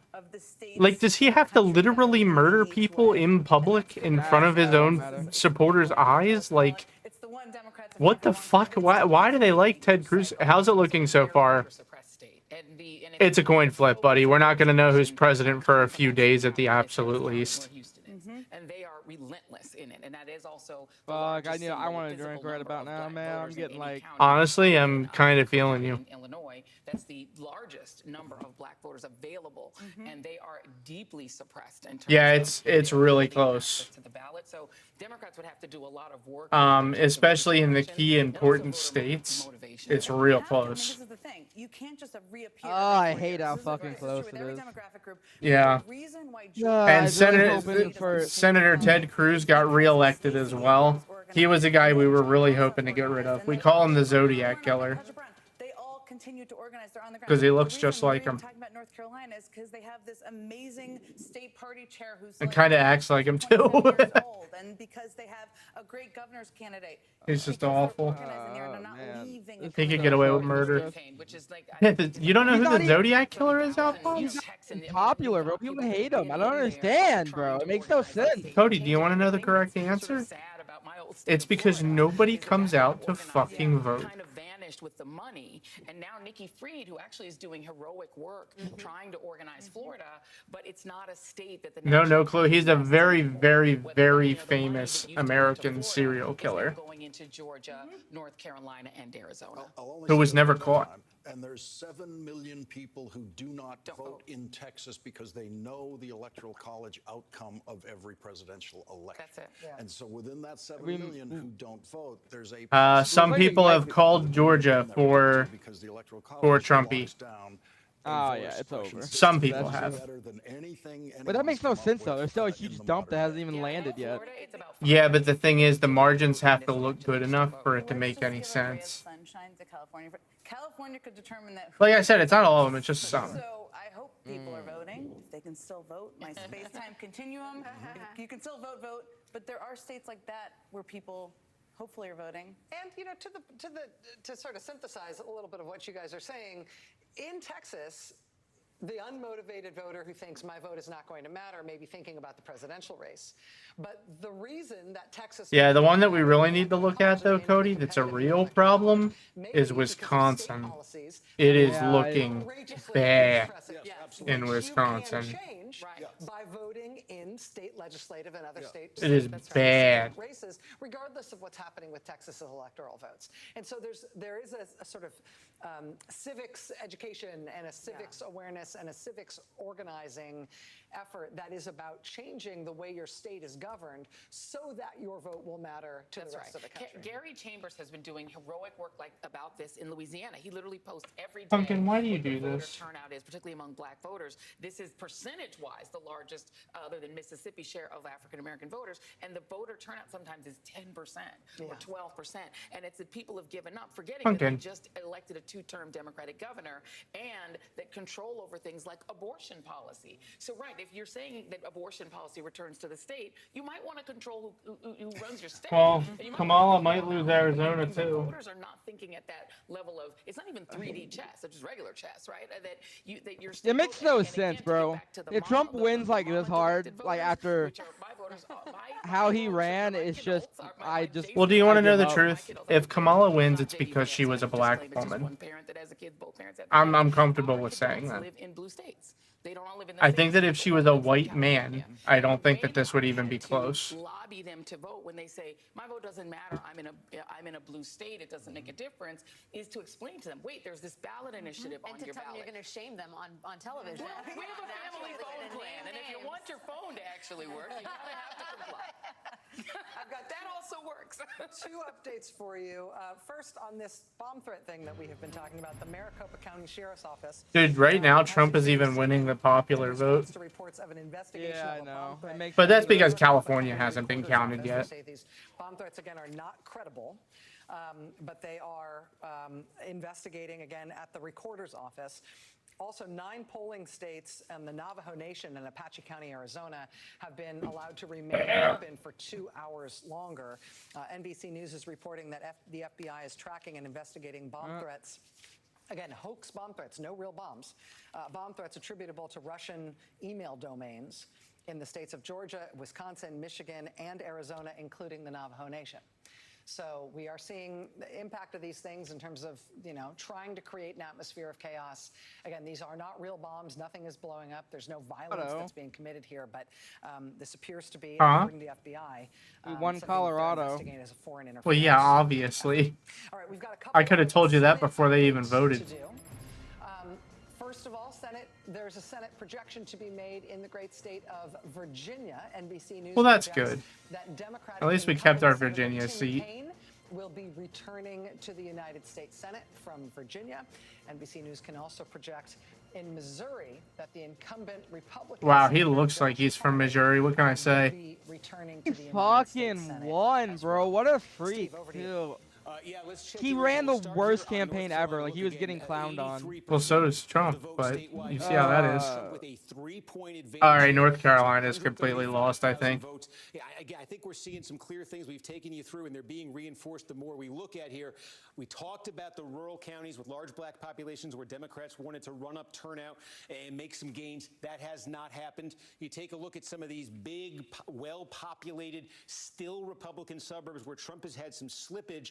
where Democrats would need further slippage. We've singled out Union County before. Trump has actually gained ground in Union County. This is a gigantic one just outside of Charlotte. He's actually gained ground there weird. I don't know. relative to 2020 when this was a big Well, race. don't lose all hope yet. It's Close still as it can. possible. Another county that fits the bill here is Johnston County. Again, just very similar to Union County, just outside of Wake County. And again, it's not massive, but Trump doing Apparently a point better Pennsylvania than he hasn't did. count Harris doing a point mail-in worse than she ballots did. yet. Look, North That's what I was saying Carolina earlier. is typically They don't count those decided until by about March this year. midnight. You know, the Republicans have There's been winning hope it since there. 2008. Not Well, that's going to landslide really margin, heavily so favor we have a Kamala. That's why the 1.4 race in towards Pennsylvania hasn't been called already for Trump. Keep seeing that all over Is the place. exclusively because of the mail-in ballot. Even in the So we Well, if just we have to win, hope like- that the mail-in ballot is like 80% Kamala, and then she'll So- win Pennsylvania. This is one of the big What happens if we Democratic win vote-producing Pennsylvania then? counties, What's but the- again, Biden was over If things start to 60% look here. pretty He had decent. 61% of the vote in 2020. If she wins Pennsylvania, she's probably going to win Michigan, and then if she wins Michigan, Wisconsin is going to determine the outcome of the election. The ingredients that are going into it are the ingredients he needed coming into the night. We'll just check in there. Coming into the night. Or if she picks up Georgia. If she picks up Georgia, it looks pretty good for her. 86% of the vote counted now. I don't think she's Trump's taking up margin over Georgia, bro. 153,000 votes. Yeah, Lost this. it's way too close to call at this point. Like, a vast majority of the ballots that still have to come in are coming in that blob in Atlanta. Votes, counted up here, being counted up here. And See, now you there's can still see it. 15% Harris coming has here. fallen more than a He's point slightly below down behind where Biden, though. That's not so good. 2020, Trump's improved by more than a point here. A county this size, well over 1 million I'll be right people back. here. That is a significant shift there. And with more same day to come, that may get even worse for Democrats right there. You could take a look. Douglas County we have. Cobb County, again, we still have vote to come in here, but Harris now basically falling back to Biden's level, the potential to slip even further there.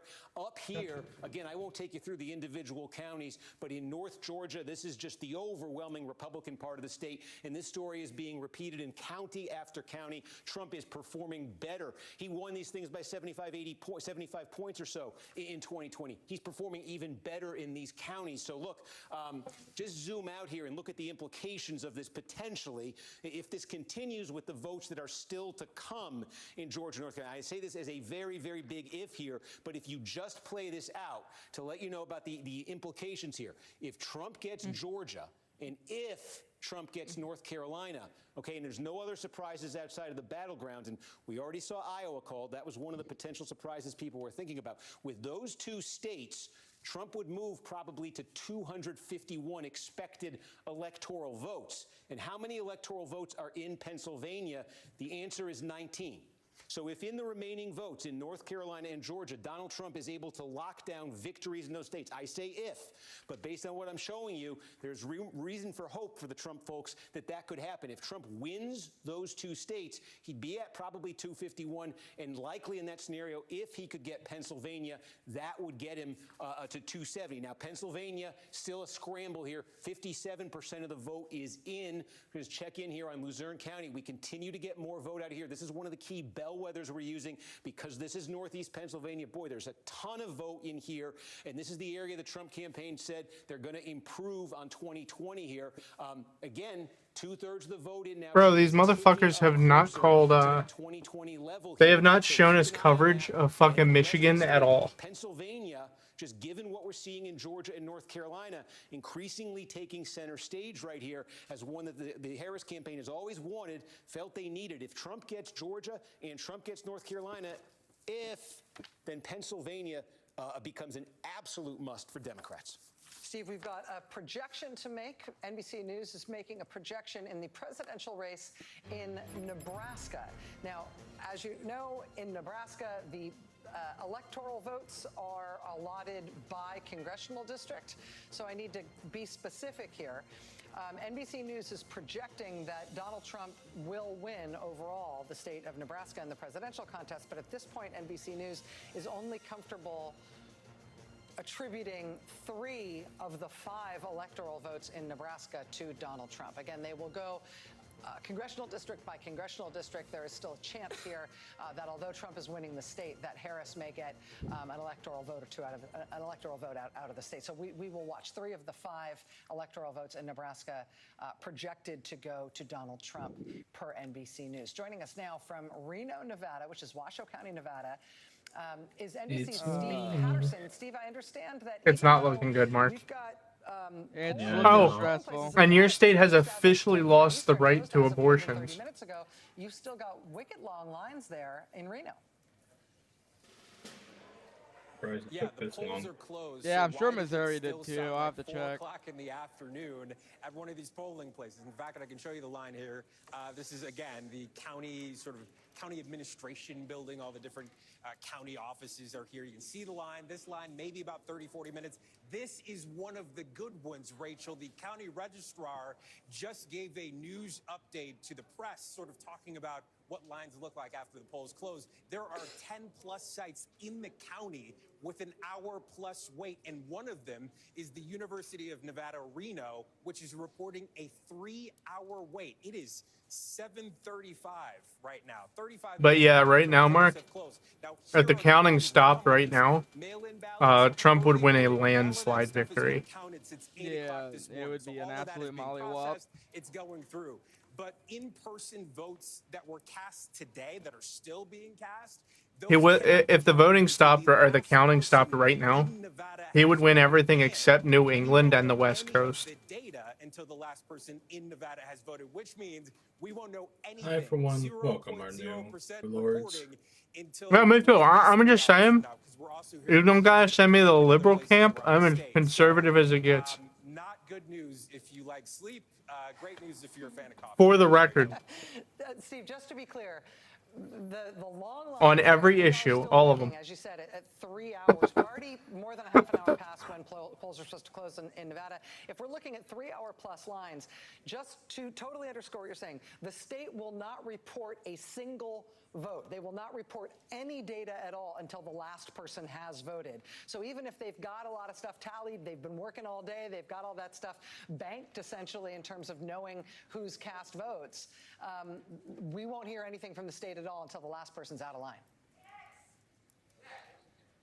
You hit it exactly, Rachel, which is, it's good news because this does not indicate that there is a voter problem, does not indicate that there's necessarily fraud or a problem with the system. It just means that there are simply incredibly long lines. We don't know if that is an indication of something that is a problem. The bad news is, of course, that it does mean we won't know anything until the last person in Nevada has voted. We don't know where that person is, but I imagine that that person is in one of these ridiculously long lines as we speak. Wow. Rachel. Steve Patterson, thank you. And if you are within the sound of our voice and you are waiting in one of those long lines in Nevada, do not be dissuaded by the fact that your polling places were supposed to have closed a long time ago and the line still seems I'll be long. back. If you are in line, What? you can vote. And if you are in line, you better vote Say you'd be because right you've already back. committed. Oh. You don't want to go home and say, I got bored. You'll never live it down. Honestly, You don't get the sticker. stay in line. Also, you don't get the sticker, which is the shame. It's just, I mean, it's irredeemable. Let's go to our friend Simone Sanders Townsend. I didn't get the sticker either because my polling place ran out of them because the turnout was so ridiculous. So in Georgia, Fulton County and Gwinnett County. Fulton County was one of the counties that Steve just had up on the board. They were both targeted by those bomb threats. Again, to reiterate, there were If I'm actually being like not a doomer, the state's actually like it's fucking close as shit in all the important states. Yeah, no, I'm not doomer over this. I still give like a very, very slight edge to Harris. I just hate that it felt like it felt for a moment like we were gonna get a blue blowout. I tried to tell you. I would have heard that over this nightmare. Dude, I tried to tell you. Than Biden did in Fulton and Gwinnett counties. Now they cautioned that Fulton County's not all the way in, and neither is Gwinnett County. People are still voting. There was a concerted effort in Georgia as well, in those counties affected by the bomb threats, to encourage people to stay in a line, to go back to the polling places. So I don't think we can discount the effect, if you will, that these threats that, again, are not real. There are no bombs have been found to our knowledge thus far. That's what the FBI is saying. That's what Tom Winter is saying. And you know, I'm going to repeat what Tom Winter said because he's very well sourced. But it did Or Marky. So guys, let's pull all of our money together and move to Maine. Thank you very much for that. Again, the FBI is investigating bomb threats in multiple Or Massachusetts, where they have socialized medicine. Looking at some of the local press in Georgia, the Atlanta Journal-Constitution is headlining what they say is concern that has been expressed. I like you, Tom, but we could never live together. By the Harris campaign. Winning Michigan pretty good. Well, no, I'm just saying we buy like a huge plot of land and we do like a communal family neighborhood thing. Don't worry, I don't want to fucking live with you either. Election administrators Ugly. deciding, to keep places open longer than they I want otherwise to would live have with been you. because I think it would work. there's always, of course, the threat that somebody I has don't to want to go live home with and you they're sent because home because I don't think it would work. or somebody who's deterred from going in the first place might not come back once the all clear is given. All right, looking ahead, Can we get some numbers out of Michigan, please? They haven't covered Michigan at all. a few more poll closings at 11 o'clock, 12 o'clock. Fuck the poll closings. Show me Michigan. Put Kornacki on the fucking screen. Finally. Steve, looks like you're looking at Michigan right now. Yeah, in Michigan, and again, it's very. Dude, it's exactly what I asked for. Kornacki delivers. Places I want to look at because they might be offering us some clues. Again, we say what some of these big. Where is I think it's called Deerform County. That's the one that's really important. That, you know, could be extrapolated potentially more broadly. Meaning, let's take a look here at one of the biggest. We flagged this one at the start of the night. This is Oakland County. On his big This is a coverage, big, feels giant pretty suburban confident county that just Harris is going outside to win Detroit, this. and this is of the two big Whose? suburban counties just north of Destiny. Detroit. This is the He's got like a Democratic one. massive This is the like one Yeah. coverage. I Types, a lot of with a lot of don't know if here, Destiny is as reputable as major news networks. Oakland County, and Harris is winning. The Democrats are supposed to win here. Her margin's inside 10 points. It's less The than New York Times has practically called it for Trump already. I want to show you. Oh, I don't care what any of the fucking. That's what I said too. But yeah, that's not what you want to say. 14-point What? win for Joe Biden. She's slipped a lot behind Biden in certain counties in Michigan. And I don't think I need to tell you, this wasn't enough to win Michigan for Hillary Clinton. This was more than enough for Joe Biden to win Michigan. And this right now looks an awful lot like this.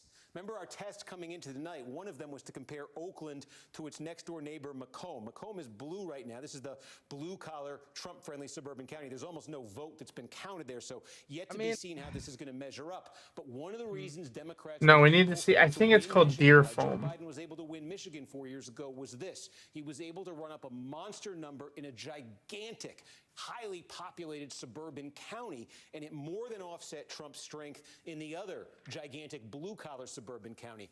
This is a number, if this holds, that the Trump people would be very happy with. The Democrats want that back where it was in 2020. One other county that I think we can look at here and get a bit of a clue from, this is just outside of Lansing, and this is one at the start of the night that the Democrats looked at. They would have said, we want to flip this county tonight. Let me just show you. We still have the keys on our side, Tom. In 2020, Joe Yeehaw. Biden came less than a point away from winning it here. Where It is had it? Been a 5-point Trump won county in Iowa, it looks 2016. like. Again, this is one of those places. Well, they already the reason called why it for Joe him. Biden was able to make the gains in Michigan, a big sort But of that was suburban obvious. county, you know, outside Lansing here. Biden nearly won it. And again, this 95% basically means all the vote is now in Eaton County. It's gone back to that 2016 level, 51-46, 49-44. That's what the Trump campaign wants to see in counties like this, where they had slippage in counties they won in 2020. They want to get that slippage back. We saw that earlier. We showed you Lackawanna County in Pennsylvania. They did that. They did this just outside Lansing. I think it's Macomb is where we need to really You win. can see right here next to Oakland, it's Livingston County. Wacombe is the county where that huge group of Islamic folks who are considering holding out on the election live. Detroit, more than half the vote now They're counted not gonna- in Livingston County. And again, just want to show you, this was a bad I just number don't for think they're Donald gonna Trump vote. 4 years ago. He won this by a little Who bit less knows? than 23 points. Well, I mean, I just hope that they understand that He won not this voting in for Michigan, Kamala is signing off on a winning here genocide, by about truly. just under 30 points. And his margin tonight is looking more so far like 2016 than it is 2020. This is a pattern that's being repeated. We're showing you, not a lot of counties in Michigan have this much vote in, but in those that are, we're starting Thankfully, to see Pennsylvania this. and Wisconsin both count mail-in absentee votes late, and they're both favor. Well, Michigan is looking pretty decent. Like, it's not the worst. Almost completely here. It can take you through them. You can start right here, Berks County. Okay, this is where Reading. Yeah, I knew they were going red. We talked about Reading. Has Berks County, Pennsylvania. Of Hispanic residents of any city in Pennsylvania. I mean, that's expected. It's definitely not flipping blue. National exit poll Oh yeah, it's like around Pittsburgh, around Philly. That's where the blue centers are. Well, this is very close to Philly. Some in Virginia, Hudson County, New Jersey is another. And here in Berks County, again, with one of the larger Hispanic populations in Pennsylvania, here's Trump with just about, that's basically the vote here, winning it by 13. Yeah. Look at that. 4 years ago, he won it by That's 8. not This is not what we want to see. Pennsylvania is looking very not in a promising. place like Burke County. It was going to take that and it was going to make it double digits. They've made it double digits in Burke County. We check in on Luzerne County, and again, we've been talking about this one as that. Let's assume comes in. This is Wilkes-Barre, she loses, right? Is there any math that helps her win if she loses Pennsylvania? She would have to win literally every other state that's up for grabs. And that's not happening. Yeah, like she'd have to win Georgia, North Carolina, Michigan, Wisconsin, Arizona, California, Washington, Oregon, and there's one more. To be fair, Trump was winning Arizona. What'd you say? Trump was winning like this in 2020 too. Yeah, but the thing is, at this point in the election last year, Biden had a much better margin in a lot of these counties than Trump holds right now. So, Kamala lost a lot of support in random counties in Pennsylvania is the issue. Democrats made a huge jump. This was one of their biggest in the state in 2020, bringing it down to 10. They But keep this going tonight. right now, we're just relying on the cities carrying so hard. It's unbelievable. Something that encourages that his campaign exactly wanted to see right there. We're starting to get Erie County. Again, this would be the vote by mail in Erie County. The story we've been talking about elsewhere now is going to play out in Erie. This is the bellwether. It's one of the two that switched sides to Biden in 2020. The name of the game in the final 2/3 of the vote is, can Trump catch Harris with the election day vote? Just checking in on Philadelphia, we're up to 2/3 of the vote. Oh man, she keeps slipping away in Philly. And again, I think this is becoming a bit of a theme we're seeing in multiple states now, the Hispanic vote. Why did Trump make some progress? It was small, but it was there in Philadelphia in 2020. It was because he improved with Hispanic voters in Hispanic areas of the city. With 2/3 of the vote in Philadelphia now, it's 77-21. Well, that looks terrible, but compare that to 2020. Look at that. Trump is running 3.5 points better in Philadelphia than he did in 2020. Harris now 4 points off the Biden number. There is more mail to come, more vote by mail to come in Philadelphia. That will be a boost to Harris, but there's also more same-day vote to come, and you can see Trump is running above his 2020 levels there. So, Kornacki, tell me something good, dude. A ton of outstanding votes. So far, they're on course to do that. I know. The wild card of the mail. It's all about the margins, though, Cody. Like, it's not. The margins are not looking good. Not just seeing in one state, you're seeing them in multiple states right now. Steve, thank you. We've got a few calls to give you an update on. First, a Senate race. NBC News has projected that in the Senate race in New Jersey, the Democrat Andy Kim will be the next U.S. Wait, I know that guy. State of New Jersey.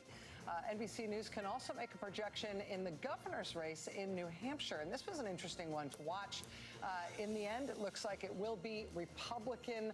Former U.S. Senator Kelly Ayotte will be the next governor of that's New a little Hampshire. goofy. The current governor of New Hampshire is Chris Sununu, an incumbent Republican. The Republicans are really hoping to hold on to this governor's seat, and in Kelly Ayotte's victory in New Hampshire, they have done so. One other projection for you, and it's a ballot measure, this one in Colorado. This is one of the 10 states that has an abortion rights. How is this even close? In Colorado, this is Amendment Like, no, I'm looking at even in Colorado, the right to abortion is a close victory for them. Colorado is blue. So we're heading up toward the 11 o'clock hour. We'll have poll closings in California, Idaho, Washington, and Oregon. And things are starting, I would say, to come into focus because it's later, but we still have not a single swing state called. Yeah, one thing I will just say, I'm not trying to be rosy all the time at all, but this always happens on election nights. All right, Jen, you gotta chill. Where Democrats have the bigger share of the vote come in later. And there are a lot of places, Grand Rapids, Michigan, a bigger chunk of Philly, Dane County in Wisconsin. We don't know what they'll be, but we got to wait and see what they are before anybody starts drinking on their couch or whatever they need to do. I'm drinking on my couch already. Can I add just one other thing? Because we talk a lot about national security issues. They don't always get front and center attention. I'm just gonna go watch the Super Bowl 52 replay and get drunk. We don't know what's going to happen in that race. That's her background as well. I'm gonna cry. California with Adam Schiff. But it's interesting because we're also seeing sort of a bit of a changing. I was just hoping that we would find out tonight. Who do come from a background where they care deeply about global norms, where they care deeply about defending them and talking about them and elevating them. And that's an interesting part of the story, maybe a positive one. I will also say that Andy Kim is also just like kind of an awesome public servant. Yes.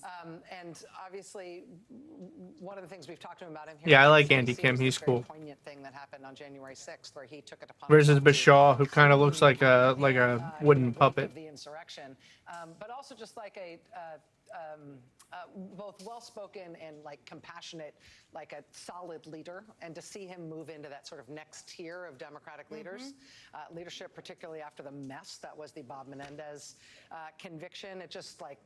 Good on New Jersey. You'll never be sorry that you've got Andy Kim representing you in the United States Senate.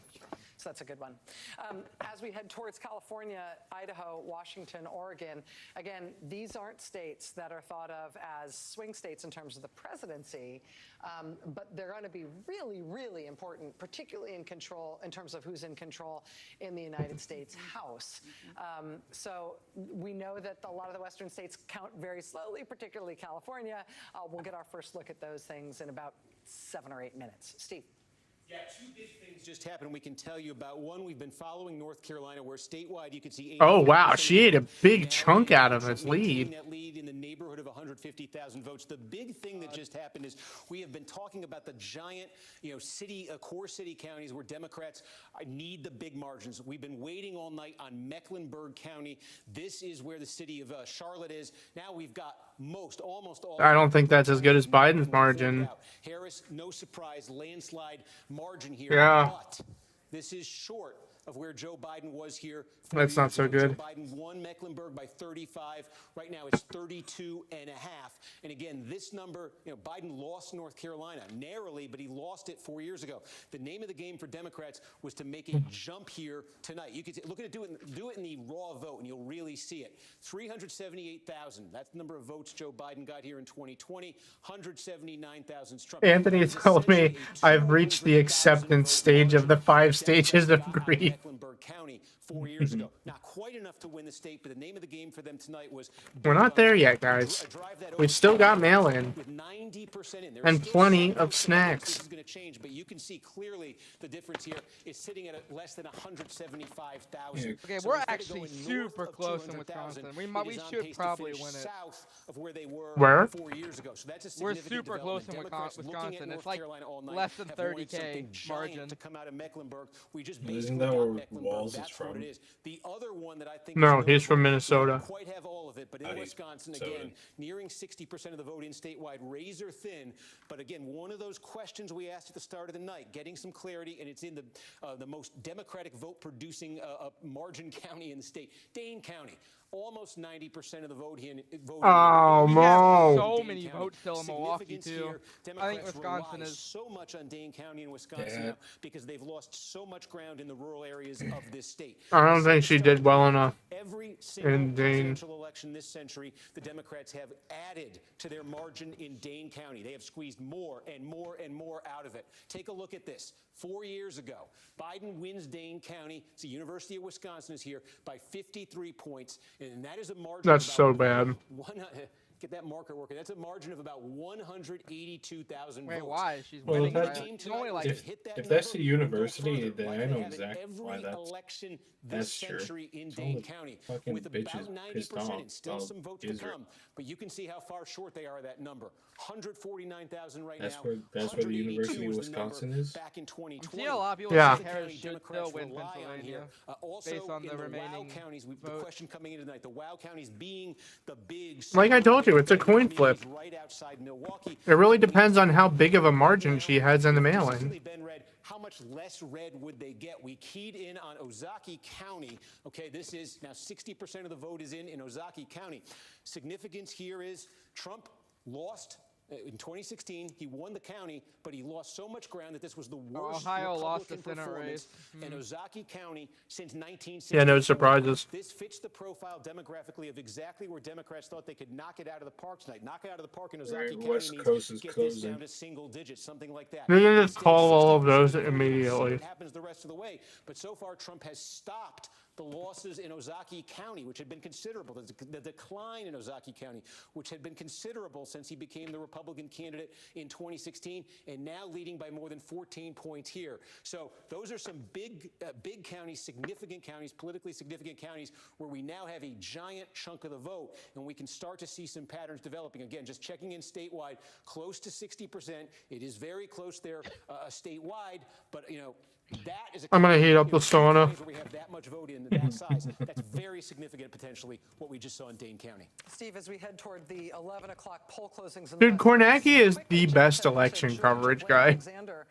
is Yeah, in no. Fulton County at the elections hub there, where the votes in Georgia's most populous county are being tabulated. What can you tell us, Blaine? Well, Rachel, I have an update on timing. Holy shit, there's still people voting in Georgia. Georgia Secretary of State My Brad God. Raffensperger's office. He tells me that they Yeah. expect to see the vast majority of Georgia votes uploaded by midnight tonight. Now, that's certainly notable when you talk about the timing, when you talk about what Georgia's going to look like, but he does say that they believe that the state is on track to have most of those results uploaded. So let's look inside here in Fulton County. As you mentioned, the state's most populous county. This is where the tabulations are happening. I want to walk you through this process. It's been fascinating to watch throughout the night. So that door right back there, that is where representatives from each of the counties, more than 100 precincts, are coming in, and they kind of walk this kind of interesting, almost parade-like route here. They walk through this kind of sectioned off area, this roped off area, and then they come over here to where several employees, several workers are waiting to receive the memory cards and the ballots. If you'll walk with me over here, I'll kind of show you this area.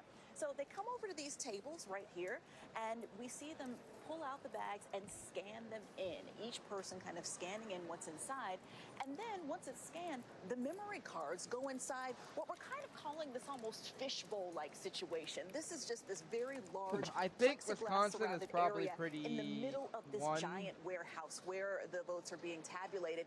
And you see the three people that are seated Oh, right yeah. there in So the black at the nervous computers. about Those people have been in there Michigan. diligently throughout the night, tabulating and uploading Cody. results. They started with the early vote count. You're not gonna know who our president is until next week. You hear a loudspeaker.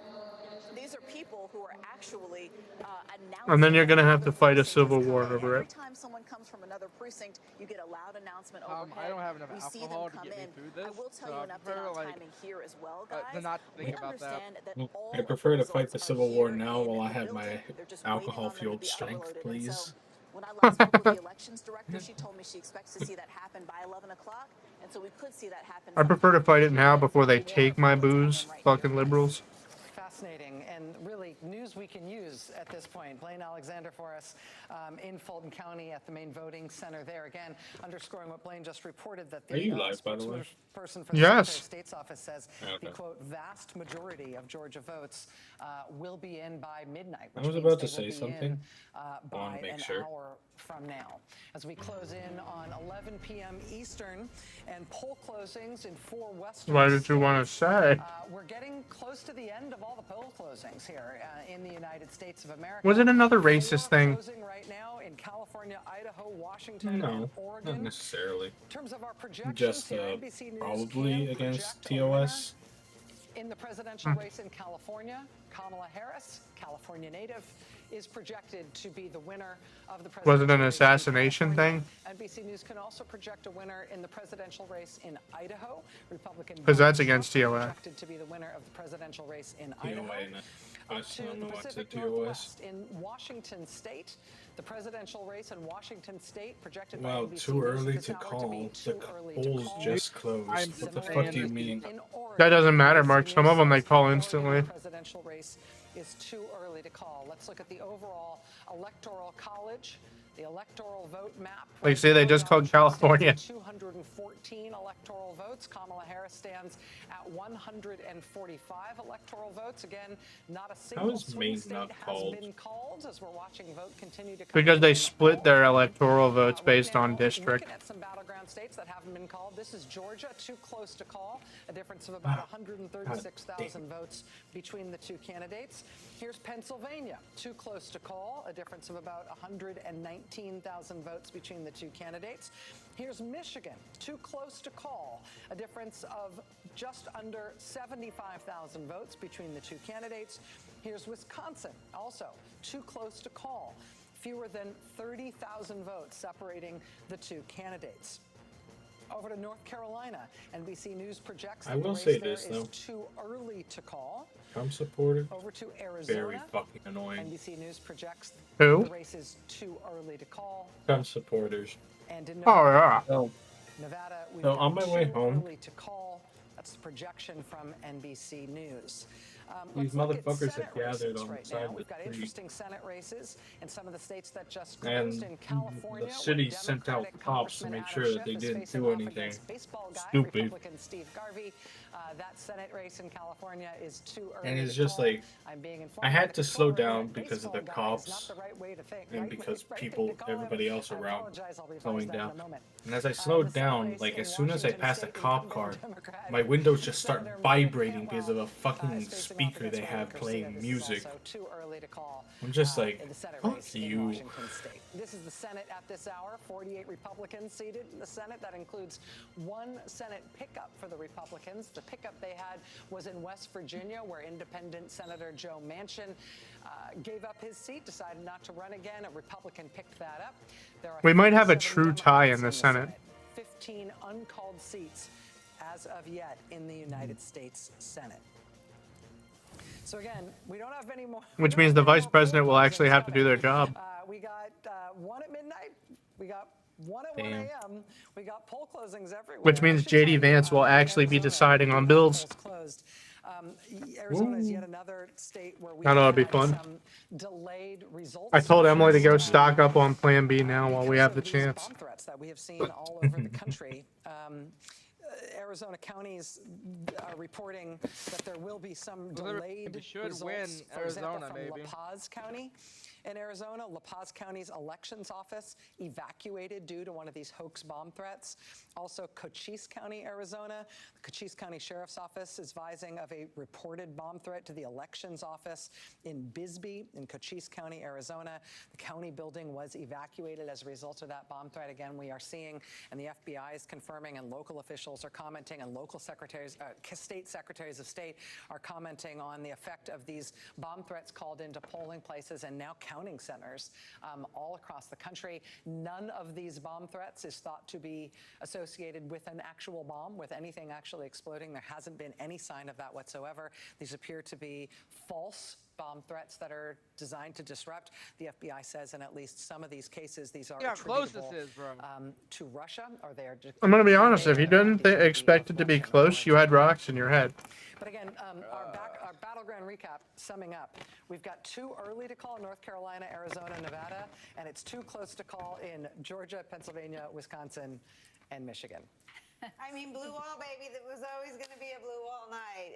And I think that, I mean, I tried to speak a little bit to some of the fantasies, right, of a landslide victory that would erase any doubt, that would eradicate, you know, the threat of something drawn out. And that is, you know, I'm so loath. I hope you guys are ready for another attempted coup. I feel like Liz Cheney has made that somewhat acceptable again.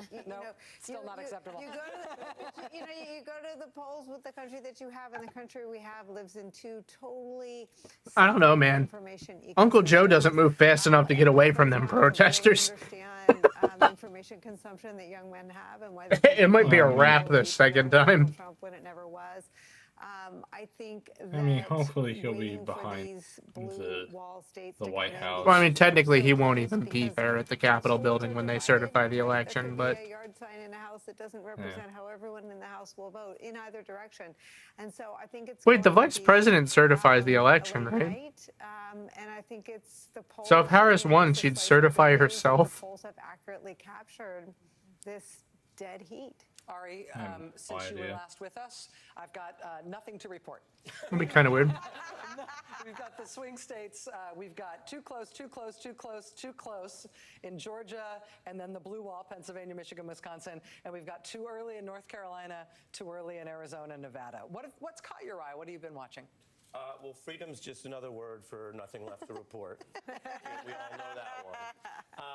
We don't know who's going to win Michigan, Wisconsin, and Pennsylvania, which means that when you actually put aside a lot of the energy and the understandable emotion and commitment, we are in a similar place than we were a few hours ago. I have seen people start to jump on trends, but we don't know who's going to win those states. If Kamala Harris wins those states, then she would be in a path to win the presidency. We can see because we have so much great numbers from all of our teammates who I actually saw people were running election simulations. There is actually a potential outcome still where it's a 270, or it's a 269 tie. Oh, we lose the total national vote doesn't determine. Well, yeah, it would go to the House of Representatives and they would decide. Pennsylvania, there's a reason why Kamala Harris, they have their own plane. They can hit more than one state in a day. She spent her final day campaigning, doing all 5 stops in Pennsylvania. The campaign, and we've heard from a lot of people there that still feel that's the path. While at the same time, and I've heard some of the interesting conversation. It's not lost yet. Donald Trump, over in the entire country in places that may not decide the election, doing better among certain groups is a striking and noticeable development given the year he's had and how he closed. But yes, I will tell you that the boring thing, the simple thing, the repetitive thing is the true thing. We're watching those 3 states, and no one can really confidently say at this hour who's going to win them yet. I do have one call that we need to make, and let me interject here. NBC News can project a winner in the presidential race in the state of Oregon. Vice President Kamala Harris has won in the state of Oregon, per NBC News' projection. I also want to draw your attention to one House race that is one of the House races that we have been looking at closely in just terms of it being a race to watch. This is New York 18. No, Wisconsin might be. Really interesting. There's race. like a fuck ton of votes not counted yet in Milwaukee. Pat Ryan, the Democrat here, won his seat in Congress in an August 2022 special election. He was up against Allison Esposito, a Republican opponent who had been very heavily invested in by the Republican Party. She was one of the so-called young gun candidates for the Republican Party, served in the NYPD for 25 years. But Democrat Pat Ryan will hold on to that seat in New York 18.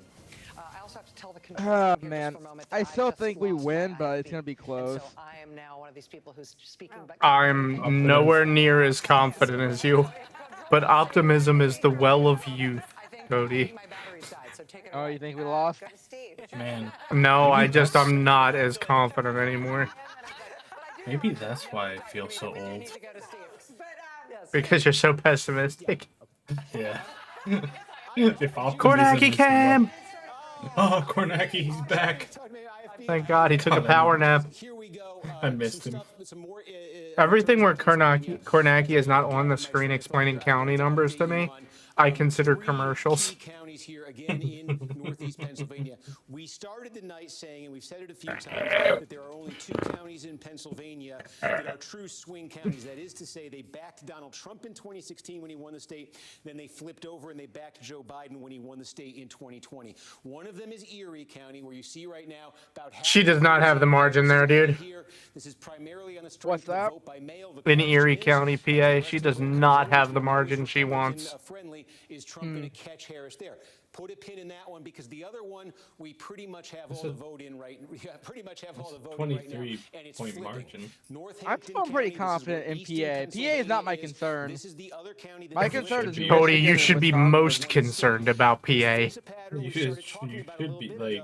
There's a substantial Look at Hispanic this. population in this Oh county. well, this is And Donald one Trump has county, made but meaningful like gains. almost. Well, he's up by 90% 3% on the state. It's now more Yeah, I than know. 5 points in Trump's favor. with Yeah, just look, about dude, all the that's a vote big done. swing. We also just got a lot of the vote, almost all of it now. In Oh, Joe Biden won here by 8 points in 2020. It's dude. under 5 right now. What's in Lehigh County? The city of Allentown is in Lehigh County. It is a majority Hispanic county. Both candidates paid a lot of attention to this. The Trump folks have bet on making gains with Hispanic voters, particularly in cities like Allentown in Pennsylvania. We don't have all the returns in from the city of Allentown yet, but what we do have shows Trump. Do you think that maybe the joke where he said that Puerto Rico was garbage actually surprisingly landed well with the Puerto Ricans? There's no way. And they Like, thought it based was off- funny? I mean, dude, based Hispanics think racist jokes are fucking hilarious. Based off all the reporting, though, it was a Yeah. disaster for like Trump's campaign. Yeah, but it depends on who you ask. By 0.7 of a point with just about all the vote in.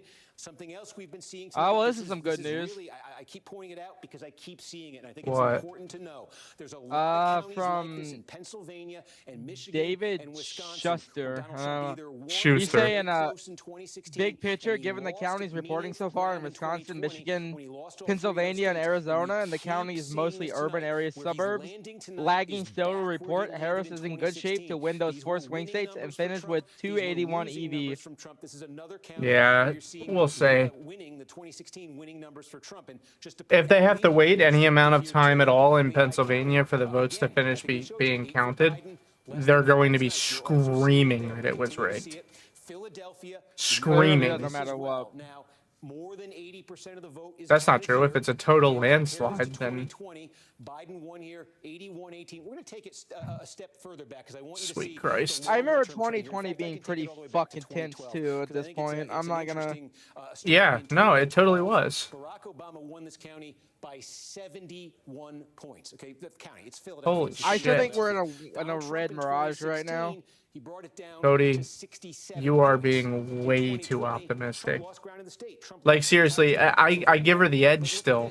He basically But, brought it like, down dude, this is a total coin flip. 71, 67, 63, and tonight. Like, if I was a gambling man, I would put my money on Trump winning. 71 in 2012 down to 56. Again, what are we seeing Lord, here? I What was we saw in born 2020. in It just looks more like likely at this point. We saw I think it's still meaningful improvement for 50-50. Donald Trump. We're not talking That's about why I said it's a 10, coin 20, flip, 30 points bitch. here. We're talking about enough, though, to bring 67-point gap down to 63. And She's 29. really lagging behind in 56. Philadelphia, though. The margin for Kamala Harris in Philadelphia right now is just about 300,000 votes. Democrats would love to see that land tonight at 500,000. Boy, they got a long way to go to get there. The one thing Democrats have to hope for in Philadelphia right now is there is a large number of vote by mail ballots that are going to be released. Looking at my clock here, we think in the next 45 minutes or so. That should boost the Harris number in Philadelphia. That should boost. I don't think it's going to be enough. She needs to get that back at least to where Joe Biden was 4 years ago. She needs to get that margin. Surely we way win up. PA. I'm just going to take a quick look through Cody, the I think collar PA is counties the because single we're starting to riskiest get thing on her some board meaningful right vote. now. Again, these collar counties, especially Delaware, Chester, and Montgomery County. Well, it's nice to are see that my really county is core doing good. Democratic vote-producing counties. Delaware County is the most Democratic of Delaware. these three, and you can see it was 63-36 here in 2020. The name of the game in all these counties, Democrats want to be landing north of the Joe Biden number from 2020. They're on the Joe Biden number in Delaware County right now. Take a look out in Chester County. Oh, that's Again, good. This is where Democrats, I said at the start of the night, they want to land over In Chester County, PA, Oh, Harris nice. is up. Passing Biden's.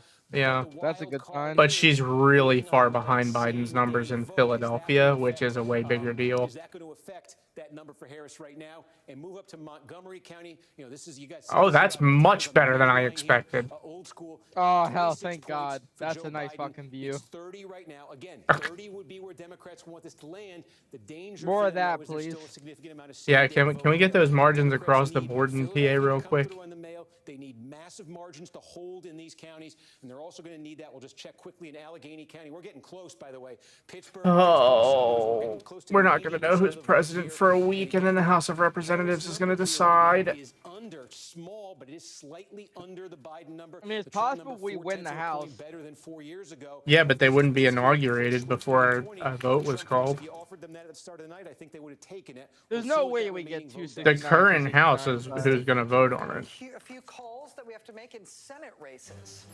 NBC I mean, that News happens in the can Civil War. project that there is a winner. Like, I unironically think I don't think so. that happened. This is a Republican pickup.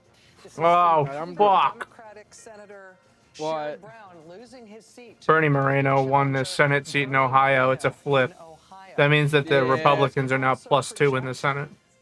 And then, yeah, it kind of feels like we're going to lose the Senate. Now, this is Adam Schiff, the Democratic candidate in California, Yeah. is projected to have won this seat. I need to tell you, though, he wins this both in terms of the regular Senate contest, but he also wins the special, which means that the seat that was vacated by the death of Dianne Feinstein, where LaFonza Butler has been in that seat since Dianne Feinstein's death, Adam Schiff will not only take over the full term of that seat, he will also take this seat immediately in the Senate from California. One additional call in New Mexico, the Senate race in New Mexico. NBC News projects that incumbent Democratic Senator Martin Heinrich will be Well, that's returning good. to the U.S. Senate. I was worried about that race, so. Power in the United States Senate, and this was a big one. Jesus This fucking means a Christ. +2 net gain for the Republicans. They are now at 49 seats. Democrats are at 39 seats. There are 12 seats. Bro, the guy who's running for Senate in Pennsylvania this year is literally not even from Pennsylvania. Don't you love that? Neither is He's lived in Holland. Connecticut for the past 15 years. Yeah, that is a big loss for the Democrats. It takes them down in terms of the incumbencies as of this hour to 49. But honestly, if we lose the Senate, I'm cool with it if Kamala wins. Everyone returns. John Tester was in even more. But like, if Trump wins and they have the Senate, the Republicans literally have complete control over the entire government. Better chance of getting reelected than John Tester. So Yeah. if John Tester goes the way of Sherrod Brown, that would take them. They have the judicial, they have the legislative, and they have the executive in that situation. Nebraska sends an independent senator Time to stock up on Plan B. who would then vote for the Democrats in organizing the Senate, Upper Beck. which would get them to 50. For fuck's sake. But this does now look like the Senate is probably going to be in Republican control. Yeah, it's also. I will also just say it's a loss for the Senate to lose Sherrod Brown, who is Incredible a loss. And he was one of those miracle workers politically of the Senate who could go back to a state where no other Democrat could win statewide, and he figured out how to do it and do it repeatedly. Yeah, long after his state turned very. But they big red. poured Yeah. massive amounts of money into Ohio against him this time. Yeah. Just massive. Hundreds of millions of Yes, dollars, yes. exactly. We're joined now by MSNBC senior contributing editor Michelle Norris. She's at Harris Election Night headquarters at Howard University. Michelle, what are you seeing? Hey, Rachel.